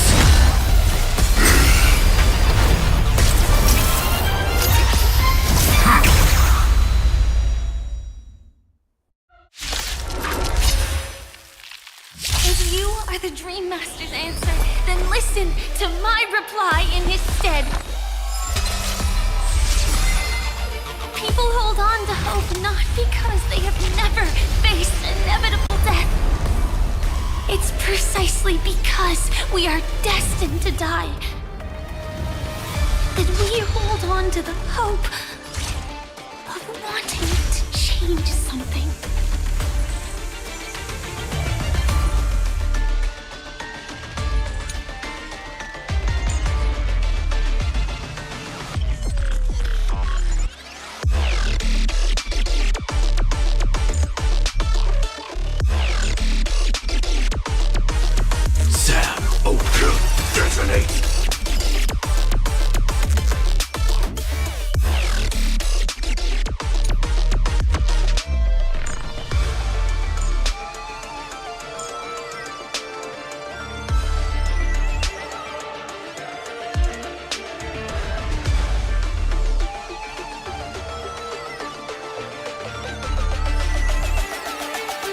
Things can never go back to how they used to be.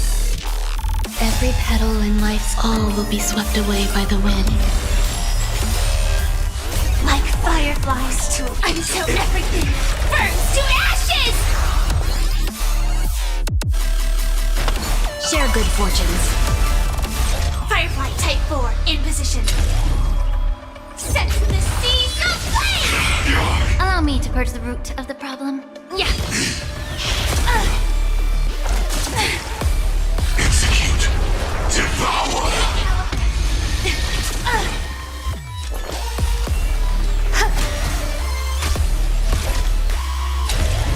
Fight to live!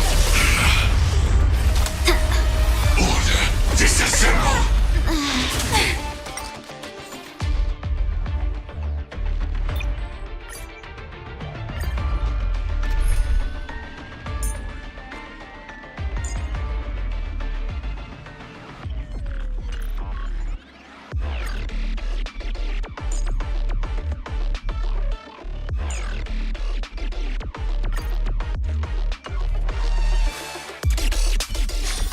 Let me stay here a little longer in this body.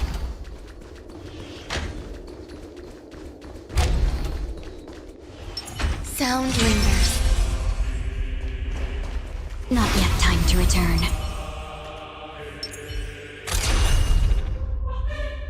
As long as the clock keeps ticking,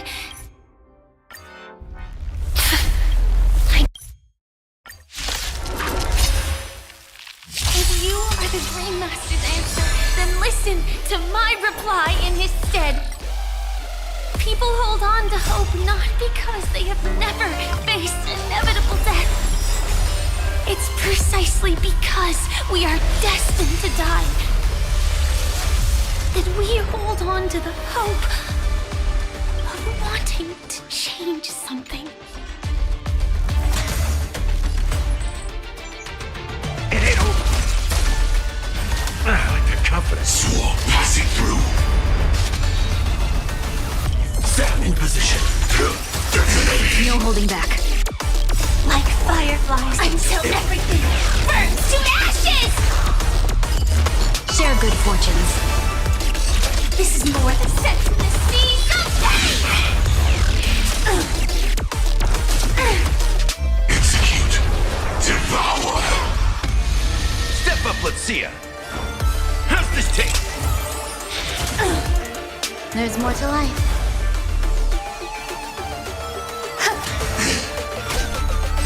Firefly Type 4, fight to live! Adjusting organic Attack biomass. detected. Let's seize this fine moment. Cloud scatter.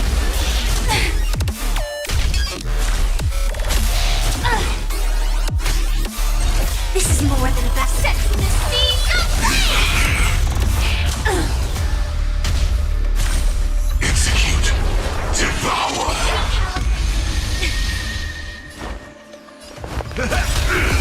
Life's like it, my friends.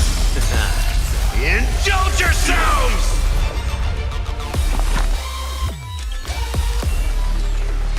Existence is unity. Every petal, all will be swept away by the wind. In the mood for another beating?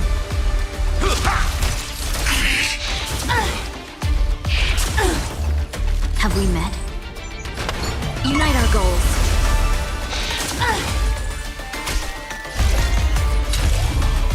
fight to live!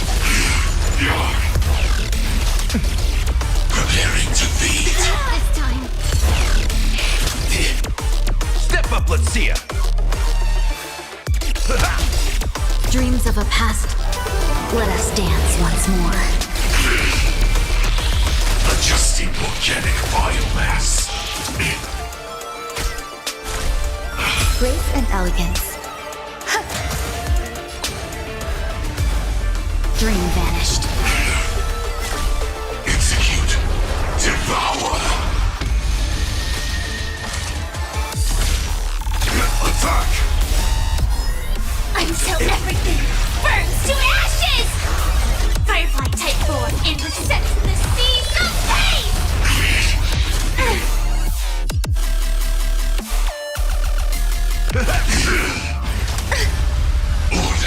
Disassemble! Recalibrating. Fight to live!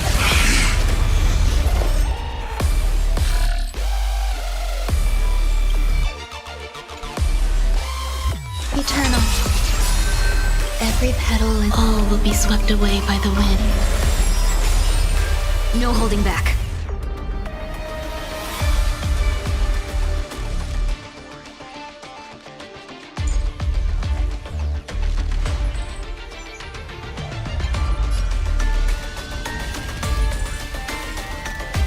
Cloud scatter. Ready to digest. Mutation.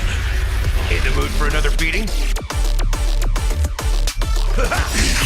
Life's like a good brew, my friends. Indulge yourselves! Adjusting organic biomass. That's all you got? It ain't over. Have we met?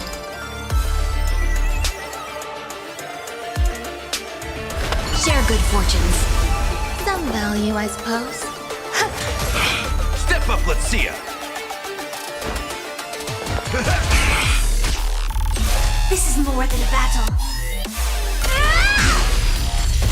No holding back.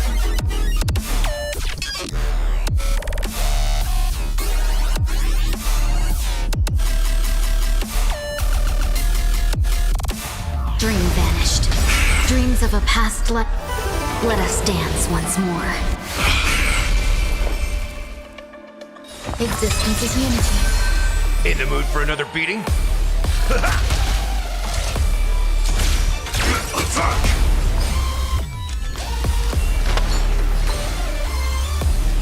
Cloud scatter.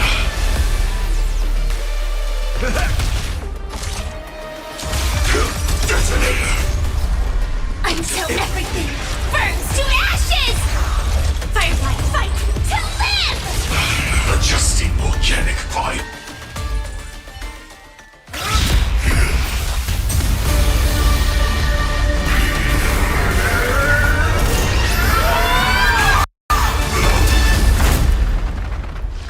I know it's... everything's far from over. If embracing fate is also a form of resistance, this time...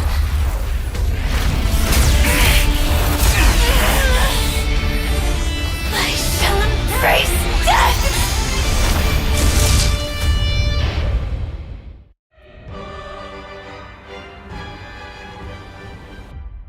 To live is to imagine a future version of yourself. But fate is never fair. The choices people make are almost completely dictated by their past. No matter how much they try to move forward, there's no guarantee they'll see the future they've imagined. It's the same for every path. The nihility already exists, whether you admit it or not. And nothing can ever completely escape from nihility. Most paths make people believe that this world is good. That as long as you are willing to believe, you would gain power because of your belief. But that does not apply to the nihility. The nihility is absurd and vast, capturing those who were unwilling to blindly believe, yet are powerless to fight back. It has nothing to do with good, be it willing or blind. The way people obtain strength from faith should come from within, not from being forced to bow their heads. This will be a tough journey. Are you still willing to return to the starting point once again?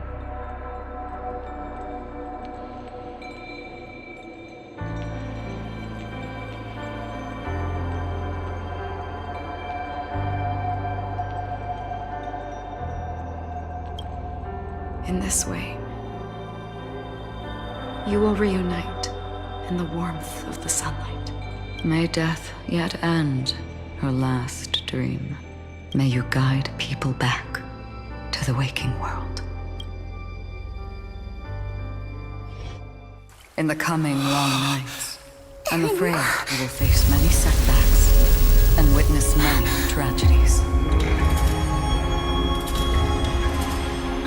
I come to greet, I come to whine, I come to claim. I grant poison for nectar, sow in spring to reap in fall. Await wizened fruit to fill livened boughs. All for the Amber Lord. But when you make a choice, there will be a fleeting red that reappears before you once more in that monochrome way.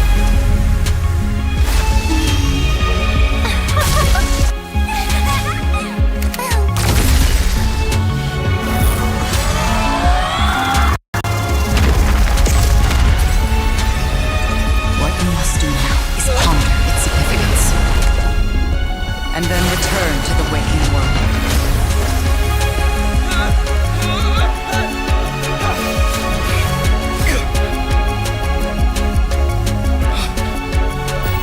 Don't worry.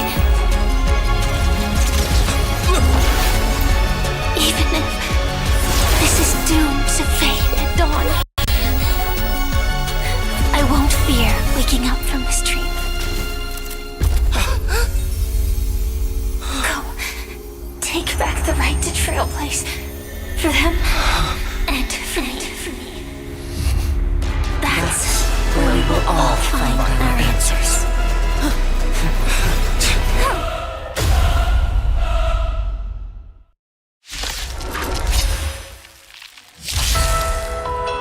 Mr. Sunday, it's time for you to wake up from your dream.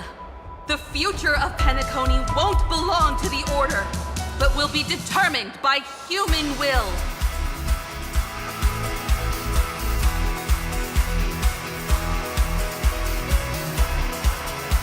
The divine power of Enna, actually. So be it. It wasn't my intention anyway. Let us discern in human form the final conclusion. Did the gods create this world? Do the gods love all beings? Oh gods, you only need to hold your tongue here and silently hearken.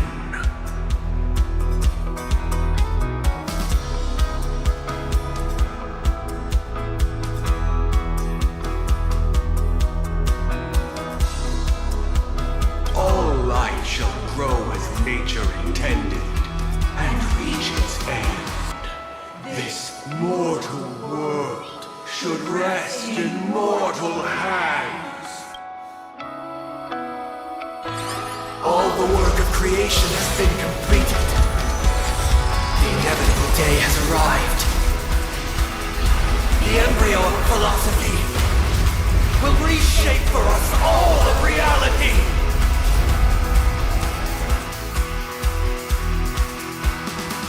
No god will ever stand here again. This paradise shall be brought by the King of humankind.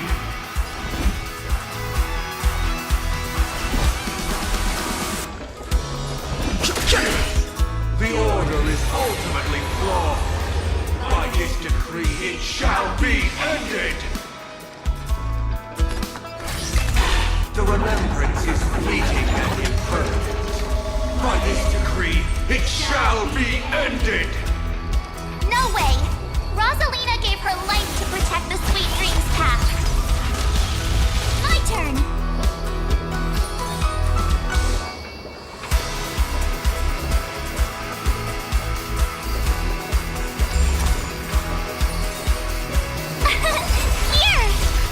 The hunt brings only futile misery. By this decree, it shall be ended. Union's bullets still protect the Sweet Dreams presence!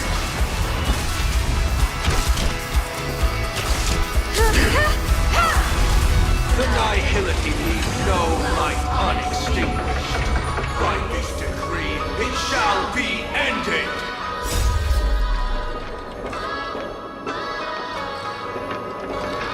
Survive or be destroyed. There is no other choice.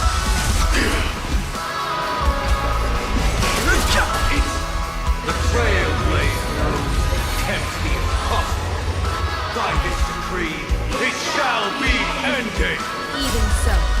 Mikhail still believed in tomorrow.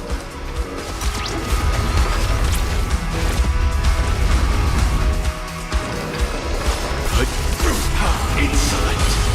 With this perfect melody I command, recreate paradise anew!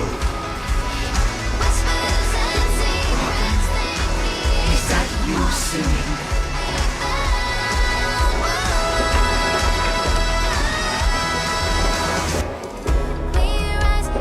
Now, it's time to become the new watchmaker.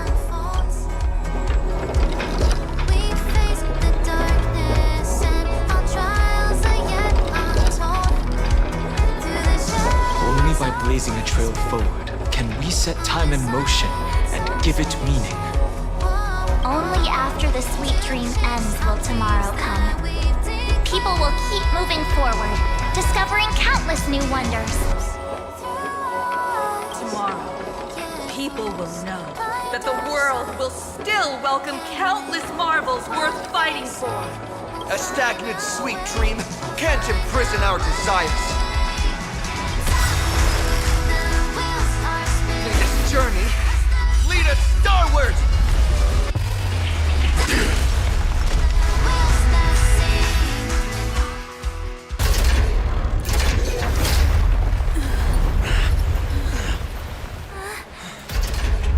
So, why does life slumber?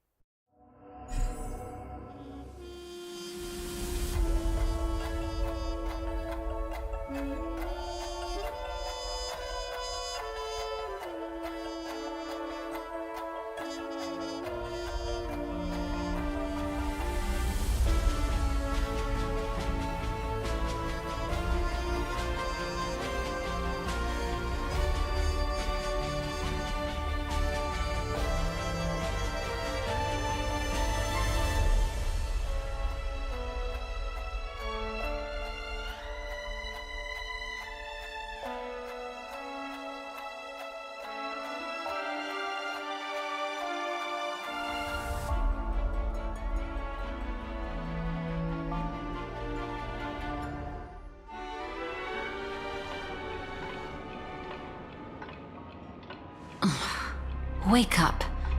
It's time for this dream to end.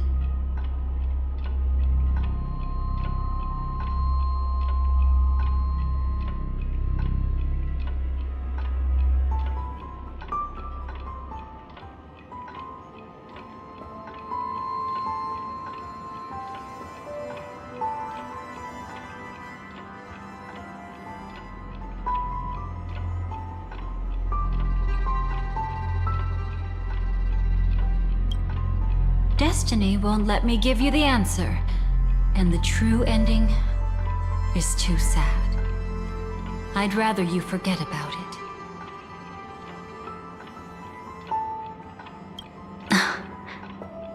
Well then, I must come clean about my final lie. I never showed you anyone's memories, not even my own. All you've seen is a script I came across by chance. It recorded everything that had happened, and using its stimulation, you actually managed to enter the memories from your own perspective and remember everything anew. It means you're different, unique. You've done something no one has ever done before. Even though your memories were cremated to ashes, you were able to recall them once more, treasuring them once again in your heart. The Stellaron Hunters say you are the one who can turn the wheels of time and give it meaning. That you are the one who can alter destiny and make whole what is incomplete. Come, I want to show you something. Elio?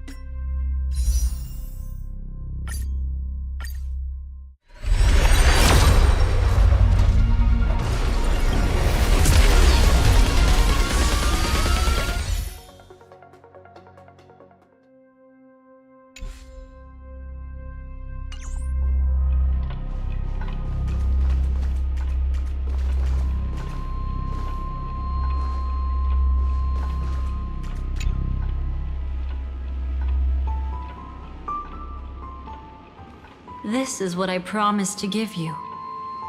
The truth about the finality. This cat is not Elio, but a strand of Terminus's divine corpus. The Stellaron hunters described this scene to me. Something I've never seen myself. When Terminus ascends to godhood once more, they will manifest their 1,000-armed divine form and proclaim, "Now I am become finality, lifting the wheel of time, the destroyer of worlds." Then, Terminus turned into a pack of black cats, distributing every ounce of their divine power between those creatures. The cats shall depart from the end of the world, going against the river of time till the moment of the universe's birth. What you see is one of those cats. As for Elio, he is an even more special existence. Only the Stellaron hunters know his true identity.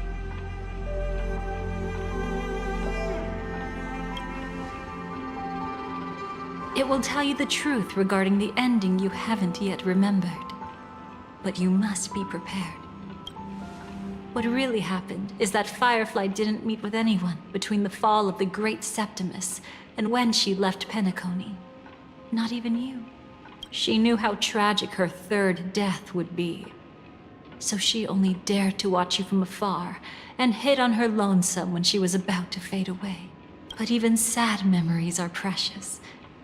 If you can accept farewells with grace, then you'll gain the strength to create reunions.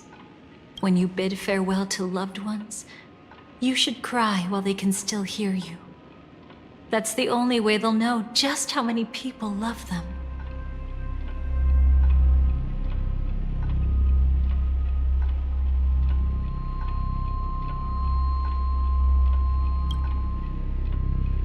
You know, I often wonder if everything I'm doing right now is just a whimsical gift from destiny. That I haven't really decided anything, but merely being tossed around at its mercy. But right now, I don't care. Because my joy is real. My sorrow is real. And you will be the same. Remember, if you have regrets that must be mended, then shout with all your might from the depths of your heart. Let it be passed to the end of time, and make Terminus, who was about to set off, hear your call. The fact that you can see this black cat means Terminus is in the process of passing by you. The power of only one black cat cannot change much, but your past is Terminus's future. If it remembers your voice and decides to change something in its own future, your past will change accordingly. Perhaps it is because the world is destined to shatter that an ordinary girl can obtain the bouquet she yearns for.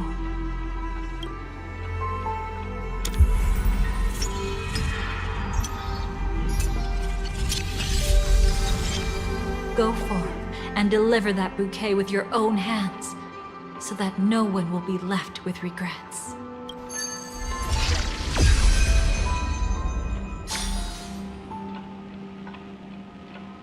I hope we'll meet again. The only one who could ever please me. Father, destruction is not just a single glorious moment, and the same applies to destiny and memories. Only by enkindling the winter wilderness with flames that cross the sky can we make the indestructible manifest once more. This is the experience from cultivators who had remade the world, and the wondrous creations from those who painted the world. Sitting among the embers, they drew the morning star, knowing best that only in times of extreme hunger do the stars begin to turn. Why does life slumber? You will eventually find your own answer.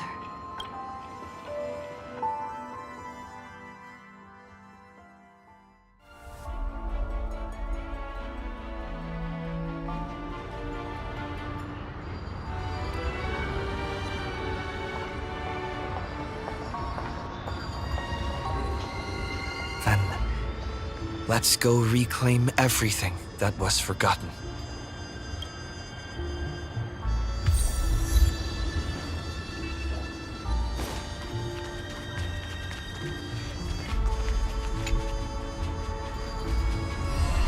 You arrogant gambler. I've already seen through your tricks. Oh, do tell me what you figured out. When sailing through storms, drunkards always beg for mercy from destiny. So? So, they all died. Destiny loves to watch them crash onto the reefs. A fool deserves a fool's end. I feel like I need to read between the lines here, Professor.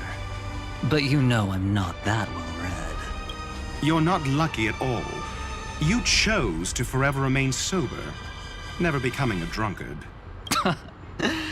Let's make an actual bet then.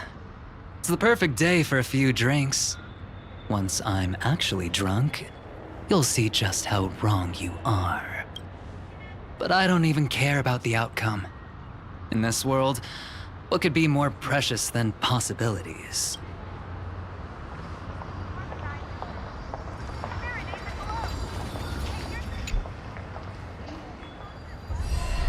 Creating a brand new path. That's truly astonishing. You must have some ideas as his sister, right? If he really managed to do it, what kind of path would that be? I think it must have been a battle between different kinds of the Trailblaze. However, my brother came to the wrong conclusion. His original aspiration was similar to the Trailblaze, yet the road he walked was one named the Domination, or the Conquest. Even if someone wishes for everyone's happiness, that's still a selfish wish. There will always be those who don't want to be saved, who want to save themselves. Do you also think that there shouldn't be any god in this world? No. Even a god who does nothing can at least give people something to believe in and find comfort in.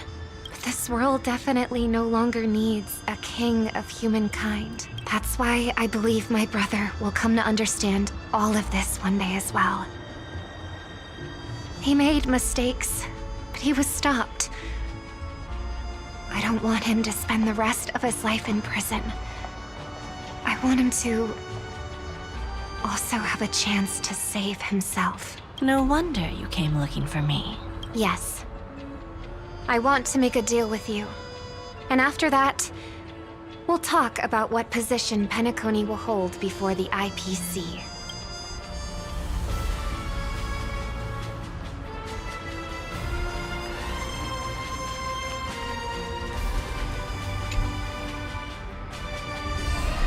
So, you still don't want me to join? That's Elio's decision. He saw my future? In all possible futures where you join the Stellaron Hunters, you will ultimately choose betrayal. You shall become a Lord Ravager named Ephemera, poised to destroy the remembrance. Those were Elio's exact words, and your payment. Payment? After everything is over, we want you to burn some of his memories. May I know why? He can't head to the next stop with these memories. It would draw the Destruction's attention to him too early, and he'd die there.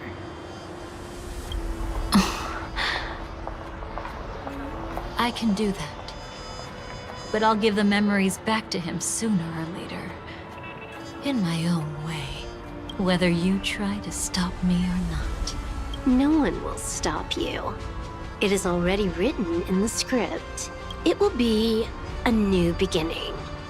The 4 apocalypses will converge towards the Destruction because of it, while the cosmos will join hands to overcome that annihilation.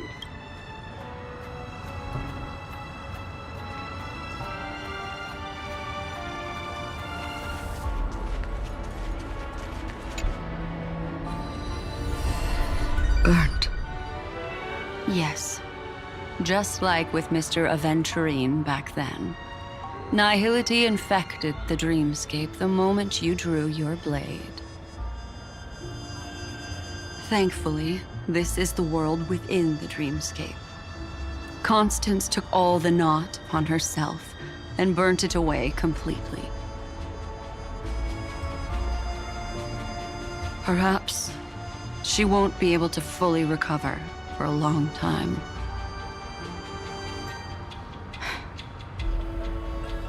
I'm very sorry. Don't be. She's got other pressing matters right now. That's why she asked me to meet you. She really wants to thank you. She's betrayed too many people, facing death threats from Avengers at every moment. She used to delight in dancing with death, but at the moment she burned away the nihility, she said she was blooming. She said that, for the first time, she felt the joy of being alive. Come to think of it, people all believe that the Dahlia's floriography means betrayal. But on the planet where it was first discovered, the locals saw it as a symbol of life and prosperity.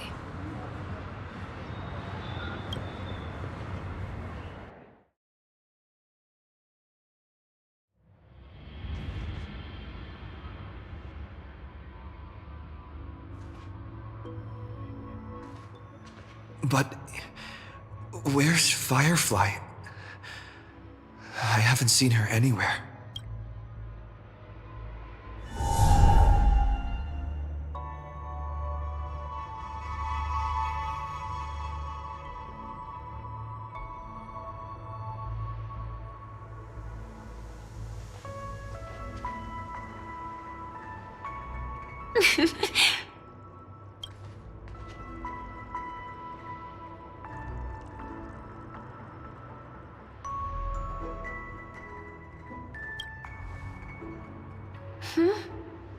How did you know I was here? Sorry. I wasn't trying to avoid you. But I have my own reasons. Can you just let me stay here by myself? How did you know about the promise? I never mentioned it.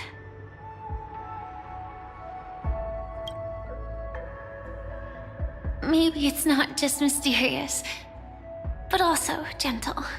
I don't think I've mentioned it, but I wrote down everything I wanted to do in my journal before coming here. I'm staying here because I want to fulfill the last wish written in it. I've been quietly following you and watching you from afar for a while, but I still didn't want to disturb you. I hope your dreams begin with a smile and end with one too.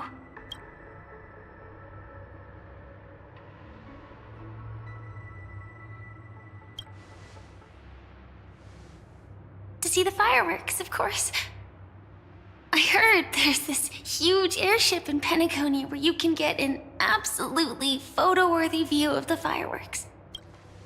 So? Let's go watch the fireworks.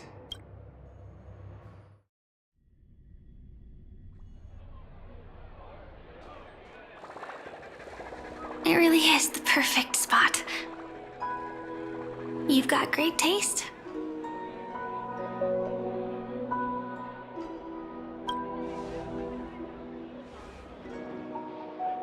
Either way, thank you. Looks like it hasn't started yet. Let's sit for a while.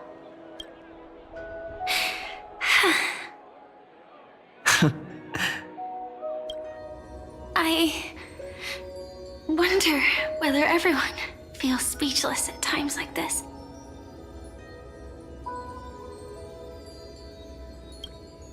Maybe it's neither. There's a saying that I always liked. When it comes to someone we want to meet, we always imagine the scene before it happens.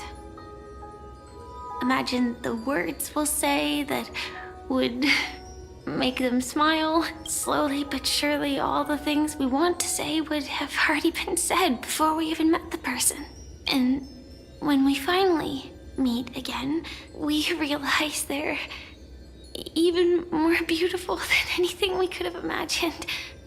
Yet, at that moment, we find ourselves at a loss for words to express just how amazing they really are.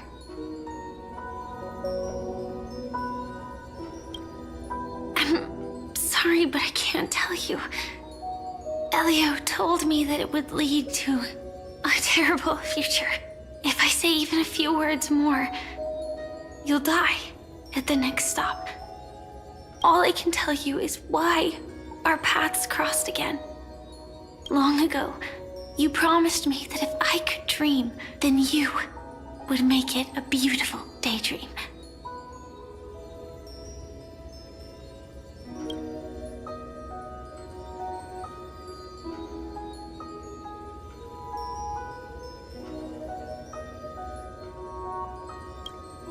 What matters isn't how they've changed, but that you still hold those same genuine feelings for them. I'm sorry.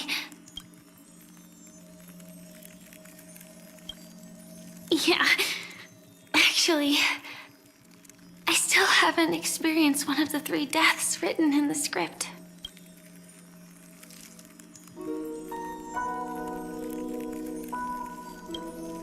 I only realized it after Anna's dream dissipated.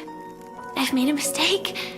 Being sent to the Dream Flux Reef by death could hardly be called a death at all. That would have been way too easy. As for the true 3 deaths, the first one, I have known its true form for a long time. I can't dream. After I woke up, I would never dream again. In other words, the me that exists in this dream would completely cease to exist. The second time, I was killed by the swarm disaster. I activated my true power and came back from death, but that power would inevitably lead me to the 3rd death.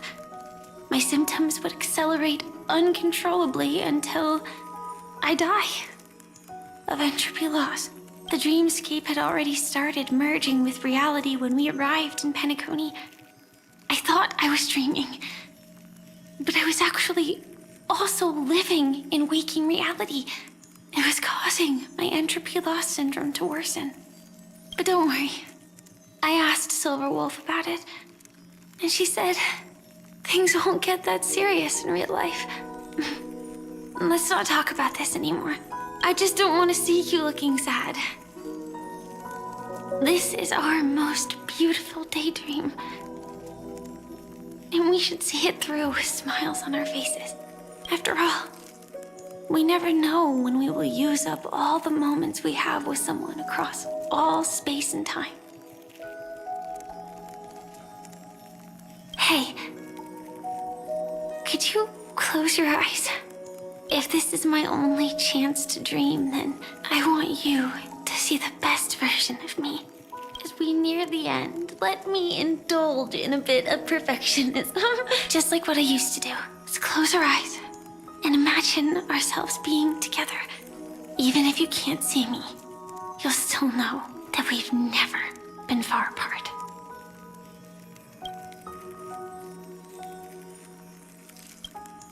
I won't.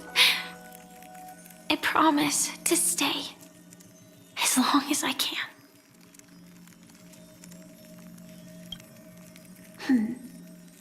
Let me think. Where should we start? Right. We should start where everything began, of course. Right at that golden hour. When you came to save me. That being said, we could also pretend we're strangers who just happened to meet there. Me, I'm a student traveling to the golden hour. And it'd be nice if I had a bit more pocket money. Oh, and when I show up there, I should dress up a little fancier. And you're a student too. But you came here from a really, really distant planet. Completely unfamiliar with your surroundings. Then, a bunch of mean-looking thugs jumped out, trying to pick on you. When that happens, I'll step up to the plate. Yeah. Let me be the one to save you this time.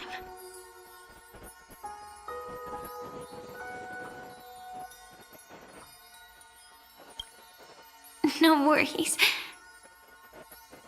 That's exactly what I'm going to do. The result doesn't matter. And even the process isn't important. What matters is how we take part in this journey and how we choose to view it. So, grant me one more wish. Remember how I held you and flew into the sky when we fought against Enna's dream? Back then, I wasn't sure if I would ever wake up again, but I was happy. We were standing shoulder to shoulder once again, fighting against things that we believed were wrong, and we'd do anything for each other.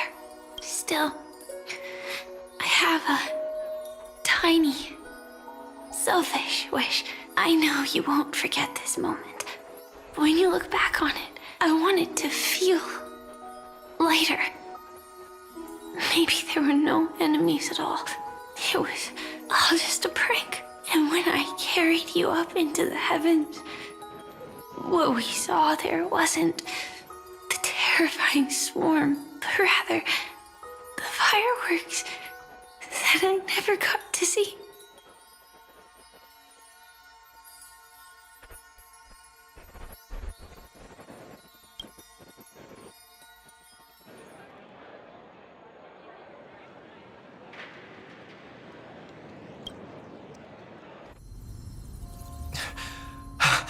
Firefly? Elio said we're destined to head to different finalities, that we can't have a future. That's why you told me that you'll give me a daydream more beautiful than any ending could ever be. I'm looking forward to it. But can we really not step over the ending together? I'm not scared of death, but please don't let me die alone. They say you're destined to bring about the finality. But I believe you'll be there. You definitely will. Only you can know it. And only you can decide.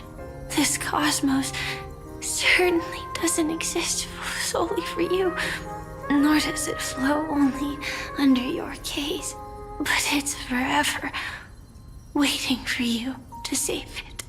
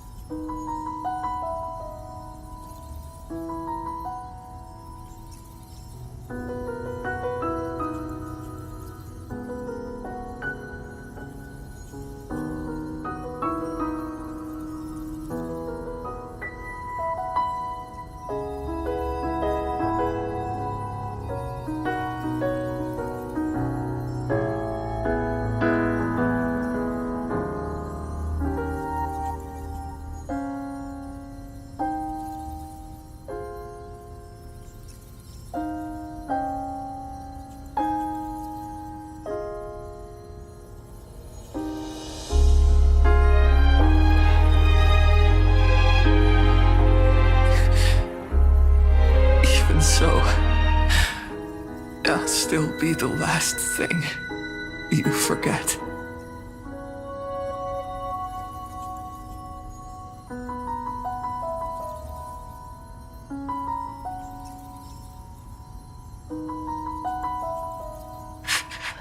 Fireworks.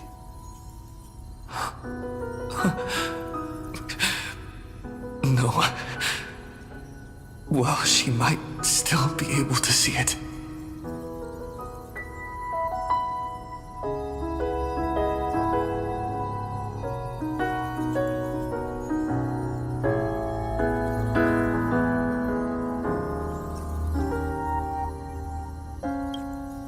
The result doesn't matter. And even the process isn't important. What matters is how we take part in this journey. And how we choose to view it. I'll do everything I promised you.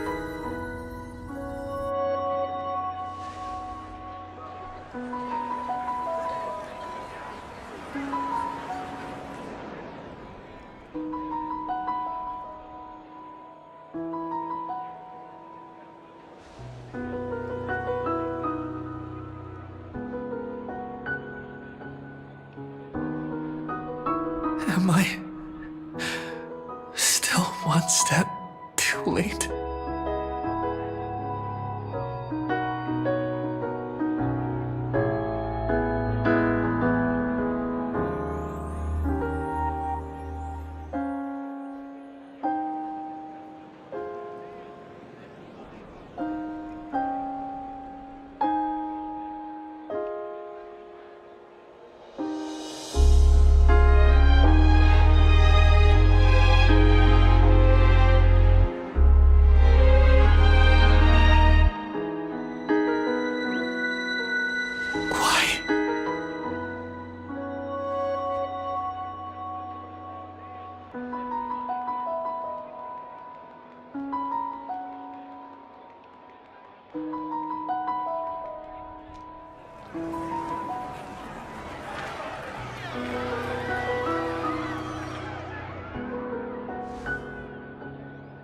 But Firefly can't see it anymore.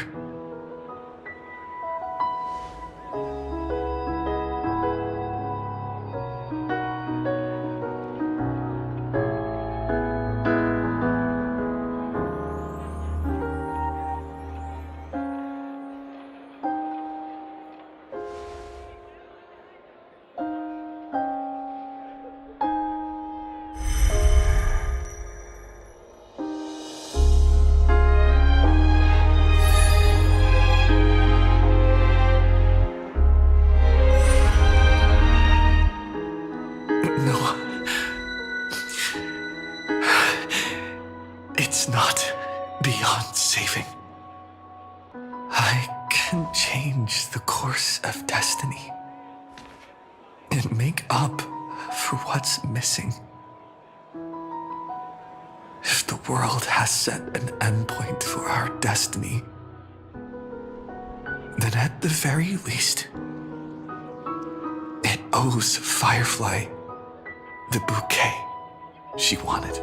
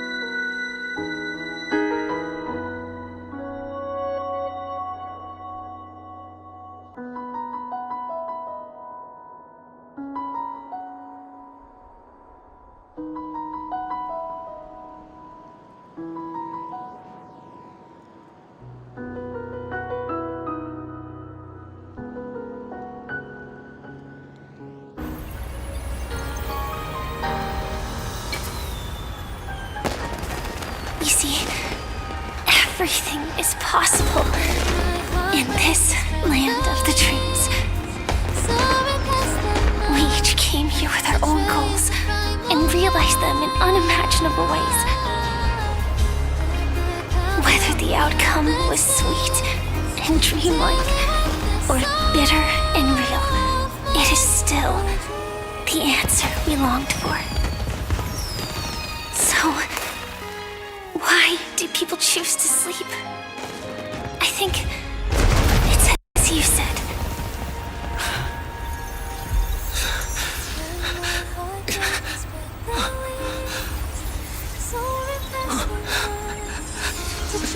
The primal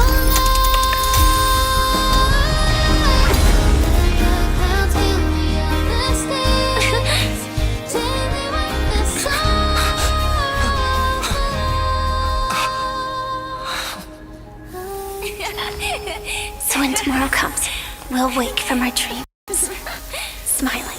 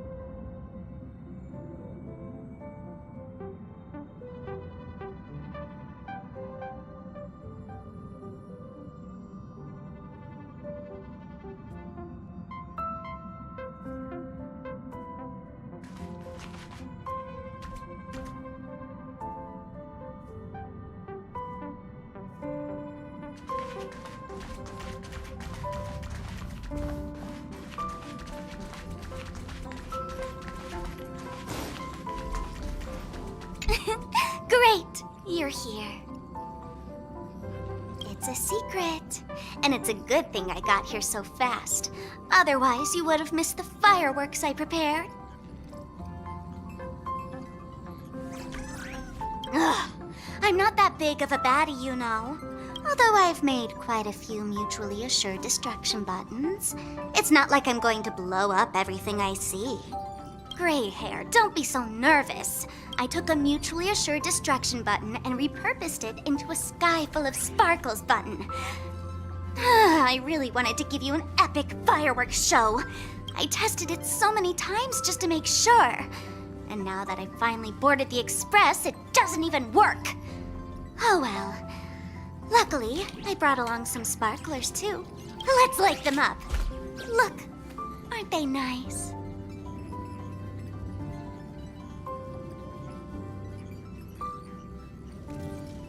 Wait, hold up. Where are you going? Don't leave!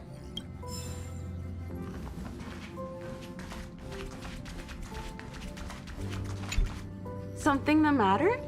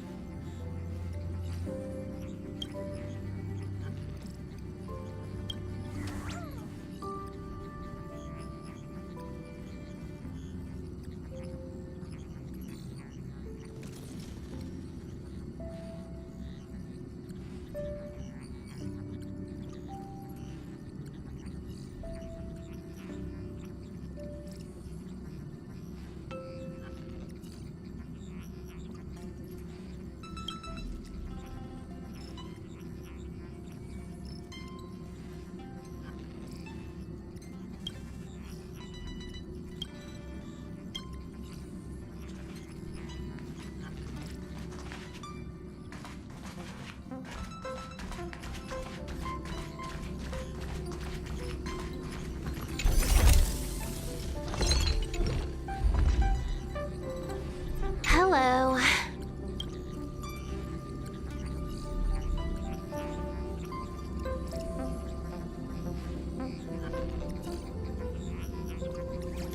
What's wrong with you? You look like you just got shocked by an electric snail. Relax, I'm just dropping by for a visit.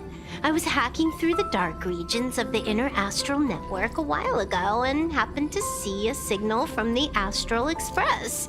So I thought I'd stop by to check it out. What you see in front of you is a hologram, just as harmless as the whale holograms you see floating around the Express. Here, see for yourself.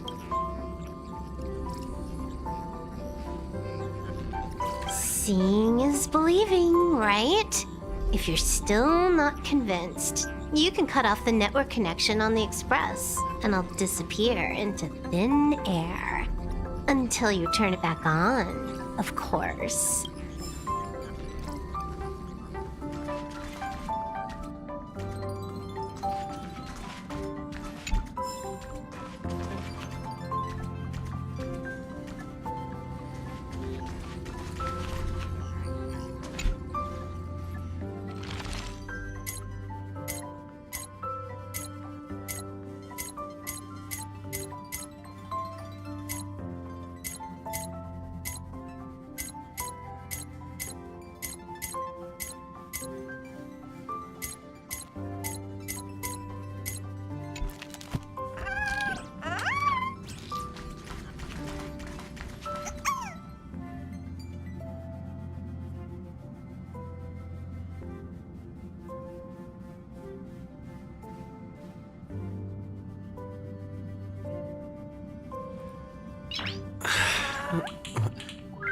Nice.